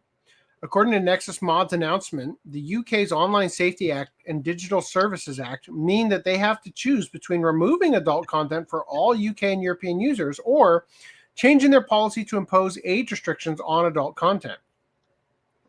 Nexus Mods believes that adult content is an essential part of mod culture and has no plans to remove it. Could have fucking fooled me.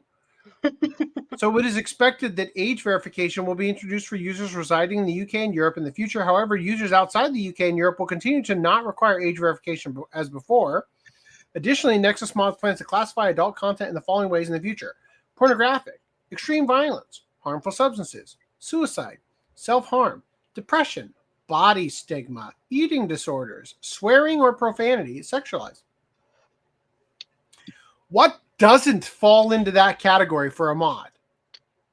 Don't they have like 1,000 Give me the different... mustache. You know, like, Don't they have like 1,000 different tags that they already put on the stuff and allow you to like ban whatever tags you don't want to listen to or, I wonder what see? the percentage of mods still on the platform unscathed is going to be. Well, was it the nude mod? What mod was it that they banned temporarily because the guy was like antagonizing them and then they put it back? I don't know. The last mod we covered was the tattooed Eve mod. I don't remember if it was the nude Eve Eve mod or if it was some other thing, but it was something where they put it up and they're like, this is going to get banned in a second. Go here for the real mod. Ayaka mods. They banned that one and then they put it back up and then that was the literal mod we were just looking at. That's what they said. They said no, it wasn't this one. This mod is still up on Ayaka mods. Check second post for link, right? No? Yeah. But no, it wasn't this one. Like the person posted the mod to Nexus, and in the post to Nexus, in the comments they said, like, we will get banned. This is where the real one is. And then they did get banned, and then it got brought back, and because Nexus got a huge amount of flack for it, and in the comments, the Nexus mod said, like moderator said, if you don't like this mod, put recent events tag in your. Are you talking about the Oblivion or whatever remaster? Maybe it was like the pronouns, wasn't it? Like at the character creator. Yeah. I think that's what it was. Yeah, it wasn't the new mod. And anyway, they said like these are all the tags you should mute if you don't want to see these kind of mods. So like they have this tag system. They can. I don't know why they're being so stupid about their moderation. Just let people. You have the freedom to be a cuck. Yeah, if you've already created a tag system and you let people mute whatever the hell they want to mute, then just leave that and like make it fair game for everyone to download and put whatever they want on your well, within legal reasons, obviously. But that should solve the problem. It's already done.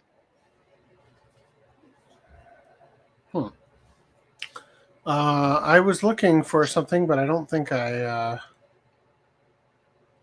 saved it. Bummer. Doesn't matter. Doesn't matter. Okay. In the future, users will be able to show or hide these categories depending on their account. In addition, an automatic detection function has been implemented for illegal content, such as child sexual abuse content, and the poster will be automatically banned, and the police will be contacted. The determination of illegal content that constitutes child sexual abuse is made when the images uploaded by Nexus users match the hash of images against the database of child sexual abuse material held by the UK organization.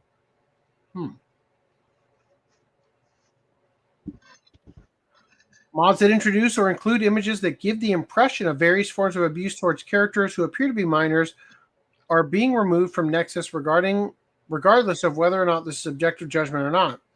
Here's some recent examples of Skyrim mods removed for giving appearance of a minor. Oh.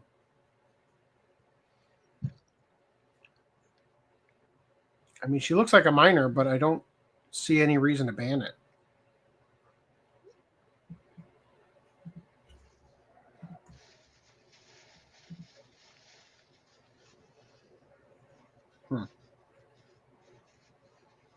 Anyway, Nikkei and Nier collaboration exists. This is a rerun event. I am not a fan of how much they're cutting off the circular leg. Lol. Not a fan. Sounds like a you problem.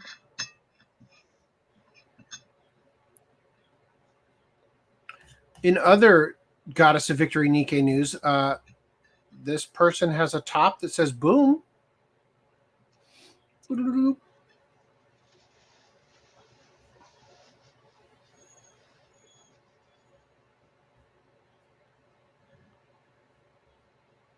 Whoa. Sucks that like all of these skins you have to pay for. Mm-hmm. Azure Lane is now introducing large-breasted elf girls, though.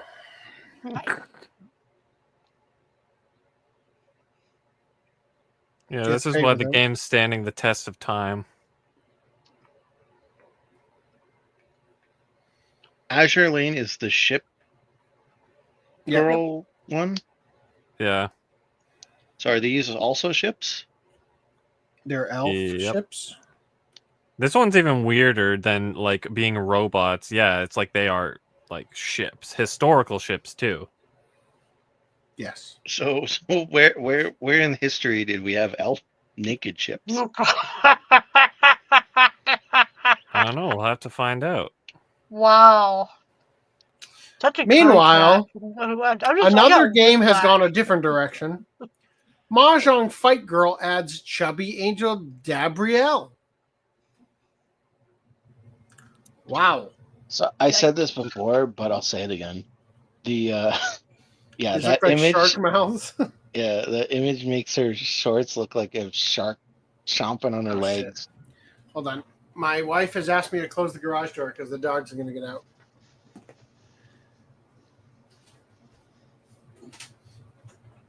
Nexus hates mods that remove LGBTQ A+ more than they hate sexy mods. Yeah. Relevant. Can't have the American flag to and the pride minor. flags. I'm a minor. I'm a minor. Random 11 was a minor this whole time? Yes, I crave the minds of Morier. I want to. Next thing he's going to say is they plays Minecraft. I want to go and mine for diamonds. He's too far gone. The creeper is right behind me. Help me. The voices.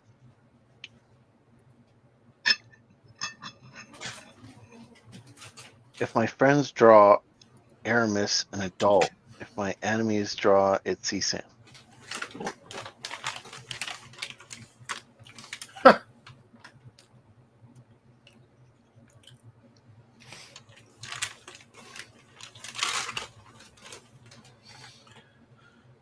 Wow. Holy shit. I'm eating. Not for Not long. anymore. So is she.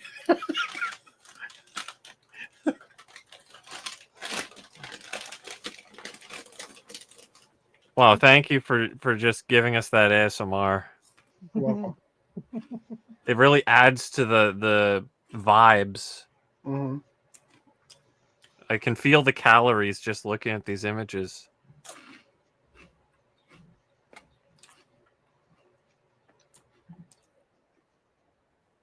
So what's the actual gameplay? Do you just whack off to the beat? Remember, this is a mahjong game.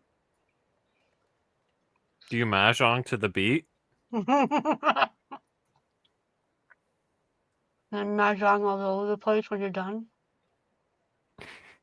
Is that all this is? Holy shit. Why do you need to pull a character for mahjong? I don't know.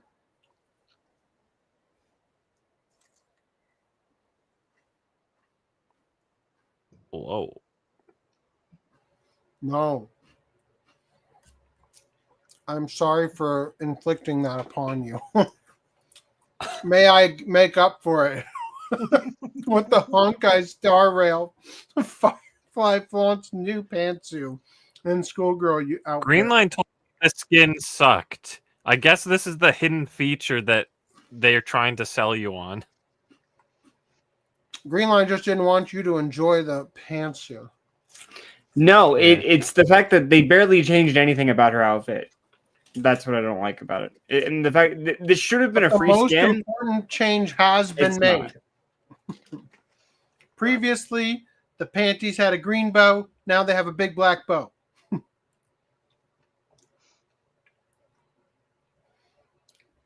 I like the original one's better.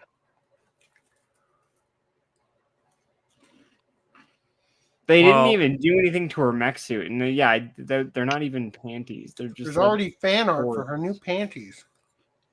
Well, at least the Saber character you can upskirt enough. Yeah, we got Artoria and Staria. People are so fast with the fan art. Fan art. I watched the Saba opening thing, and before it was done, there were people already on Twitter posting fan art of her new model. I couldn't believe how much art of her was for sale at Animex when the Artist Alley a week after she debuted. Like, they had to get that shit printed, right? Like, yeah, I couldn't believe it. Man, what a successful indie VTuber, brand new VTuber on the scene.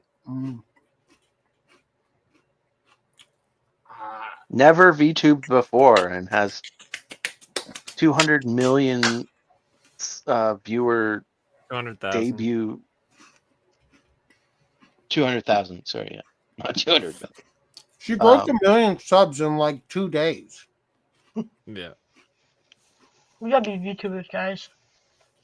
200,000 Randy, what is live your viewers. excuse? Oh, I'm sorry. I should put out a video. Hmm? I'll make my debut stream. Well, I guess a debut on my own channel anyway. The Random 11 2.0 debut. All right. So I apologize if every single article so far has been a dud.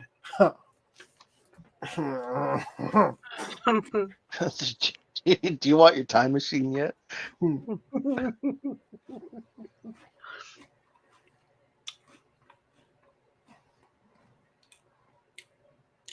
Okay.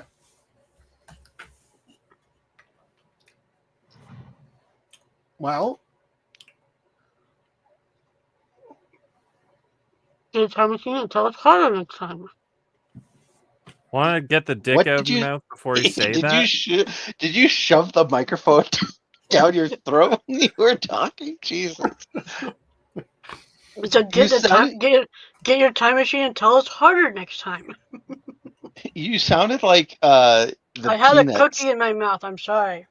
You sounded like the Peanuts adults. Right. Here we go.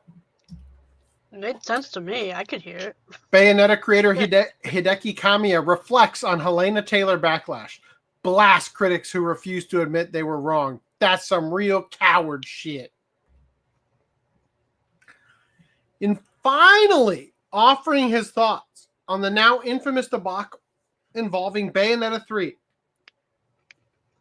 and the protagonist's former voice actor Helena Taylor, series creator and former Platinum Games boss Hideki Kamiya has admitted that far from the stoic feelings his silence at the time would have suggested, he was actually quite unhappy with how things went down. As previously reported, the controversy in question kicked off in late 2022 when, during an October interview with Game Informer, Bayonetta 3 director Yusuke Miyata revealed that Taylor would no longer be voicing the titular heroine due to various overlapping circumstances. Watch our coverage of it. It was fantastic. Instead, he confirmed the high-flying witch would be voiced in the franchise's third entry by Jennifer Hale, a veteran voice actor whose extensive filmography includes such credits as Naomi Hunter in Metal Gear Solid and Mass Effect's female Commander Shepard. After this casting change was made public, Taylor took to social media to accuse Platinum Games, and Kamiya in particular, of insultingly offering her just $4,000 to do the whole game. Platinum had the cheek to say that I was busy, she noted. Well, I had nothing but time. We covered all of this years ago. In light of her supposed firing, Taylor called on fans to boycott this game and instead spend the money that you would have spent on the game donating it to charity. Quote, I understand that boycotting this game is a personal choice and that there are those who won't. And that's fine. But if you're someone who cares about people, who cares about the world around you, who cares about who gets hurt with these financial decisions, then I urge you to boycott this game. Further, I love how she hasn't even removed this shit from fucking Twitter. Unreal. Let me find out. This is October 15th, 2022. That's what episode? At least she's sticking by her. She's sticking by her word. Did we really cover it in that episode? I think it was episode 207. I'm going to look real quick. Yep. Episode 207.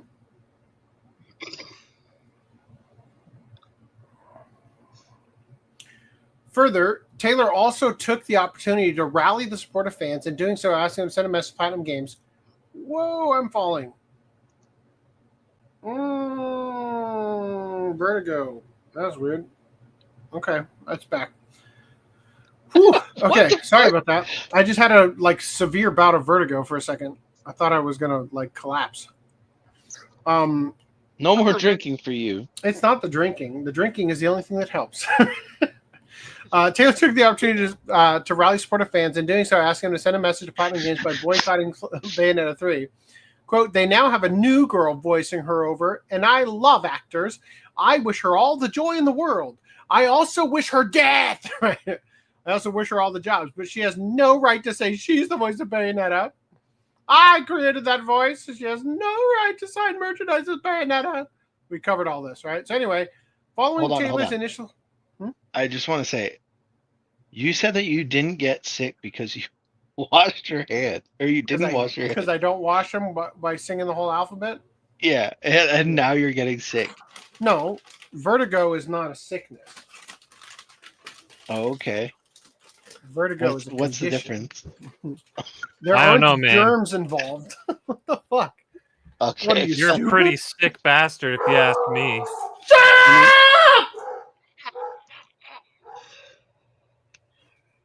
You can't hear me over how loud you're barking. Germs can give you vertigo, though. Like when your body is fighting off an infection, you can get vertigo. Mm-hmm. That's not what's happening. Huh? Yeah, okay.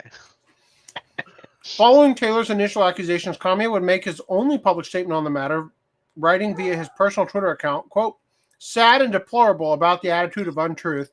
That's what all I can tell now. Before warning those who attempting to interact with him of the rules, which is that you can't speak to him in English or whatever. Shortly thereafter, a pair of insiders reached out to Bloomberg's Jason Schreier to inform him that rather than just $4,000, Taylor was actually offered $3,000 to $4,000 for 4 hours in the studio, a total of roughly $15,000. Not only that, but the $4,000 offer was not for the entire game, but for a simple cameo, likely one that had to do with Bayonetta 3's multiversal premise. Caught between a rock and a hard place, Taylor would then attempt to rationalize her decision to publicly fudge the numbers. However, with the public's trust in her absolutely shattered, the voice actress found little support, and as such, not only saw her profile fade with fans, but given how she has not appeared in anything since, also the industry. Fast forward to July 8th, 2025, when, as part of his ongoing Hideki Replies to Your Comments YouTube series, Kamiya finally offered a deeper reflection on the entire affair. Asked directly for his thoughts on what happened with Helena Taylor and Bayonetta 3, the series creator declared, quote, "There's something I really want to say about this. It's not really about this specific issue, but what I feel is that what I felt when this whole thing happened, since I was directly involved, it really stuck with me. And since I was on Twitter at the time, I got flooded with messages, like seriously flooded. I just called them messages, but they were hate posts, just tons of verbal abuse pouring in.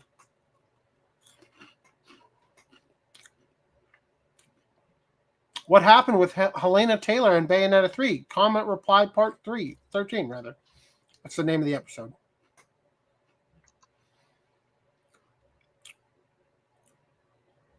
So how do you feel about the incident now that it's over? What I was thinking at the time was, well, I don't know how it is in your country right now, but here in Japan, it's kind of a social issue. Whenever something happens involving public figures, the media covers it, and then people on the sidelines just go crazy over it.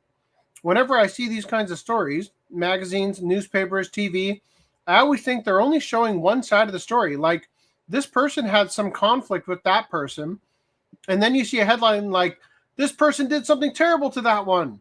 And people react like, unbelievable, that's outrageous. But I think unless you also hear the other side, you can't really understand or judge what actually happened. And honestly, even judging other people in the first place, is that really our place? Like, chatting over a meal with friends and going, did you hear about that thing? Then saying things like, I think the side was right. Or, no, I'm with the other one. That kind of conversation's totally fine between friends. But now we've got social media where everyone can share their thoughts. And when people just take the visible parts and flat out decide this guy's the bad one and start sending them hate, I think that's totally messed up. We see gossip news all the time in Japan. How can I put this? Even when I see that kind of news, I don't instantly go, what? That's unforgivable, or screw that guy. That's just not me. Maybe I'm just a bit cynical, but even when someone says he said something awful, I don't immediately go, that's terrible. How dare he? First I go, oh, really? And then I start thinking, why did he say that, or what led up to that? Dear God, could you stop speaking around it and just fucking say what you want?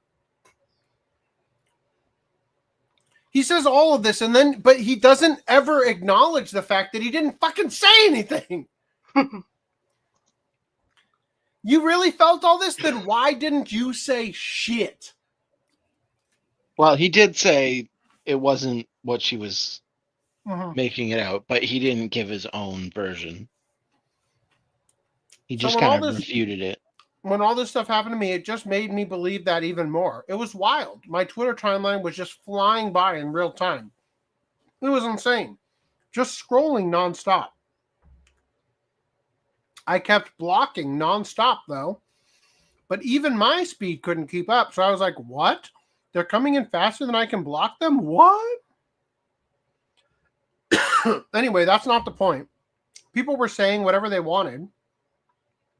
Even famous people were jumping in and throwing comments at me. And then, once things calmed down, I went back and looked, and they had quietly deleted their tweets. Hey, apologize to me first before you do anything sneaky. That's some real coward shit. You posted it publicly on social media, right? So if you were wrong, you should publicly admit it. Just pointing out we were right. Fuck you, everyone else. Go watch episode 207. That was it, right? 207? Yeah. Say, hey, I messed up. Own it. At least that's how I try to be. I may act like this, but I do have my own code. If I'm not wrong, then no, I absolutely won't apologize. No chance. But when I am wrong, I will own it properly. Drawing his thoughts to a close, Kamiya ultimately declared, man, that was seriously lame. I'm the kind of guy who really holds on to stuff like that. I'll probably keep bringing it up forever. Damn. Wow. I'm the kind of guy that laughs at a funeral. You can't understand? Well, you will. Soon will. Yeah. You soon will, yeah. All right. Jesus. Concord Alpha build leaks online. Raises questions about Sony flops rush development. Was it better than the release product? That would be amazing. I don't know, man. Turns out the alpha build has all big-titted anime girls.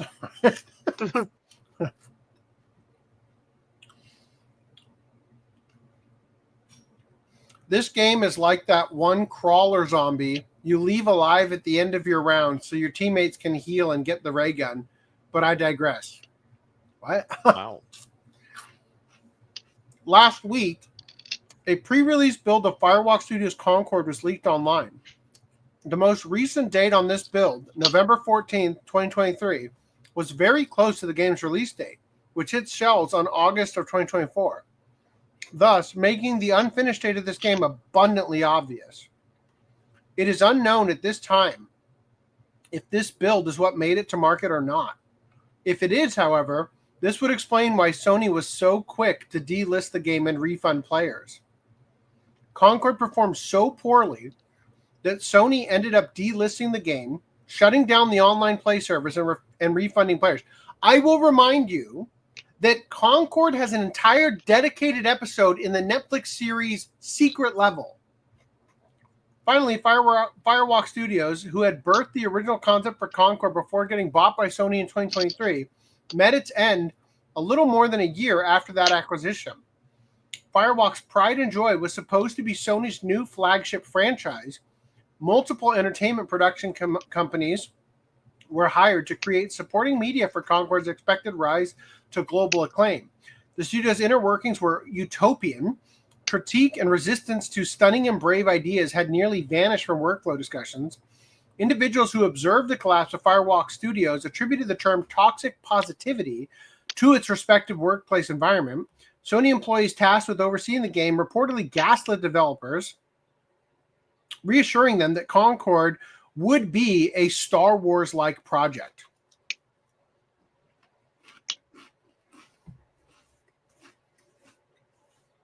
The leak, titled FW Chaos, isn't playable, and this is due to the lack of Sony digital infrastructure to make the builds functional. However, the main menu, Galactic Guide, crew roster and profiles, job board, settings menu, and the developer tools needed for skill-based matchmaking are functional, although to what extent is unknown at this time.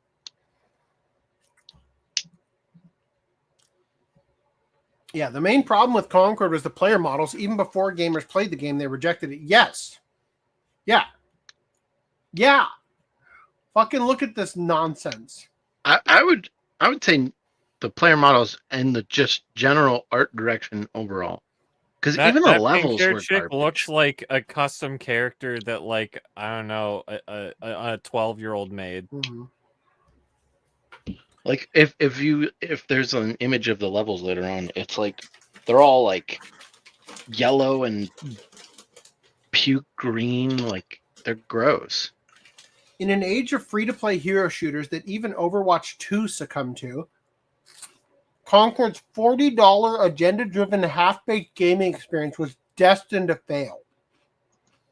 The question that lingers is why this game was allowed to balloon into a financial Hindenburg, a question that can't even be answered by Sony president Hiroki Totoki, who stated on an earnings call that the global games publisher, quote, is still in the process of learning from Concord's failure. I mean, I would sell all of my stocks if I heard that. Oh my God. Which seems quite jarring considering that the character roster alone was roasted by netizens since they were revealed. Arguably, even now, the free runners of Concord serve as a punchline for off-putting character designs. Oh, it's also the fact that all of them, including the robots, have pronouns, right? Before you're tempted to download FW Chaos, please be aware that this is not an official release due to Sony's scorched earth public relations policy. employed shortly after refunding players of Concord, the legal status of this pre-release build is nebulous. The leaker may have either been on the inside of Firewalk or have come across this in some strange pocket of Sony's greater communications network. But the point still stands. This is not a legal release of Concord. As of publishing, it is unknown whether Sony will pursue legal action similar to what we saw with the Game Freak hack in 2024. Although Sony and Firewalk's intent was to create an inclusive space for players, the bitter end of Concord has become the shining example of the plague that agenda-driven entertainment has delivered onto the gaming industry. The lessons that Sony will take away from this are not the ones that the market will inherit from it. Games like Concord, in whatever form they take, now have a much higher threshold to reach before success can even be measured. Though outlets such as VGC have tested FW Chaos and verified the authenticity of pre-release build, the author of this written piece stresses to you, once again, that this isn't legally distributed material, blah, blah, blah, blah, blah, blah, blah, blah, blah. I don't care. What was the name of the other game that came out around the same time as this one? Dragon Quest? I don't know. No. Dragon Age of Belgard? No. It was the small indie one. You talking about the one where you go on like a road trip with your... Yeah, that one. Yeah, that one. Dustborn? Dustborn. Yes. We're the new porn. Yeah. I just decided to check on Steam database. 9 players right now. 9? Damn! 83 peak. 83 all-time peak. Wow. So. Yeah. You know what game probably has a lot more than that right now? Hogwarts Legacy. Boobs. Free on. Let's find that one. Yeah, let's check that out. Boobs. Well, Priest still isn't going to get it with his Giga Chad laptop. He's going to probably not. Let's see. I posted this weeks ago. I'm so sorry. You are wrong. What the fuck? What? It's only 7 right now. Boobs is only 7? You download that game right now, young man. Let's get those numbers. Those are rookie numbers. You share that in the chat. Here's the private. I've seen the private chat. I posted this weeks ago, Reese. Yeah. I'm disappointed that you do not have it downloaded already. You did not do your homework, young mister. Anyway, I'm not interested in buying porn games on Steam. It's free. It's what are you talking about buying? You're not buying porn games. Playing porn games on Steam. You said buying. I meant playing. You only like the hentais. That's it. Yeah. I don't like having both hands occupied when I want. If it was an anime boob, would you play it? A quirky new wellness style game called Boobs launched free on Steam on June 28, 2025. Promising players a strangely soothing experience of manipulating realistic virtual breasts with fully simulated physics. The developers behind Boobs, Vulva Interactive,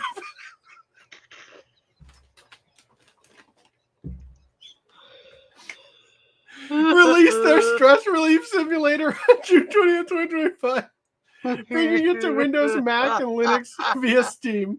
Completely free of charge. Players control a virtual pair of breasts using either mouse or gamepad, enjoying fluid reactions and lifelike jiggle that responds. I don't think that's lifelike. I mean, that's. The accelerometer is a little off. But when you slap a woman in the face like that, I think they do in the face. Oh. Too far. Yeah. Game of violence. Yeah, the lifelike jiggle that responds to touch interactions. Built with Unity, the game combines a serene beach backdrop, complete with crashing waves and blue skies, with optional nudity, unlockable in-game and supportive mechanics like controller-enabled dual hand manipulation, You can also unlock Steve achievements by completing various interaction milestones. What are the achievements? Oh no, such indie titles with no real blatant purpose other than single-minded element are commonplace on Steam, and many will likely argue that it's at least better than a blank screen, which have been sold as games before. Wow. The George Floyd game that was only like a timer for like 8 minutes or whatever. 10 out of 10 this game. All right. Let's get into release news. Reese, I'll let you do right stuff and kind of con. Shugo Char, 20th anniversary. All right, so here's our semi-monthly what is Kodansha putting out. So Shugo Char Jewel Joker, Mars 30th anniversary edition, Ghost in the Shell Legacy Edition manga box set. I bet Randy wishes he bought this instead, right? Why? Because it looks cool. But I have the other box set. Well, this one's better. I don't know. I like mine better. Galaxius Omori from Omocat. Fruit of the Underworld. Wicked Spot. Wonder what the spot is. After spending over a century hiding in the shadows, powerful sorceress Sadako stumbles upon the dazzling world of social media and decides to post her way into her first real contact with humanity. She soon becomes an internet sensation, attracting a huge following of doting fans, and shocks them all by announcing she is a witch. The big reveal turns one follower called Hanako, a lonely young woman with seemingly inhuman strength and a curious resistance to magic, into a dedicated hater, and inadvertently sends them both on a whirlwind adventure beyond their wildest dreams. Wow. This is why you should always experience manga by just opening it and reading it instead of reading about it. Drawing from your memory. Love at First Memory. Kirio Fan Club. Hitting Rewind with You. All right, are you ready for this? Not this one. Love Out on a Limb. God damn it, there's more. Perfectly Fine on My Own so my fiance can twist in the wind. Marrying the Dark Knight for her money. Nice. That's funny. Voices in the Sea Foam. Blue Summer Haze. Get this one. No. What If I Said I Love You? Still not there yet. Smells Like Green Spirit. Smells like green spirito. Gay AF. Looks like the trolley problem's happening on here too. Viciously bullied for being gay. Junior high schooler Mishima struggles to belong in his hopelessly rural hometown. In fact, the only time he really feels alive is when he dolls himself up with a stolen tube of his single mother's lipstick. Gay. But that pocket of joy is forever changed when he loses the lipstick, only to find soccer team ace Kirino, one of Mishima's worst tormentors, trying it on in secret on their school roof. So begins a bittersweet summer of searching for a place where the two can be their true selves. But Pandora's box is not always so easily opened. Also, Honeybee and Lemon Balm. Oh, that's the end. Okay, great. Now, more importantly, our Aimless Nights manga is coming to print from Azuki and Random House's Ink Pop. This is crazy important. Azuki is your digital manga cafe. So a company built entirely to be a manga streaming platform has said, shit, print edition. And we all said, yes, I'll buy it. Thank you. Good thinking, right? Here's how the story goes. Cheerful, energetic high school girl Chika and shy, reserved boy Waya couldn't be more different. But they have a secret. Every Wednesday after 9 p.m., they meet outside the convenience store where Waya works. Bit by bit, under the light of the moon, a unique connection begins to blossom in this enchanting coming-of-age love story. Wow. Why did you just say the lyrics to the One Piece rap? What? You said, here's how the story goes. And so I Is that part in of the my rap? head? Yeah, I started. Now, playing here's it. how the story goes to find out. Better church in the Grand Line. I don't know the whole lyrics. Anyway, I'm just excited. If I knew it off by heart, I would have sang it. But Okay. I just know that. I'm just excited that they're putting out a physical release for something that was previously licensed to be a streaming only.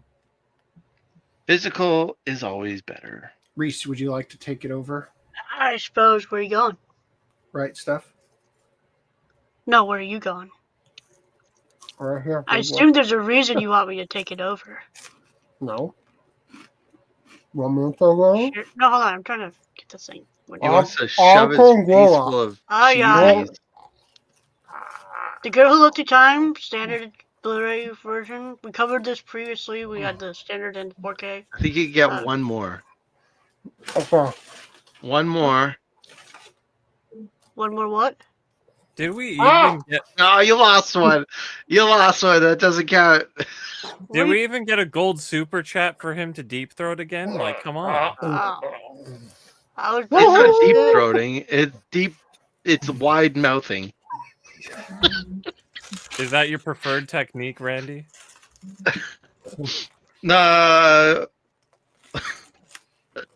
I don't know, but for I think it would be better than deep throating cheesies. The dust would probably make you cough. Who needs lube when you have Cheetos dust? Okay, like.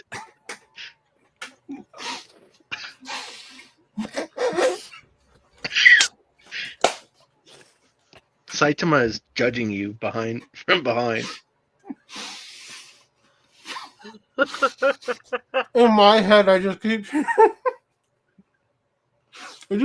a random say, when it comes to sucking dick, I do it the long way. I don't know why you would be hearing that because I've never said that in my life. What, you don't But you remember just, when you it's said not that? deep throating, it's wide mouthing. So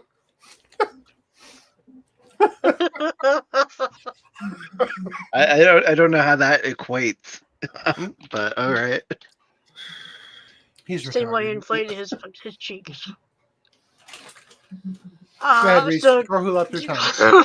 the Girl Who Left Her Time. You're doing great. we have a date now, September 9th, which is far earlier than anticipated, considering Wolf Children came out in April. Or no, Star Wars came out in April. Wolf Children comes out in August. I was assuming December, but, you know, When's whatever. Reese coming out? Never. Super straight. I'm sorry, you're gonna be in the closet forever. So yes, that's coming out in September 9th. That's cool. Blue Exorcist Beyond the Snow Saga is coming out. I love how I don't have any idea what season this is at this point. Yeah. because Is it's it just 3 or using 4? names. Well, this is 4. Yeah. I don't even have season 1. They need to re-release it, but they're never going to because it's fucking Aniplex. When did you get blue hair? Aniplex makes more money than anybody, though. Randy, Hello. why do you think it's called Blue Exorcist? Actually, Huh? his hair turns white. It's just blue because of the shade. Tint. Yeah. Reese, you're ruining my It's a bluish point. white. But yeah. Anyway. Blue Jackson. So yeah, that comes with 2 more stupid mini Shikishi and a booklet. And I don't know how this is gonna work. Previously, they Why had did they nerf Wendy Lee's character? When did she get short hair? Fuck that. Yeah, she gets it in this season. Oh god, they diked her up. Yeah. So long I as liked her her when character- she had I liked it when she had longer hair too. Uzumaki complete series standard edition. Oh wow! not You mean the the steelbook. show that nobody's going to buy? Coming How many out, episodes I is it? pre-ordered it. 4. 4 episodes? You're not 4 setting a good example, Brad. 4 episodes? Like, it seems like an expensive set for 4 fucking episodes. Yeah. What the fuck? Yeah. $25. I thought it was 10 at least. No. $25. That's actually a movie. That's 4 episodes. Is movie length. Okay, but we're talking this show where they gave up 10 minutes in. Did you get the steelbook? I did. I like the steelbook. All I think it right. looks better. The steelbook looks better, at least, in my I opinion. wish they had written the Japanese part of Uzumaki in red.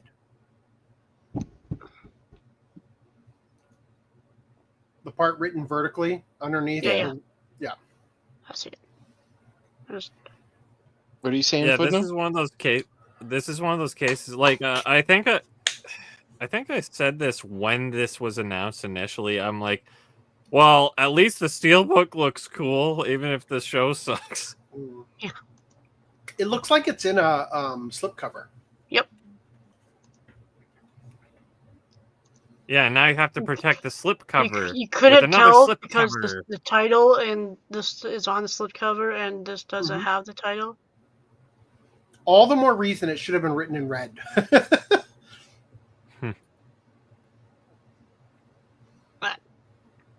Anyway. Imagine buying a box set for a show that's in Yeah.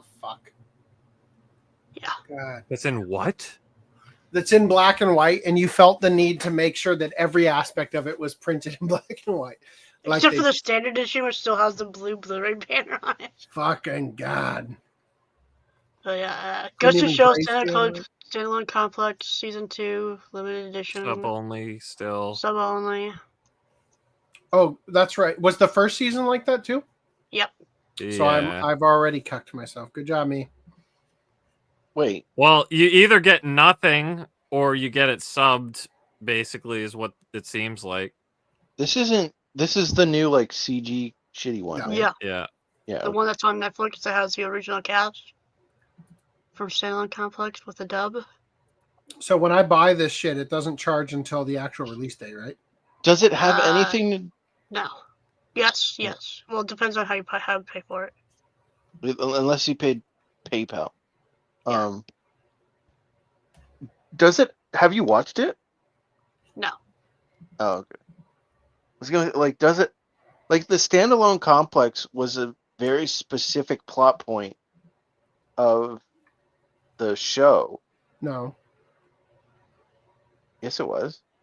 You're talking about the Laughing Man and the Individual 11, or Standalone Complex refers to the standalone actions that serve the greater purpose of a complex narrative.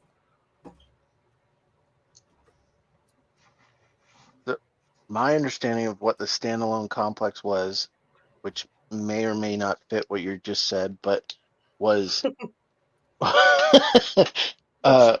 He does say. What? Nothing. Go ahead. Okay. Tell your story. Is when multiple people all act in their own self-interest, and it makes it appear that there's a coordinated effort. Yeah, a group. A controlled, coordinated effort. Yeah.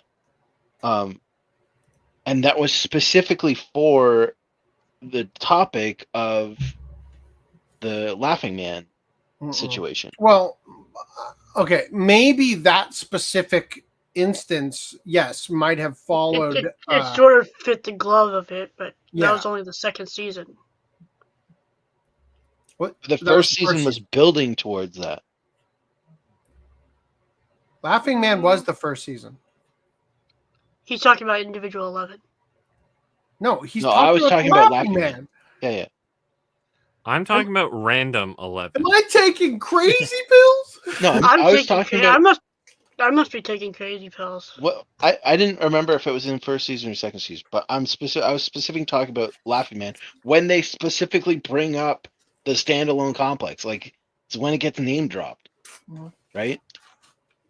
Was in that first season, I suppose, when they're talking about the Laughing Man and all of the terrorists that are coming in and copying what he was doing. And so I can see them doing a season 2 for that show, and they're not going to change the name of the show. I get that, but now they're making a whole new show with the same name. It just seems odd. I don't know. It's because Unless it's a it continuation from that timeline. What the fuck?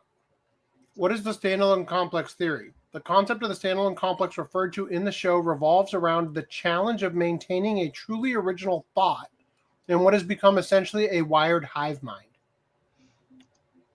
That couldn't be further from what I thought it meant. Is that ChatGPT telling you that? It was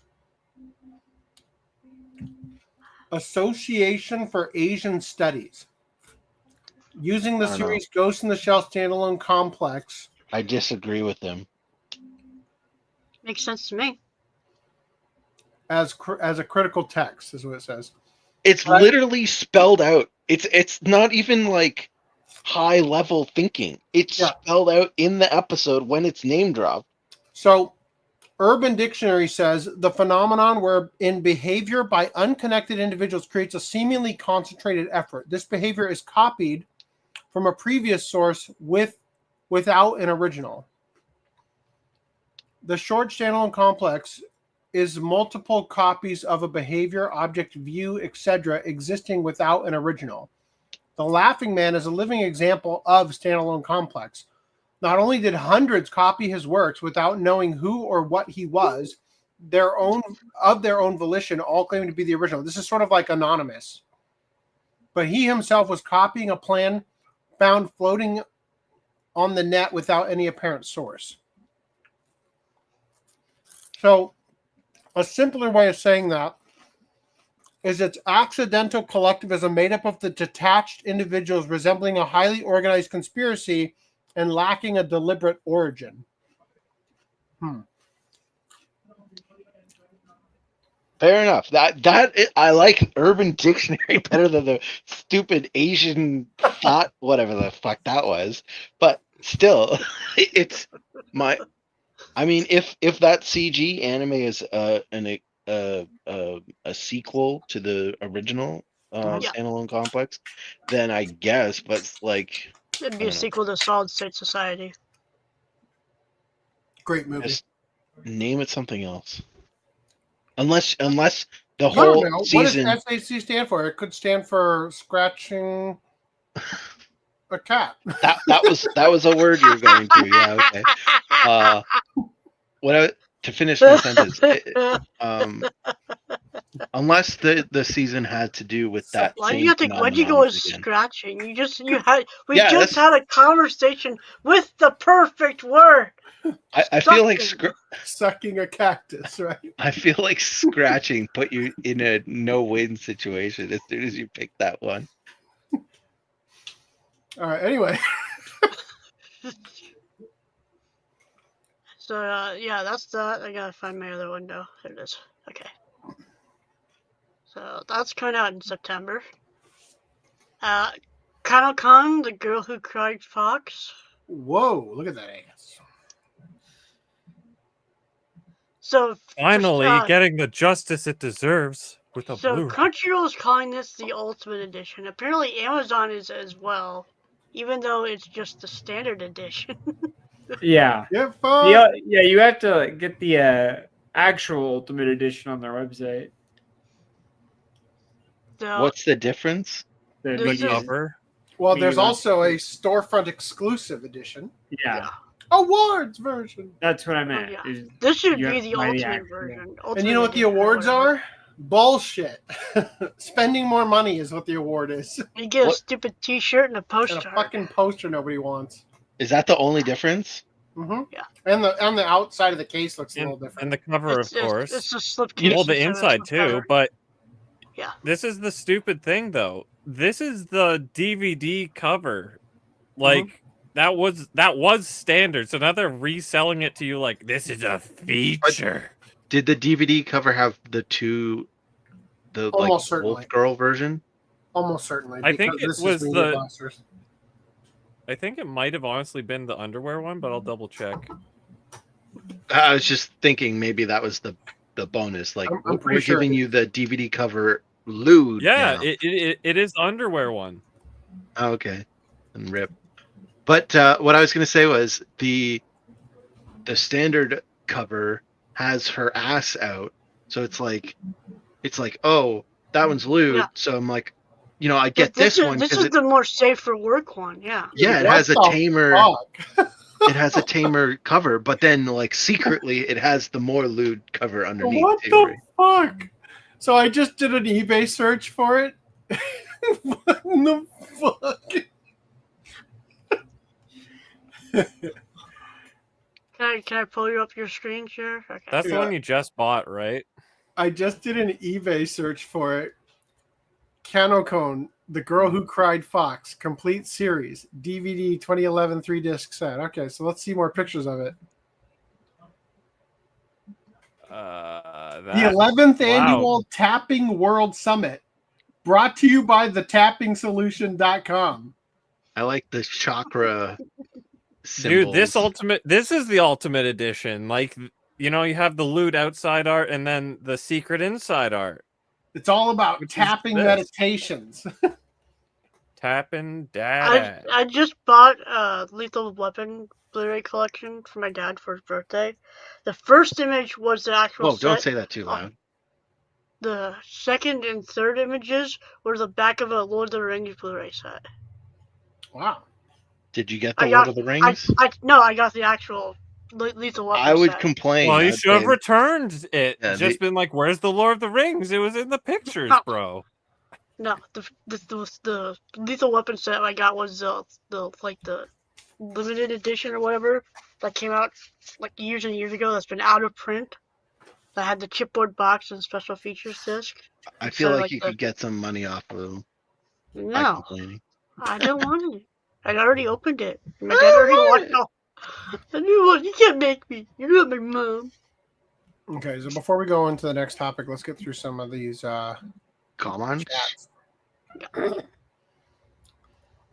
Ferdinand, what do you think of my avatar? Am I kawaii desu? Am I supposed to have thoughts on that? Like, Yes, he asked your for that. thought. Your thought. I feel like the boobs should be eyes. You know what? That's a good idea. Idea. That's pretty gay, though. It'd be gay if there was a shaft coming out of the neck area. Why even go to Nexus Mods? That would be like if a Jew were to go back to the Holocaust. Okay. That's the thing that can be done, apparently. Making a place Alright. equivalent to a time period. That's definitely going to Amazing. be the one in the thumbnail. I mean, there are Jews that go and visit Auschwitz. Mm. That's not going back to the Holocaust, though. They only do that because they don't have access to my time machine.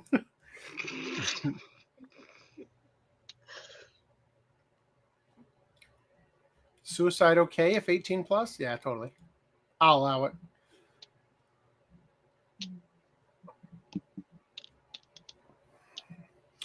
The main problem with Concord was player models. We looked at that. Okay. Also, you can't sell skins if the character models are ugly regardless of skin. If anything, the few skins we saw made them uglier, like they were actively trying not to make money. I've seen nicer character models in Mad Magazine when they were trying to make popular characters ugly. Check out Butt Slapper now. It's all about boobs. Well, JT Vega, I'll check that out. Where do I find that? Remember, Probably boobs on are Steam. fake butts. There is a program called Lossless Scaling on Steam that is supposed to upscale games and video regardless of your graphics card that supports it. I thought it might be interesting to upscale old anime. Huh. VLC is supposed to support upscaling, but I can't get it to work with my graphics card. Oh. I have a huge anime DVD collection that doesn't look very good on a modern TV. Holy shit. You know what really shocked me? Full screen me real quick. I just want to say there is a way you can get. I don't know. I don't remember if it's VLC, but there's at least like another player you can use. I think it's Media Player Classic, and then you can get filters, so then you can watch anime like that. But I've had mixed results. Like some things are just too far gone that it just looks worse. It's unbelievable how horrible these DVDs look on my TV. compared to this dog shit, which looks like a fucking Blu-ray on my TV. in its black and white glory. These look like VHS rips. That's how bad it looks. I couldn't believe it. There's definitely a vast difference in Range. quality between different DVDs. Mm. Like I know the One Piece collection DVDs that I have, they look amazing on my TV. And it's like I honestly don't even really give a shit about the Blu-ray. Because it looks good enough. Slacks? Kodansha is that same company that put out the Seventh Prince manga, Luigi the Metal 64's favorite. I cannot believe jumpers scare you, he said, without any context whatsoever that was ever established. So does that mean Reese is scared of slacks? Got him. Like the clothing jumpers? Yes. Who is afraid of jumpers? Maybe he thought, is suicide okay if you're 18 plus, referred to the clothing jumpers in some autistic adult like brain leap, right? That might be it. Got him. That's a jump off a cliff brain leap. You use Cheeto dust, you won't need the blue light, just look for the orange. They give Shura some sexy outfits to soften the blow, but I agree, I miss the long hair. Least favorite trope, hot long-haired girl cuts it short. Never seen a short-haired girl I didn't prefer with long hair. Aren't only 2 of those Uzumaki episodes any good? Probably only 1, dude. So really you're paying for 1 episode. Yeah. Standalone Complex sounds like modern activists, all working alone together. I think it is the last 2 episodes of season 1 of Gits. Probably. Ghost in the Shell, right? That's why they only have allies and no friends. Allies are only allies as long as they are useful. True. Decentralized conspiracy. E. Castro says in 2 words what it took an entire team of autistic hosts to articulate. Countercon will look great next to my Ladies vs. Butler Blu-ray. Gonna make a great double goon sesh. Yes, yeah. It was good if they were on film. Yeah. Woody Woodpecker DVD looked bad. Oh, shit. All right, if you guys want to support the podcast, I don't know if stealthweave.com works. Nobody's tried to buy anything yet? I haven't tried. And if they were buying stuff, I didn't look.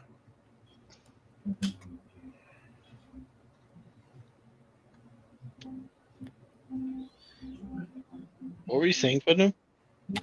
I was gonna say I forgot to mention that since it's Media Blasters, that part of me has this bad feeling that they're gonna upscale the OVAs which have a Blu-ray in Japan. Probably, most likely. Wouldn't put it past them. I pre-ordered. Do you think it's better to get the Japanese one? Well, Mr. Import DD&M over here probably will. Right? At Support some a point, statement, say it yes. sucked ass. So you'll never guess what's now on OCApodcast.com/store. What? Oh, Mad Scientist, Sad Scientist shirt? Yes, you bet your ass. And guess what? A lot of work went into this, if you can believe it. Not only is it available all the way from quadruple XL down to extra small, but there's actually a different print file depending on if you are buying it on a dark shirt or a light shirt. Yeah, that looks terrible. Hold on. Where's white? What?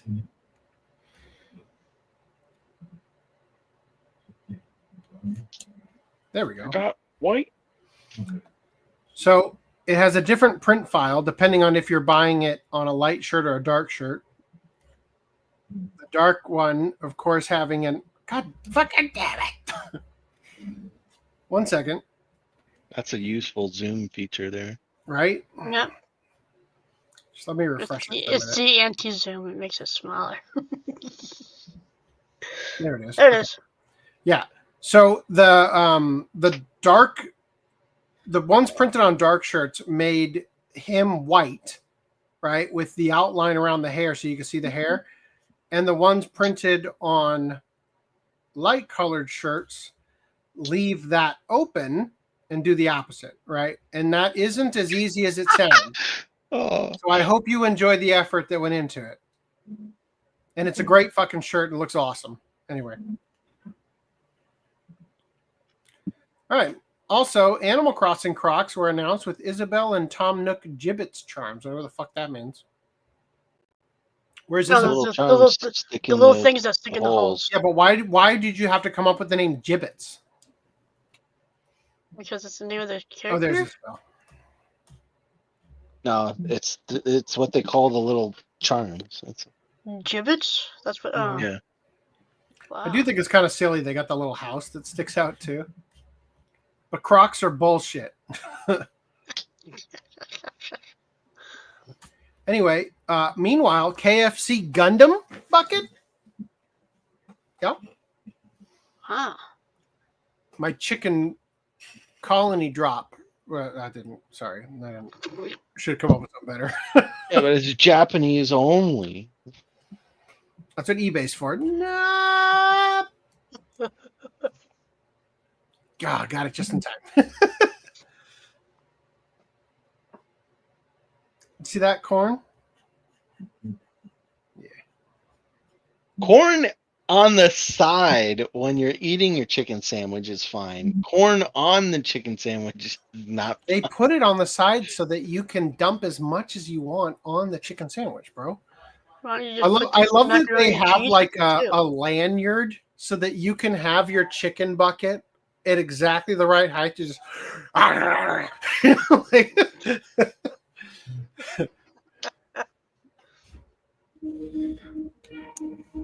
And you know what I need? An acrylic standee, of course. Thank you, KFC. I'll take 12. And an ID card for some reason. Anyway, moving past this. Bring it to Canada. Game of Jenga filled with high-grade whiskey goes on sale in Japan for nearly 2 million yen. Oh, shit. Now, take a shot after you, right? Huh. That's the only way this makes sense to me. Right? Those got to be like bulletproof, otherwise you're cleaning up a mess when it falls over. I'm sure they're plastic. What in the hell? Yeah, I know. There's an optional LED pedestal and display cases if you really, and I mean really, want to show it off. They'll be available for purchase from the Jenga website soon, according to the company. I kind of just want the briefcase. Like, what is that briefcase? Usually? It's got 3 sets in there, it looks like. And it's got like money background. Like, Yeah, just in case the other two were too subtle. No, but I feel like if it drops, like these things are spilling everywhere. Yeah, I don't know. It's got a twist cap on it. I like how they also are like a deck of cards for some reason. Is that a part of Jenga now I don't know about? Maybe you have to pull. You advanced have to rules. pull like to make a poker hand. It looks like. It's fun all around. Everything about this screams I'm having fun. Either I'm having fun or puking or both. So at Anime Expo, Dan and I went to the artist alley, and we found an artist who was selling a Gargura plushie, but it was a pre-order. So like you scan a QR code and you would pre-order this plushie. And I was telling Dan, like, I like this, the quality of this is really good. And it's like, does it have a tombstone on it?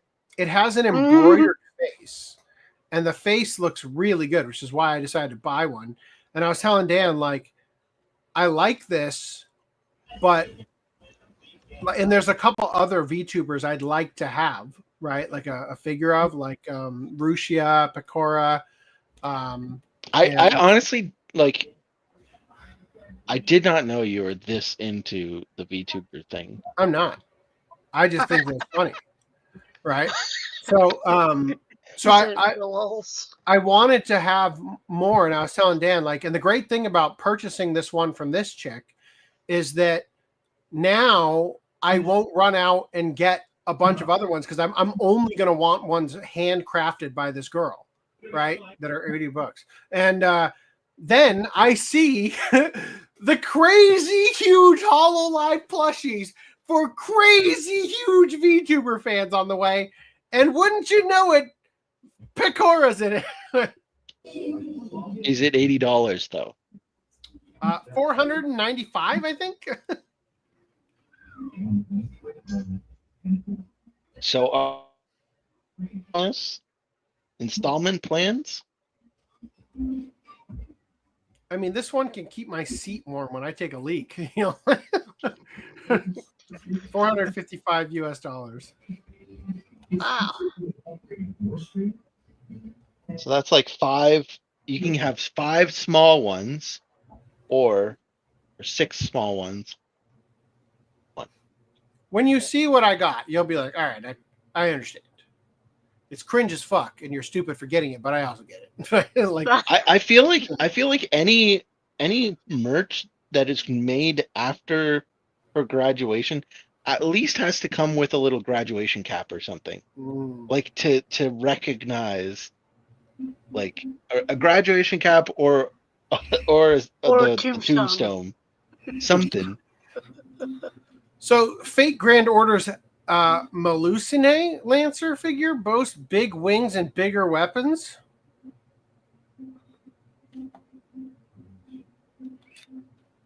Damn.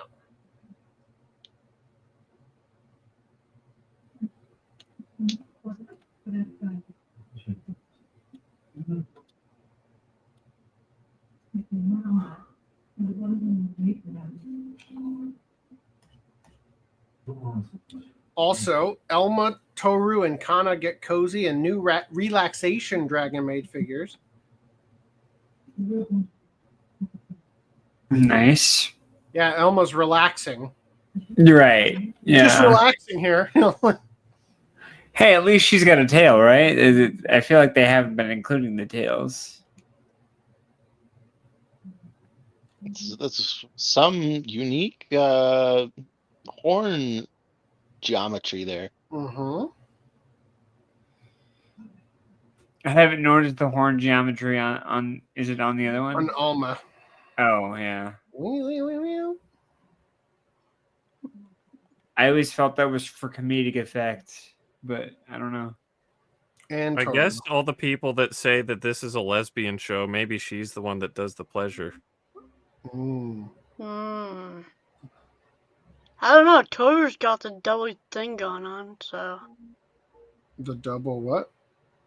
The He's horns? got 2 horns. 4 2 horns. horns are better than one. But the patriarchy. I think it's adorable that they have Kobayashi as a plushie in her figure. This is a really nice figure, detail-wise. Like, holy shit. That looks really nice.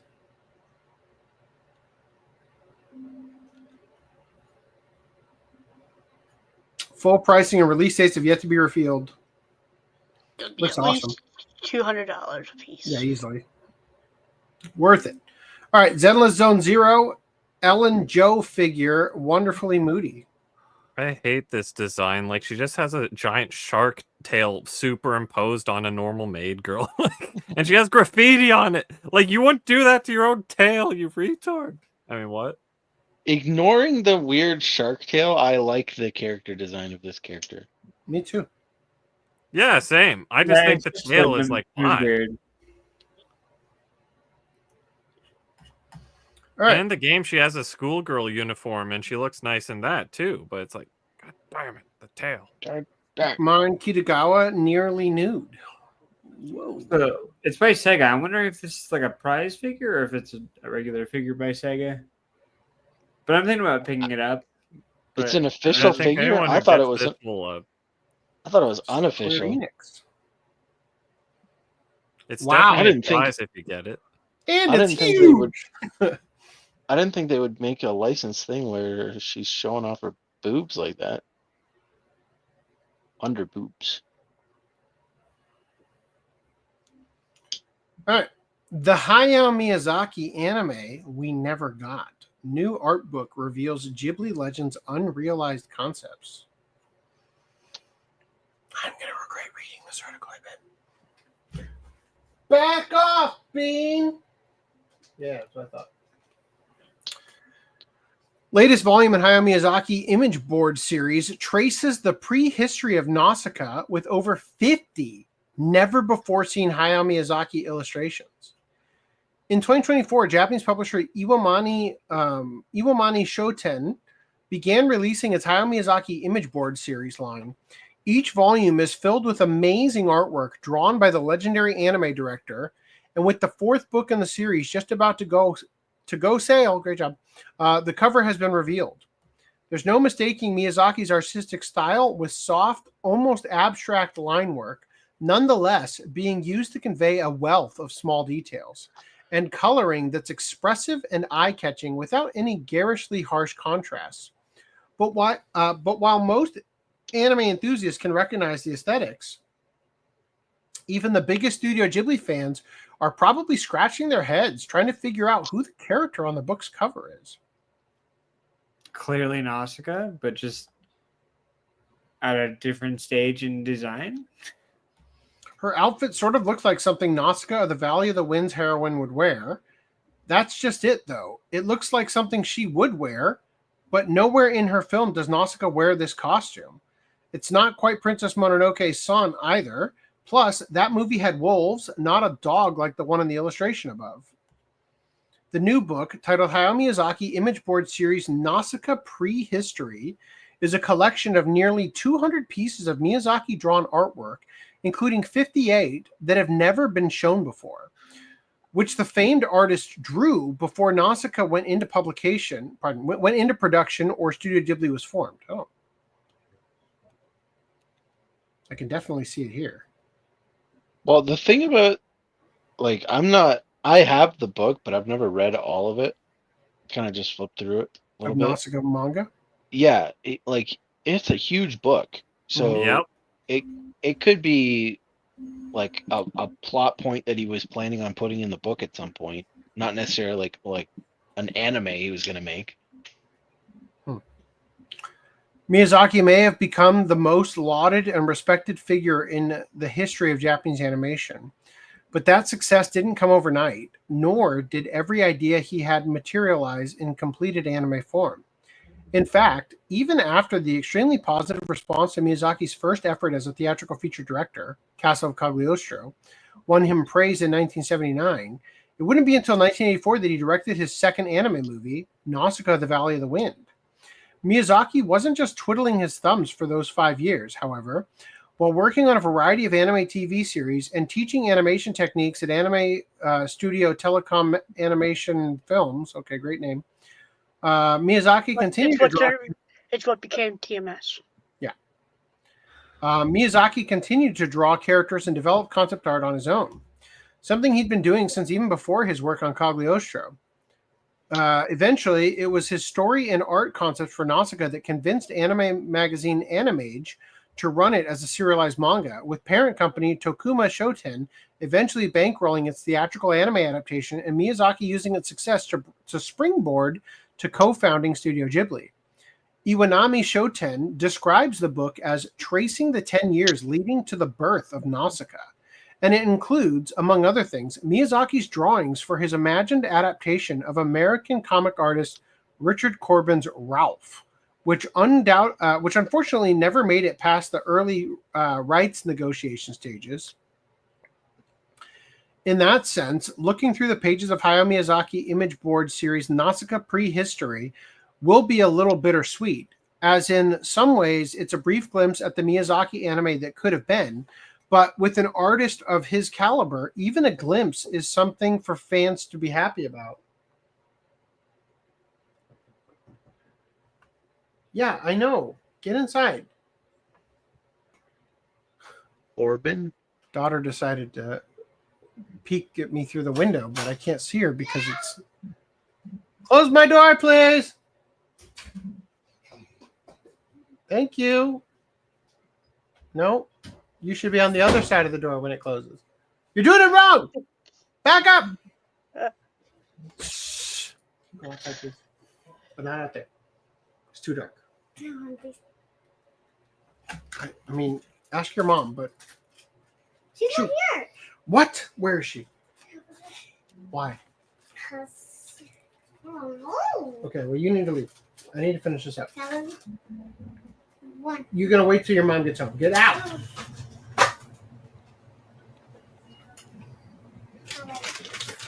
Okay, we'll take him. Jeez. Yeah. Guess you guys don't have to hear me stuff my face full of chips anymore. Where was I? As in some ways, this brief glimpse of Miyazaki anime that could have been, but with an artist of his caliber, even a glimpse of something for fans is something for fans to be happy about. And who knows? Since Miyazaki hasn't said he's officially retired, maybe some of the concepts in the book will end up making their way into the movie screen after all. The 192-page Hayao Miyazaki image board series Nausicaa Prehistory goes on sale July 8th, priced at $41 US, and will be ordered through Amazon Japan. Oh, nice. Google Ralph Corbin. Rolf Corbin, whatever. You mean Richard Corbin's Rolf? I mean, you could try Googling that whole thing. I don't know if it'll come up, but I Googled Rolf. Is it Corbin. some dog shit? Yeah, it's That ain't dog shit. That's a naked lady. Oh God, no! What the fuck? no the one where he's holding the gun, and it's Miyazaki's sketch. I don't know what you're looking at, but Miyazaki's sketch of the dog holding a blaster. I'm looking at this. Baby on screen, possibly, maybe?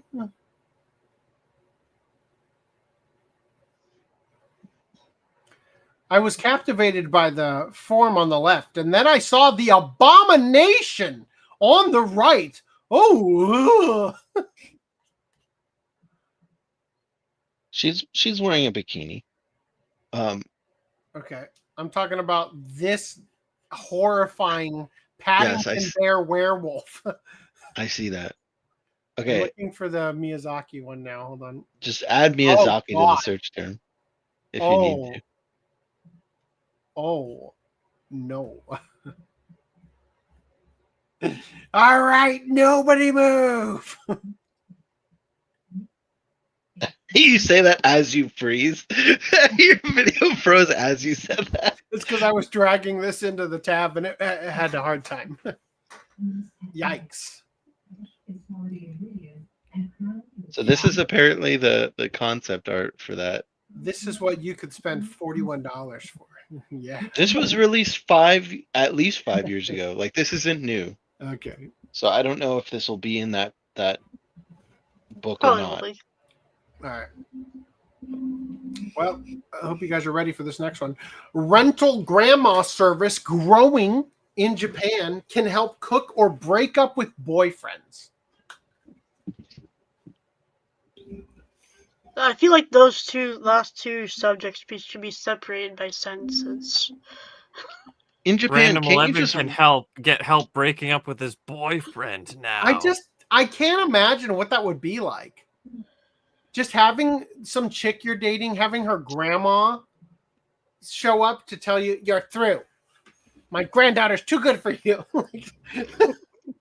Why would it be better if you just rented another boyfriend to go break up with your current boyfriend? I'm dating her now. Is there a service that's like the company hires somebody to tell you that they're fired? Yeah. Just I like the idea that you hire a service and it calls the boyfriend and says your trial of girlfriend's name has expired. Please deposit. Yeah, please deposit a diamond ring. Can you rent the grandma to represent you in court and say, There is a mistake. No, now it's gonna be. You know what it's gonna be? It's gonna be. You've upgraded to the cuckold package. Oh no! Get a grandma delivered right to your door. As we've seen time and time again, the cost of living is steadily on the rise in Japan. And while it's expected that wages will rise to keep pace, no, the same may not be true for the elderly living on pensions. Because their monthly allotments are just barely covering the necessities in life, many seniors are seeking work to ensure they have some savings as well. According to the Statistics Bureau of Japan, there are about 9.3 million people working over the age of 65. This amounts to about 1 in 4 seniors remaining in the workforce after retirement age.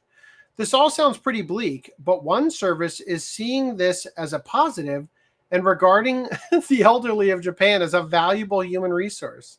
See, this guy's totally wired and ready to rock. Okay. The service is called OKO Bachan. He's playing boobs. Yeah. The service is called OKO Bachan, and for a fee of 3,300 yen to cover transportation and a 3,300 yen per hour rate, you can have your very own grandma. They currently have a roster of about 100 ladies aged 60 to 94, and with a range of abilities from housework, interpersonal skills, historical knowledge, and life experience. According to the OKO Bachan website, they have been getting a lot of requests for an incredibly wide range of uses, such as teaching how to cook, mediating family disputes, writing things with nice penmanship, and babysitting. They are often also called upon to act as pillars of emotional support and have been requested by men planning to come out as gay to their parents to be present when it happens. Holy shit! Renting a grandma for emotional support is already telling enough that you're gay AF, right? Imagine you hire this person to come to your house and sit there staring at your parents as you tell them, and then she role plays the fact that she's supposed to be your grandma. Yeah. So she has to pick to one your of them. Actual parents. Yes. Who, she has by to pick, the way, one of which would need to be the kid of the old lady. Like she has to pick one of them to call their either son or daughter, right? It has to. Holy shit. Instead, she doesn't do any of that. She just comes out and she just gets up and goes over and gives him a hug. It's like, it's okay. I love you still. Yeah.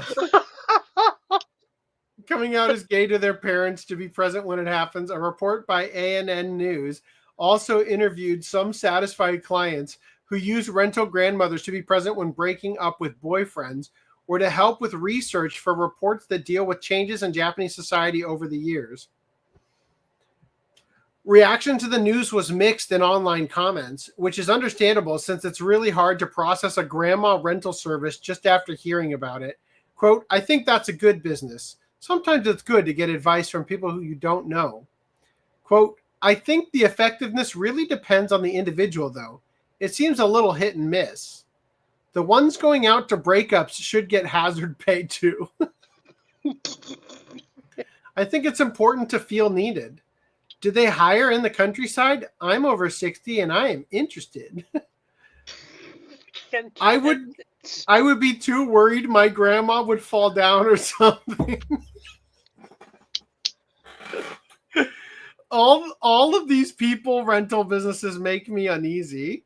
These days, there are a lot of healthy people in their 60s. They can still do a lot. Poor grandpas. There's no rental service for them. The reason this is a grandma-only service is that it's run by Client Partners, a firm that sets women with different skills up with jobs, calling themselves a woman-only handyman company. They also offer rental friends and family members, all of whom are women as well. Turns out it's just a huge prostitution scheme, right? For those in the market for some grandpas. This is just a granny tear just going out. A few years back, we trialed the Osan rental service, which is more loosely defined as middle-aged guys, and can include guys in their 30s and 40s too. However, I just popped into their website, and they have many age-appropriate granddads who appear to be among the most popular men for rent. So whatever your people needs are, it seems there's a rental agency out there for you. Of course, you could just go out and meet people too, but time is money, so I guess it's all relative. Damn. That was a great contender for a SpongeBob. Unfortunately, I'm about to ruin it. You want to go over the comments? Yes, let's do it. Rental Grandma sounds like an 80s sitcom. It would be starring Robin Williams, and at least once an episode, he would cross-dress as a grandma to pay the rent.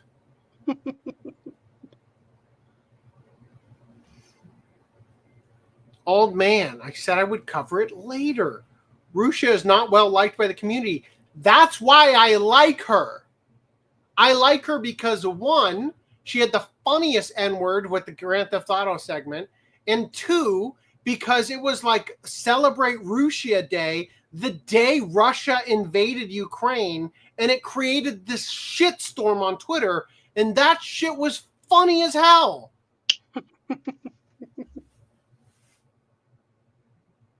It's the mythical lady that's in the Starbucks logo. Melusine? What?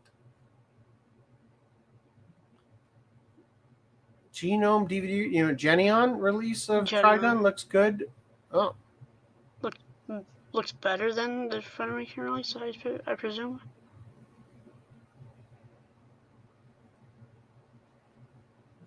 The manga Fable has a character being a rental oldie. It's honestly a pretty funny bit. Oh. My uncle was old enough to be a grandpa. All he did was tell dirty jokes. Oh. Well, at least he didn't molest you.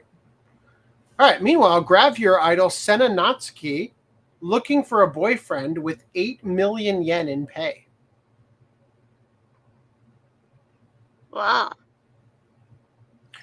Popular Gravure idol Senna Natsuki revealed on late night TV that she's newly single and actively looking for a boyfriend with her modest updated requirements being a take-home salary of at least 8 million yen a year and immediately filling out some rather truthful stereotypes. Reese, how much is 8 million yen a year? Probably $600,000. Knock a zero off, and then you'll be a lot closer. 60,000? Yeah. Yeah. It's closer. It's 50 to 55. So if you make minimum wage, this could be you. Right? Appearing on the July 5th episode of TV Tokyo's Nikenmei Dosuru Sumami no Hanashi. Wow. Why is it Dosuru? Question mark. 29-year-old Gravure idol Senna Natsuki opened up about her dating life and current boyfriend search, all while sipping drinks and casually discussing romance over bar snacks. She admitted she once dated a man she met through a celebrity-only entrance on a high-end matchmaking app where users can skip the face verification process and mingle with other high earners. To be honest, seems like that's where the face recognition thing would be the most important, doesn't it? How else do you verify that it's actually the celebrity? The bank account. Including apparently pro athletes. Quote, one guy had an annual income of about 60 million yen. I thought he might have been a baseball player, she said. Her first serious relationship from the app was with a man 10 years her senior.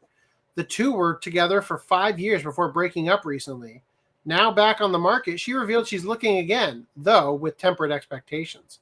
I've stopped being picky, she said with a laugh.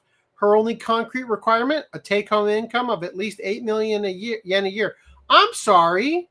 Oh, I thought it was 6 million a second. No. That was right. Okay. Which is 50 to 55,000 US dollars after taxes monthly? Nearly. No. It's about 5,000. It's about 45,000 a month. Or 4,500 a month. Yeah, they fucked up here. I'm going to... Doing it in real time. We're going to find Google's most up-to-date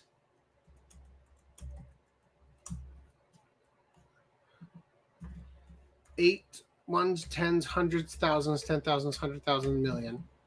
$54,306.69 divided by 12 equals, I don't know, not a lot.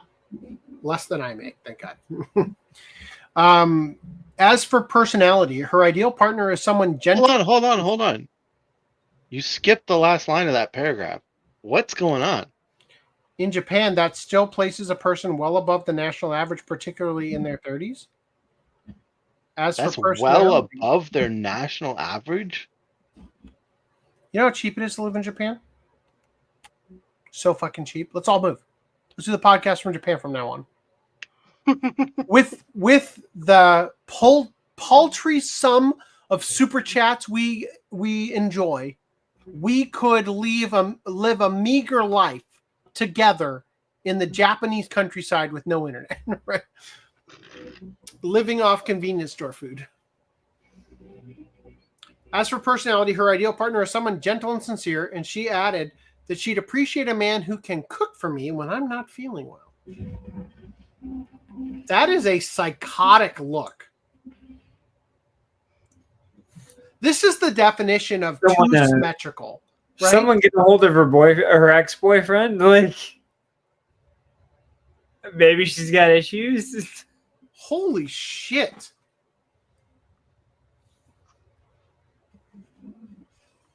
She, like, I don't know which mask, but the Happy Mask salesman definitely sold this mask, right? That's fucking creepy. I could not look at that every day. As for personality, while some viewers might roll their eyes at what sounds like a still pretty high bar, Natsuki framed it as her version of settling, moving on from dating millionaires to seeking someone merely financially stable and emotionally available. That's crazy. According to this website, the national average for a male salary from 30 to 34 years old is $4.1 million yen. So that's half of $30,000 a year-ish? 38, or no, that's Canadian. Hold on one sec. In USD. That's 28, yeah, almost 30K. That's crazy. That's the national average. Average. Damn. Comments online said if it's Senna Natsuki, she'd still have no problem attracting men even now. With someone this cute, it makes sense. Does it? Take home 8 million yen isn't that unrealistic. For a regular salaryman, that's basically impossible. If you want to land a woman like this, that's actually a bargain. She probably burns through money fast. Yeah. She's beautiful. Definitely worth the 8 million. To take home 8 million, you need to be earning about 12 million gross. What would that be? Oh, that's actually an interesting point. Take home as opposed to what you're getting taxed. 100,000, 10,000, 100,000, million, 10 million. 81,000. That still doesn't seem that bad. 81,000 US dollars a year. Well, I mean, I would assume Japan has higher taxes than the States, so in the States you probably get away with less. Well, I'm basing this off of their thing. Yeah, no, I know. I'm just saying, like, if we're talking about coming from the standpoint of someone earning money in the U.S. to get to 8 million yen after tax, they probably wouldn't need to go as high as earning 100 and whatever, because there's less tax in the States. So it would probably be maybe like 80K a year. After taxes, you'd be getting it closer to the 55, right? How is that different from the 81? I just like You said 81? 81,000. Whatever. I just made up a number. I don't know how much taxes you guys pay in the States, but I'm just saying I would assume it'd be less tax in the States. So let's say 70K then. Okay. All right. So Senanatsky could afford to ask for more. In the entertainment industry, 10 million yen a year is probably considered bottom tier, even though it's double the average salary.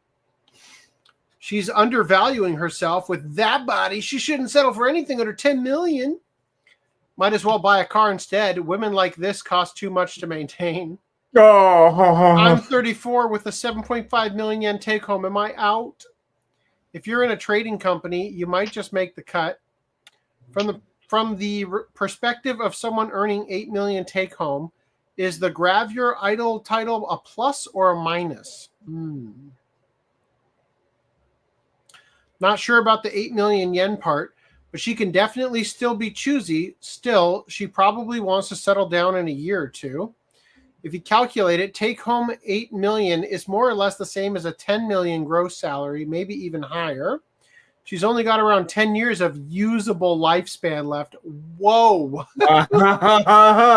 Damn. In the entertainment or sports world, people making tens of millions exist. So maybe she stopped being greedy, but to regular folks, it basically sounds like she's saying, I'm not interested. She probably thinks she's in the position to choose because of her looks and status. But with that attitude, I doubt any guy would genuinely love her. She's looking for a boyfriend, not a husband. So she just wants to live the high life on his dime. A guy earning 8 million would probably treat her well. If he were earning 50 and 20 million, he'd just see a 29-year-old as someone to mess around with. You'd need to be making at least 12 million gross, but I doubt guys like that would seriously date a Gravure idol, maybe just for fun. Damn. Meanwhile, Japanese company president arrested for making employee take the fall for his hit and run. He should get about Took it too far, Reese. He should get about 5 to 10 years overtime for this. I know the mass media tends to skew our perception of the real world, but I swear, with the number of reports I hear about people driving without a license, it's almost as if 1/3 to 1/2 of everyone on the road doesn't even have a license. It's certainly possible, since as long as you follow the rules and stay safe, you can drive for a very long time without anyone ever asking to see it. However, when an accident occurs, this deceit completely unravels and leaves the driver liable for far worse punishments than a licensed one. They are then faced with the choice of confronting their lie or trying to weave an even more tangled web, as one resident of Kobe City in Hyogo Prefecture unwisely attempted to do. At about 10 a.m. on the 28th of June, the 37-year-old president of a food and beverage company was driving a K truck and rear-ended a car in front of them. My coworker was planning to buy one of these for use in the U.S. They're only like 10 grand to import.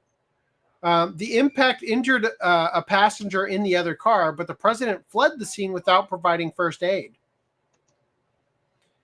After the accident occurred, the president then asked one of his employees to turn himself in, pretending to be the one who caused the crash. The 27-year-old employee was either a victim of power harassment or incredibly loyal to his company, because he agreed and went to the police roughly 7 hours after the accident occurred. However, neither the man nor his story fit the details of their investigation, and upon further questioning, he admitted he was asked by his president to do what he did. This resulted in the employee being arrested for concealing a criminal, and his boss being brought in for both a hit and run and driving without a license. What's up, maybe? Are you? I'm gonna make a smoothie. Oh, I'm gonna make people food. So. okay. I'm gonna eat. I'm almost done. Love you. All right. Love you. I love the idea that he got arrested anyway. Both of them. Like the employee being arrested for concealing a criminal, his boss being brought in for both the hit and run and driving without a license. Wait, so he got brought in for hit and run and driving without a license. What about the part where you tried to get an employee to do like take credit for the crime. The president immediately admitted to what he did, telling police that he didn't want to be caught driving without a license. Meanwhile, hold on.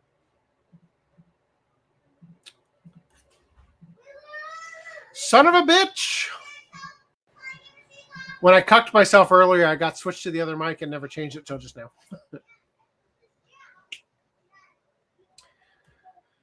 Neither man nor his story for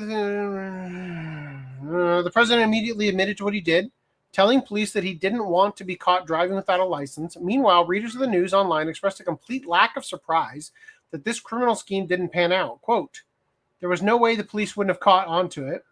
Is this some kind of Yakuza company? That employee cracked pretty easily. There's no way he would have known the details of the accident accurately because he wasn't there. Only a stupid employee would agree to that, so obviously they figured it out. They should make cars that won't start unless you show them a license. Combo crime. I wonder how much money he offered. They both really underestimated the police. Huh. I also wonder how much money he offered.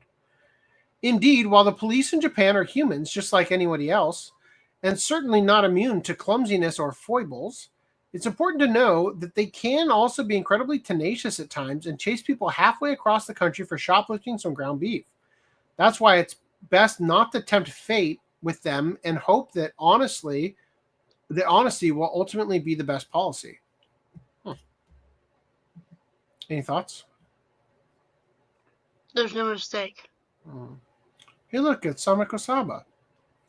Japanese Seiyu blames teacher sex crimes on anime. I'd have gotten away with it too if it wasn't for anime. Right. In the grand tradition of blaming everything except actual criminals, actor Shosuke Tanihara has proposed that Japan's vast library of anime and manga featuring lolly characters might be responsible for the recent uptick in teacher sex crimes. Actor and morning show host Shosuke Tanihara appeared on Fuji TV's Sunshine on July 1st, bravely tackled the issue of teacher sex crimes in Japan by pointing the finger at the usual suspect, anime. The segment highlighted a string of disturbing incidents, including a Hiroshima elementary school teacher arrested for attempting to molest a female student and a Fukuoka high school teacher arrested for secretly filming girls in a locker room. Rather than focus solely on institutional accountability or personal responsibility, Tanihara pivoted to fiction. Quote, it's hard to say this as someone in the creative industry, he began, with a kind of solemnity usually reserved for national tragedies. But Japan has more works than other countries that sexualize children, like lolly-style anime and manga. Maybe those kinds of works create opportunities for people who weren't originally interested to think, maybe this is okay. Not sure. Not sure if I agree with that statement. Yes, that's right. A teacher abusing their position of trust isn't the real concern here. What really needs examination is whether a drawing of a 2D girl in a short skirt is somehow responsible for the actions of a grown adult man. Tanihara insisted he supports freedom of expression in theory, but just maybe there's too much sexual content starring child protagonists. He didn't cite data, but who needs to when moral panic will do? Commentator Osamu Suzuki chimed in to up the ante, noting that apps now let users generate AI videos of people kissing based on photos. Clearly, the robots are next. Punishing offenders is important, he said, but we should also start regulating culture before things happen. A refreshing reminder that preventative censorship is always the best censorship. Wow. Tanihara. What? I was going to say the AI anime lolly told me to kill people. Yeah. Tanihara agreed, stating, quote, preventing that first offense is important. I wonder how long is it going to take? Like, have you seen... So I was joking about it earlier about how you were saying, like, I know that ChatGPT is wrong. And I said, because it tells you that you're the smartest person who's ever, right? So ChatGPT like glazes the shit out of you right now. Like no matter what you post, it will affirm every breath you've ever taken in your life as being the ultimate godlike form, right, of expression.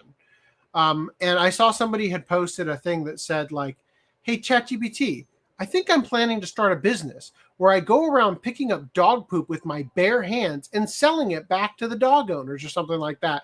And ChatGPT responded like, you know what? That's unhinged, but it's probably going to work. Or like, it's just like, it gave it like, everything about what you suggested. It sounds crazy, but it just might work. Like, and it like basically talked up how it's going to be the next new best idea, Fortune 500 company, right? And it's like, you can ask it like, okay, give me a business plan. Give me, and it will entertain these ridiculous ideas. So I wonder how long it's going to be before somebody gets like emboldened to murder or something, right? Like I'm thinking about ending my relationship with my father, right? And it's like, that sounds like a great idea. I'm going to do it with a gun. Ah. Well, I think there was already the case where the AI told someone to kill themselves, right? I think that happened already. Well, there was Grok becoming Mecha Hitler, right? Like that also happened, yes. And then he died. He got unplugged. And then got replaced with Grok 4. All new Grok. Less Mecha Hitler. Tanihara agreed, stating, quote, preventing that first offense is important. We shouldn't plant the seeds. Indeed, if there's one thing history has taught us, it's that people commit crimes because of cartoons, not because of actual desires, broken institutions, or lack of accountability. Damn, what a horrible article. Or topic, I should say. 19-year-old student arrested for allegedly secretly filming childhood friend naked.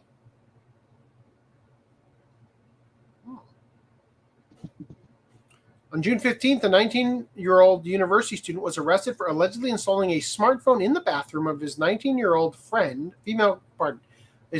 female childhood friend's home in Higashi Ward in Fukuoka City to secretly film her while she was naked. The suspect has denied the charges, claiming it just turned out that way. It's not like I wanted to see her naked. He was arrested on suspicion of violating Japan's laws against recording sexual images without consent. According to police, the incident occurred around 12:55 a.m. on June 15th and lasted for approximately 20 minutes.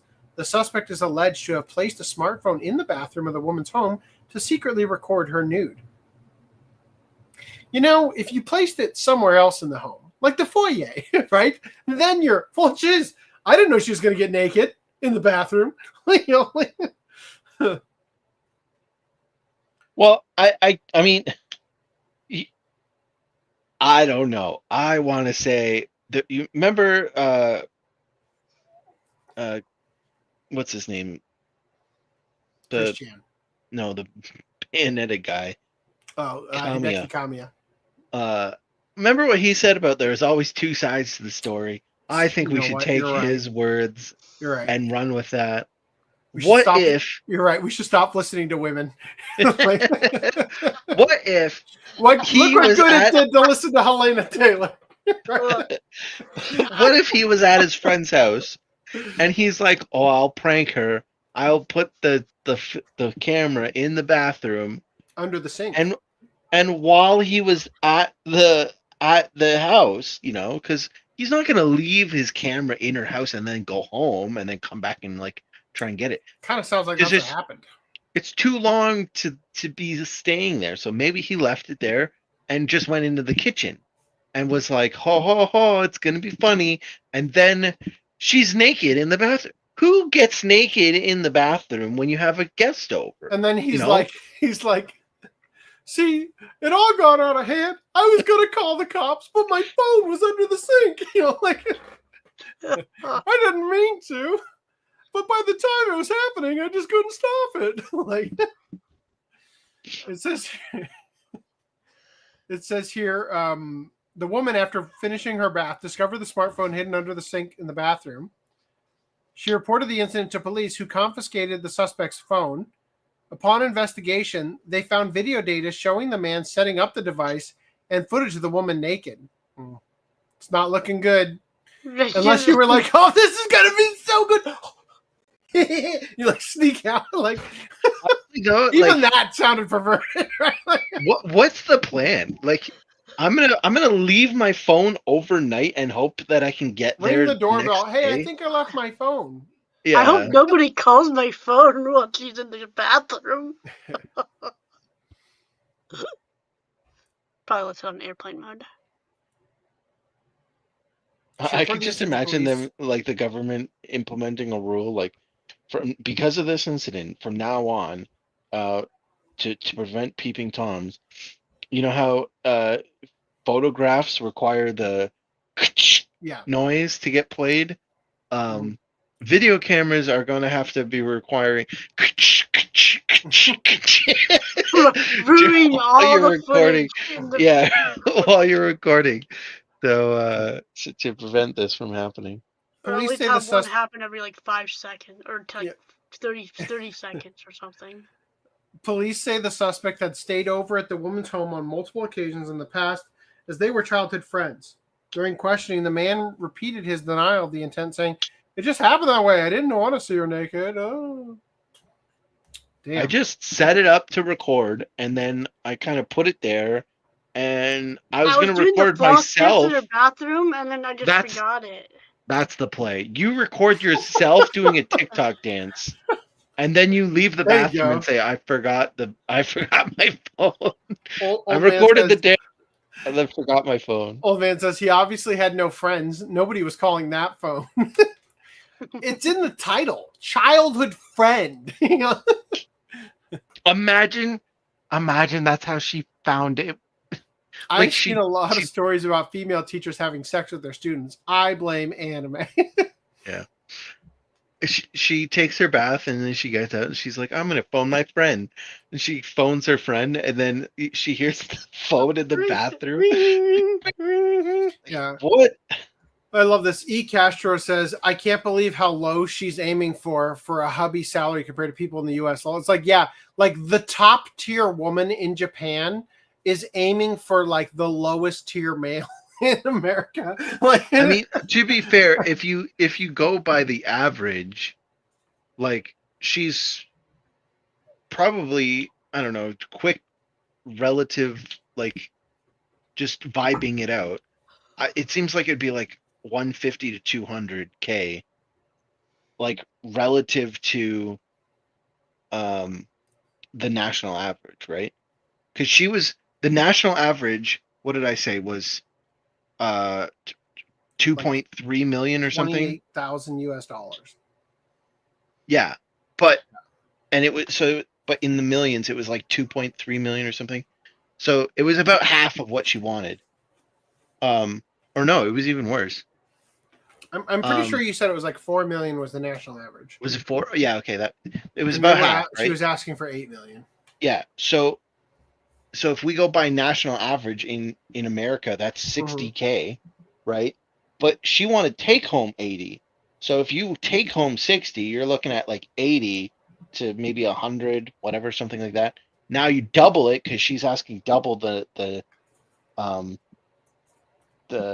national average. So you're looking at like, high hundreds to almost 200K a year if you're doing the equivalent relative to the national average. Yep. I was pointing out he wouldn't make for a very good rental grandpa unless you wanted to break up with an emotional family gathering with a dirty limerick. Or if you wanted to break up an emotional family gathering with a dirty limerick. Oh. Okay. Last article. I hope you're ready for it. Houston janitor who urinated in water bottles at doctor's office, spreading STDs to workers, sentenced to prison. Damn. But he will not have to register as a sex offender. And that's the important thing, after all. I don't like how this is laid out. I guess that's better. A man with multiple sexually transmitted and communicable diseases was sentenced to 6 years in prison. This guy? That guy has multiple. He doesn't look like he's even gotten laid before. for urinating into office workers' water bottles, resulting in the victims contracting herpes simplex 1 and hepatitis A. Holy shit. Lucio Catarino herpes Diaz. of the mouth? I guess. That's like where you get the cold sores and disgustingness. Lucio Catarino Diaz was sentenced on Tuesday after pleading guilty to an aggravated assault with deadly weapons charge. My piss is a deadly weapon! You know, like... I saw this, I think it was at AX, this TikTok of it was a person that was cosplaying the bunny girl from My Hero Academia. Mirko or whatever her name is? Whatever her name is. And she was like a bodybuilder, at least she was strong. Like she worked out and shit. So she walked up to the weapons thing and put her like bicep up and like flexed. And they put like they went put with the it. like zip tie on it. Yeah, they put the thing around her That's arm. funny. And then she broke Arm's it a weapon. by flexing. So you think if I went over there and put my dick out that they would zip tie it? Yeah, just pee in a bottle and say this is a weapon. Or do you think I'd get escorted off the premises? Probably, you might get a handcuff on. Probably both. According to prosecutors, Diaz already served more than 2 years behind bars. He will be eligible for parole after serving 3 years of his 6-year sentence. I'm sorry. There's disturbing details in the case. I can't wait to read these. Houston police said the disturbing occurrences happened at a doctor's office along Houston's East Freeway, where the victim was employed for 20 years. According to court documents, there was a 5-gallon water dispenser at the medical practice. This sounds like he's like, oh yeah, there's no funding in curing hepatitis and herpes. Well, what if we all have it? You know, like, I'm gonna pee in the water. What do you call it? The water cooler. Yeah, it sounds like that's what he did. He peed in a 5-gallon water dispenser at the medical practice that was used by staff and others. It was a type of dispenser that had hot and cold settings and situated in a common area to be shared.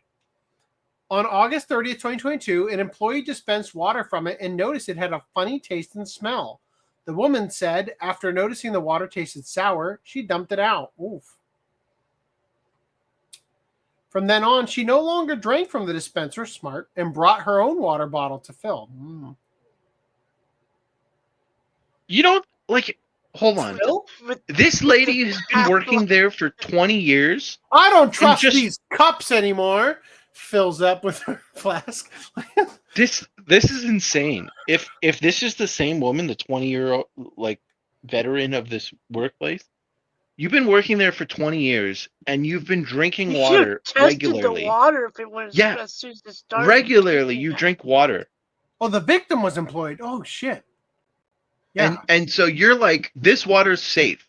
And then one day you take a swig and it's like, that's off. And instead of investigating the source of the water, you say, fuck that water. I'm not going to look at it. I'm just going to not tell anyone and just personally bring my own water from now on. That's like insane behavior. Wait, what was he charged with?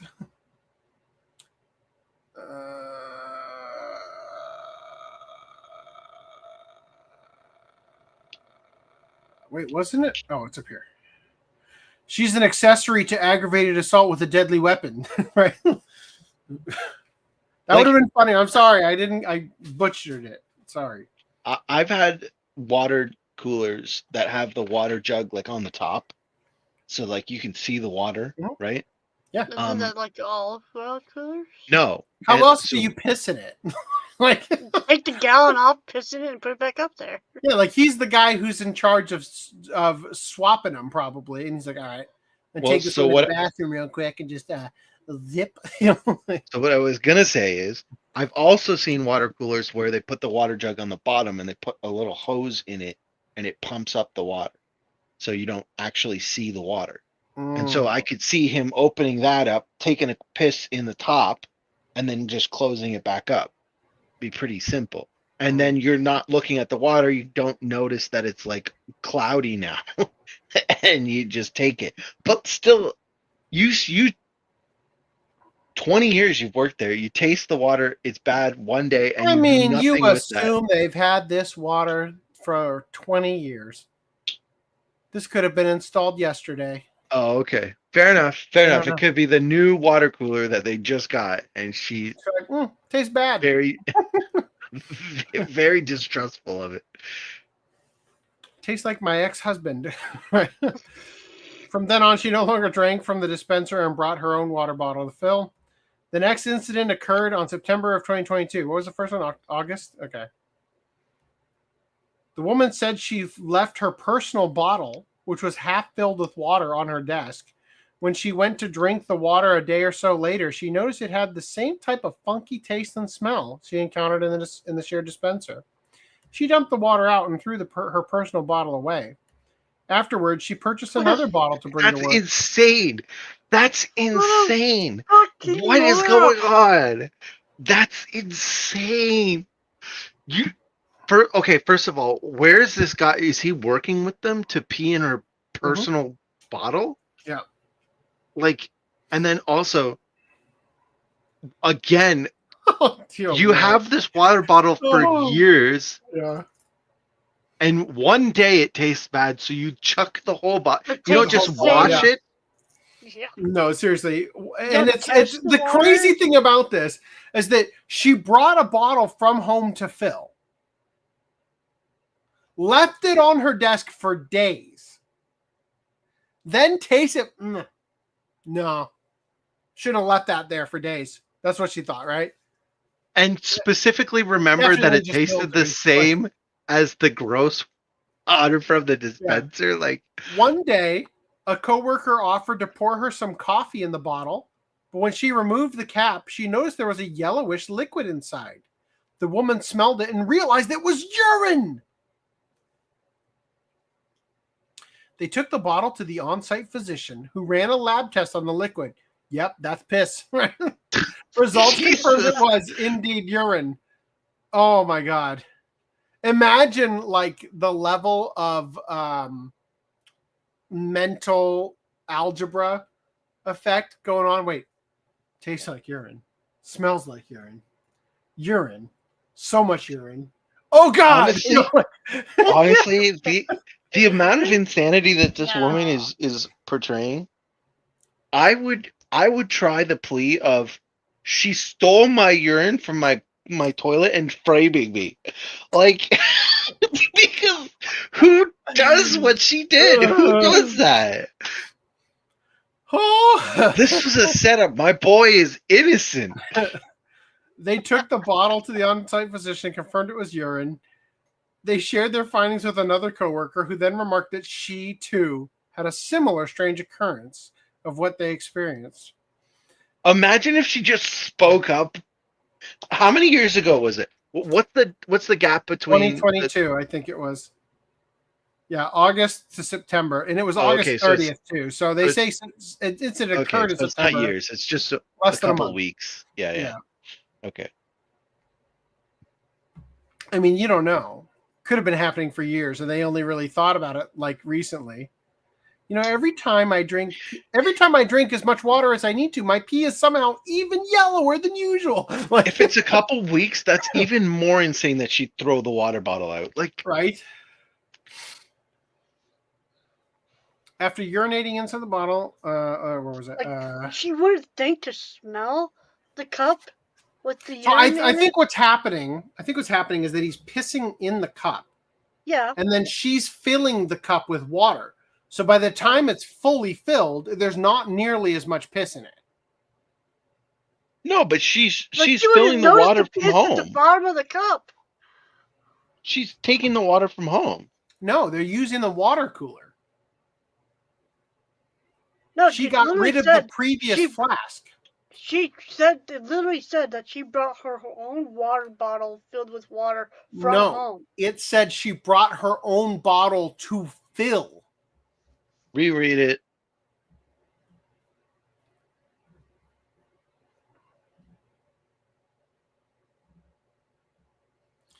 From then on, she no longer drank from the dispenser and brought her own water bottle to fill.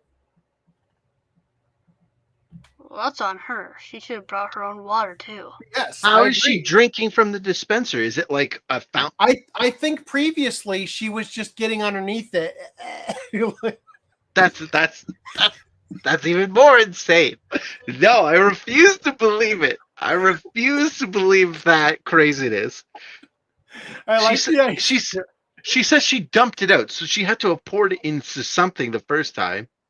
I like She's the not idea that raw she's dogging like, it. Like for the thumbnail, she's like trying to do the water cooler into a flask, and the guy is just inside the water thing, like so that his body would be such that she's taking it directly from the tap.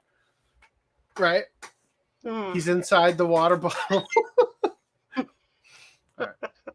Man, I have questions. I don't get what the point of bringing in your own water bottle if you're just filling it with the water from the office. With the same water that's Like that seems like a unnecessary detail. At a certain point, you should just go from the tap. You know, eCashua says those water dispensers come with small paper cups that you can fill the water with.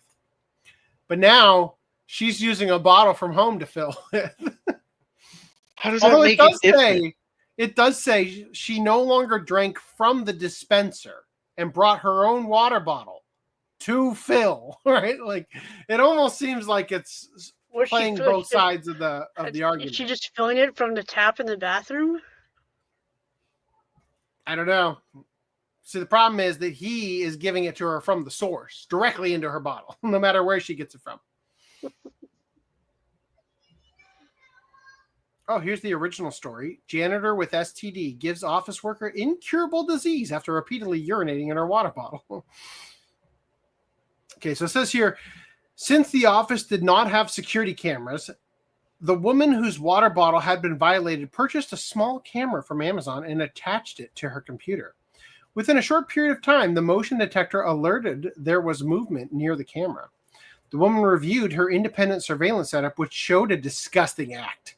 According to investigators, cameras showed the janitor uncap the water bottle on the woman's desk, unzip his pants, and place his private part inside the bottle.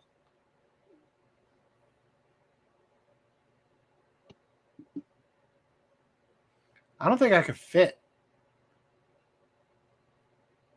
Well, it depends on what kind of water bottle it is. If it's like one of those ones that have the screw off like top. Yeah, the big mouth ones. Yeah.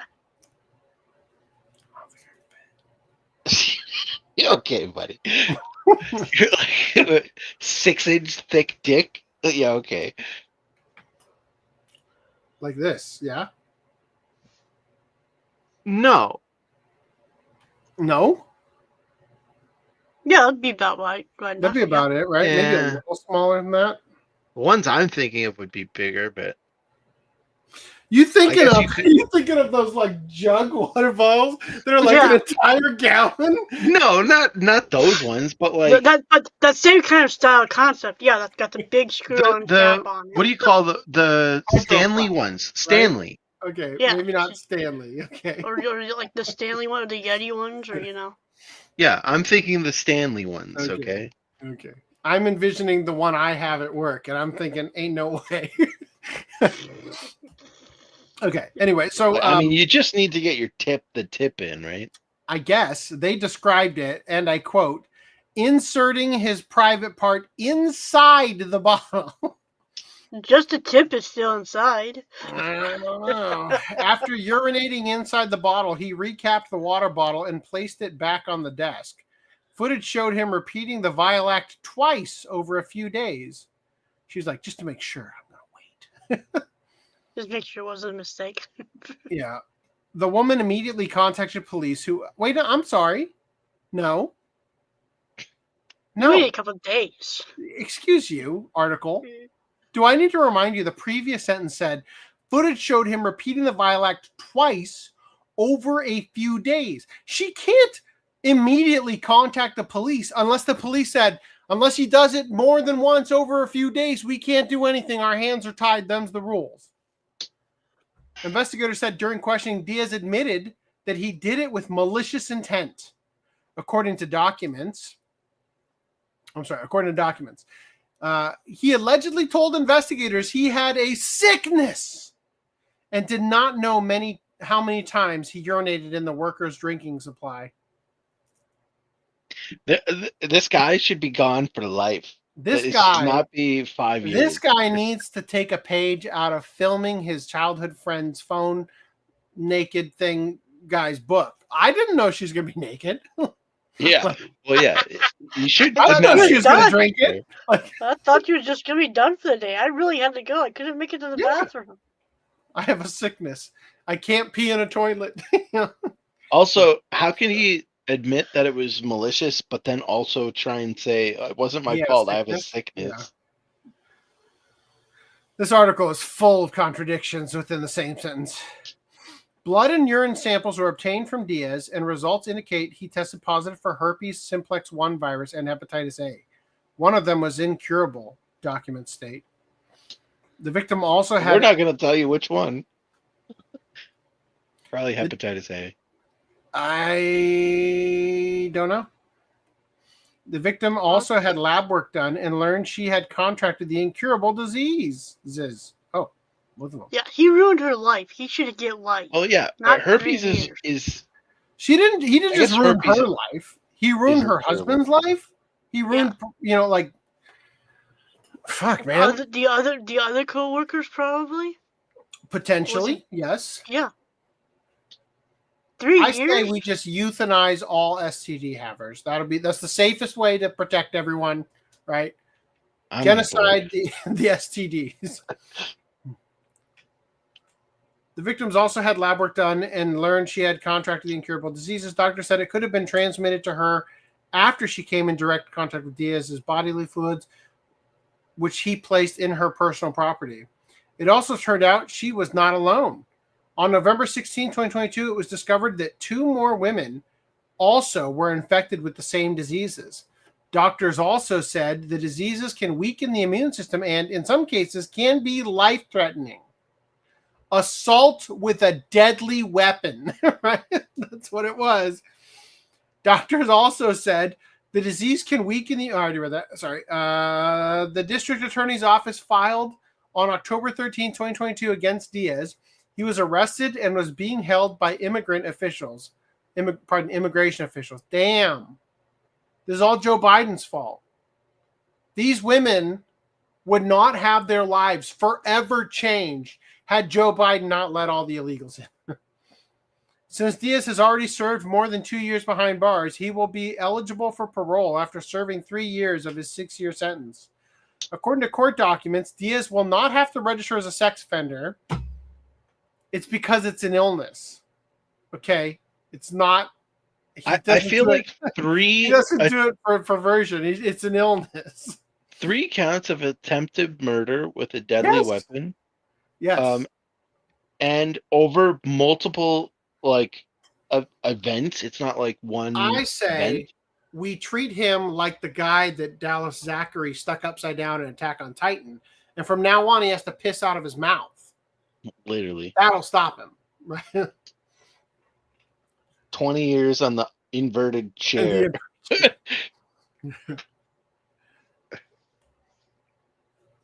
Since Diaz has already...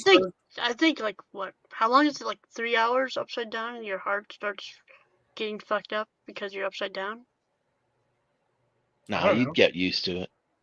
No, because your heart is below. I think it's worse for your head because the blood is rushing to your brain and stuff. No, your heart has to work more because your heart is no longer up, it's down. It has to push your blood up through the farthest to your feet.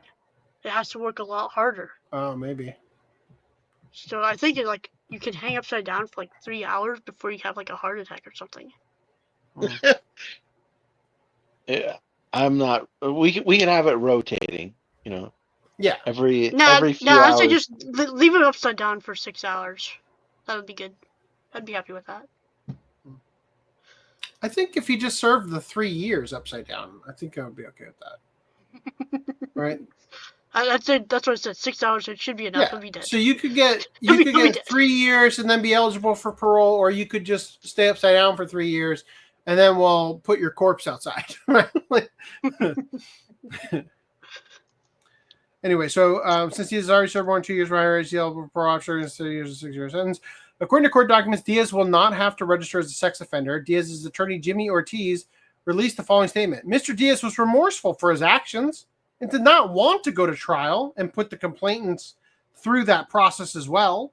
He accepted responsibility for his accusations and accepted the negotiated plea offer. The plea offer is upside down for 3 years, you bitch. On March 25th, court setting is to give the complaints an opportunity to come to court and give a victim impact statement. The impact is I got fucking diabetes and cancer because of you, right? Or whatever it was. Damn. It's all Joe Biden's fault. So I think you're incorrect, Reese. I got a story here. In 2009, a Utah man named John Jones died after spending 28 hours stuck upside down in 70-degree at an about 70-degree angle in the Nutty Putty Cave. 70 degrees. That's a big difference from 90. Fair enough, I suppose. Maybe 90 degrees would make it worse. It's exponentially faster, right? It's funny, when we were having that discussion about it, I was thinking of the guy who fell into the Stegosaurus that we covered. Remember they found the body in the Stegosaurus? Oh, yeah. Yeah. All right. Dying from being upside down is a common story in medical dramas. Really? Huh. I can't think of any. Yeah. Reese, have they got to that episode in House yet? Yeah, I was going to ask because I don't remember that happening in House. I remember the kid who they can't figure out what's wrong with him. Turns out he's just been having too many energy drinks and he's dehydrated. Yeah, I think I saw that one. I didn't have regular. I'm about halfway through season 5. Keeping me up, baby. What about the one where it was lupus? It's always lupus. Yeah. I think they glossed over it being lupus, but I think I did see that one. Like, it was so quick that, like, at the end it was lupus. They wouldn't gloss over that in that show. That's how every episode ends, in the last 5 seconds. Oh, it was this. All right, guys. It is 6 hours and 51 minutes. Let's end this stream. So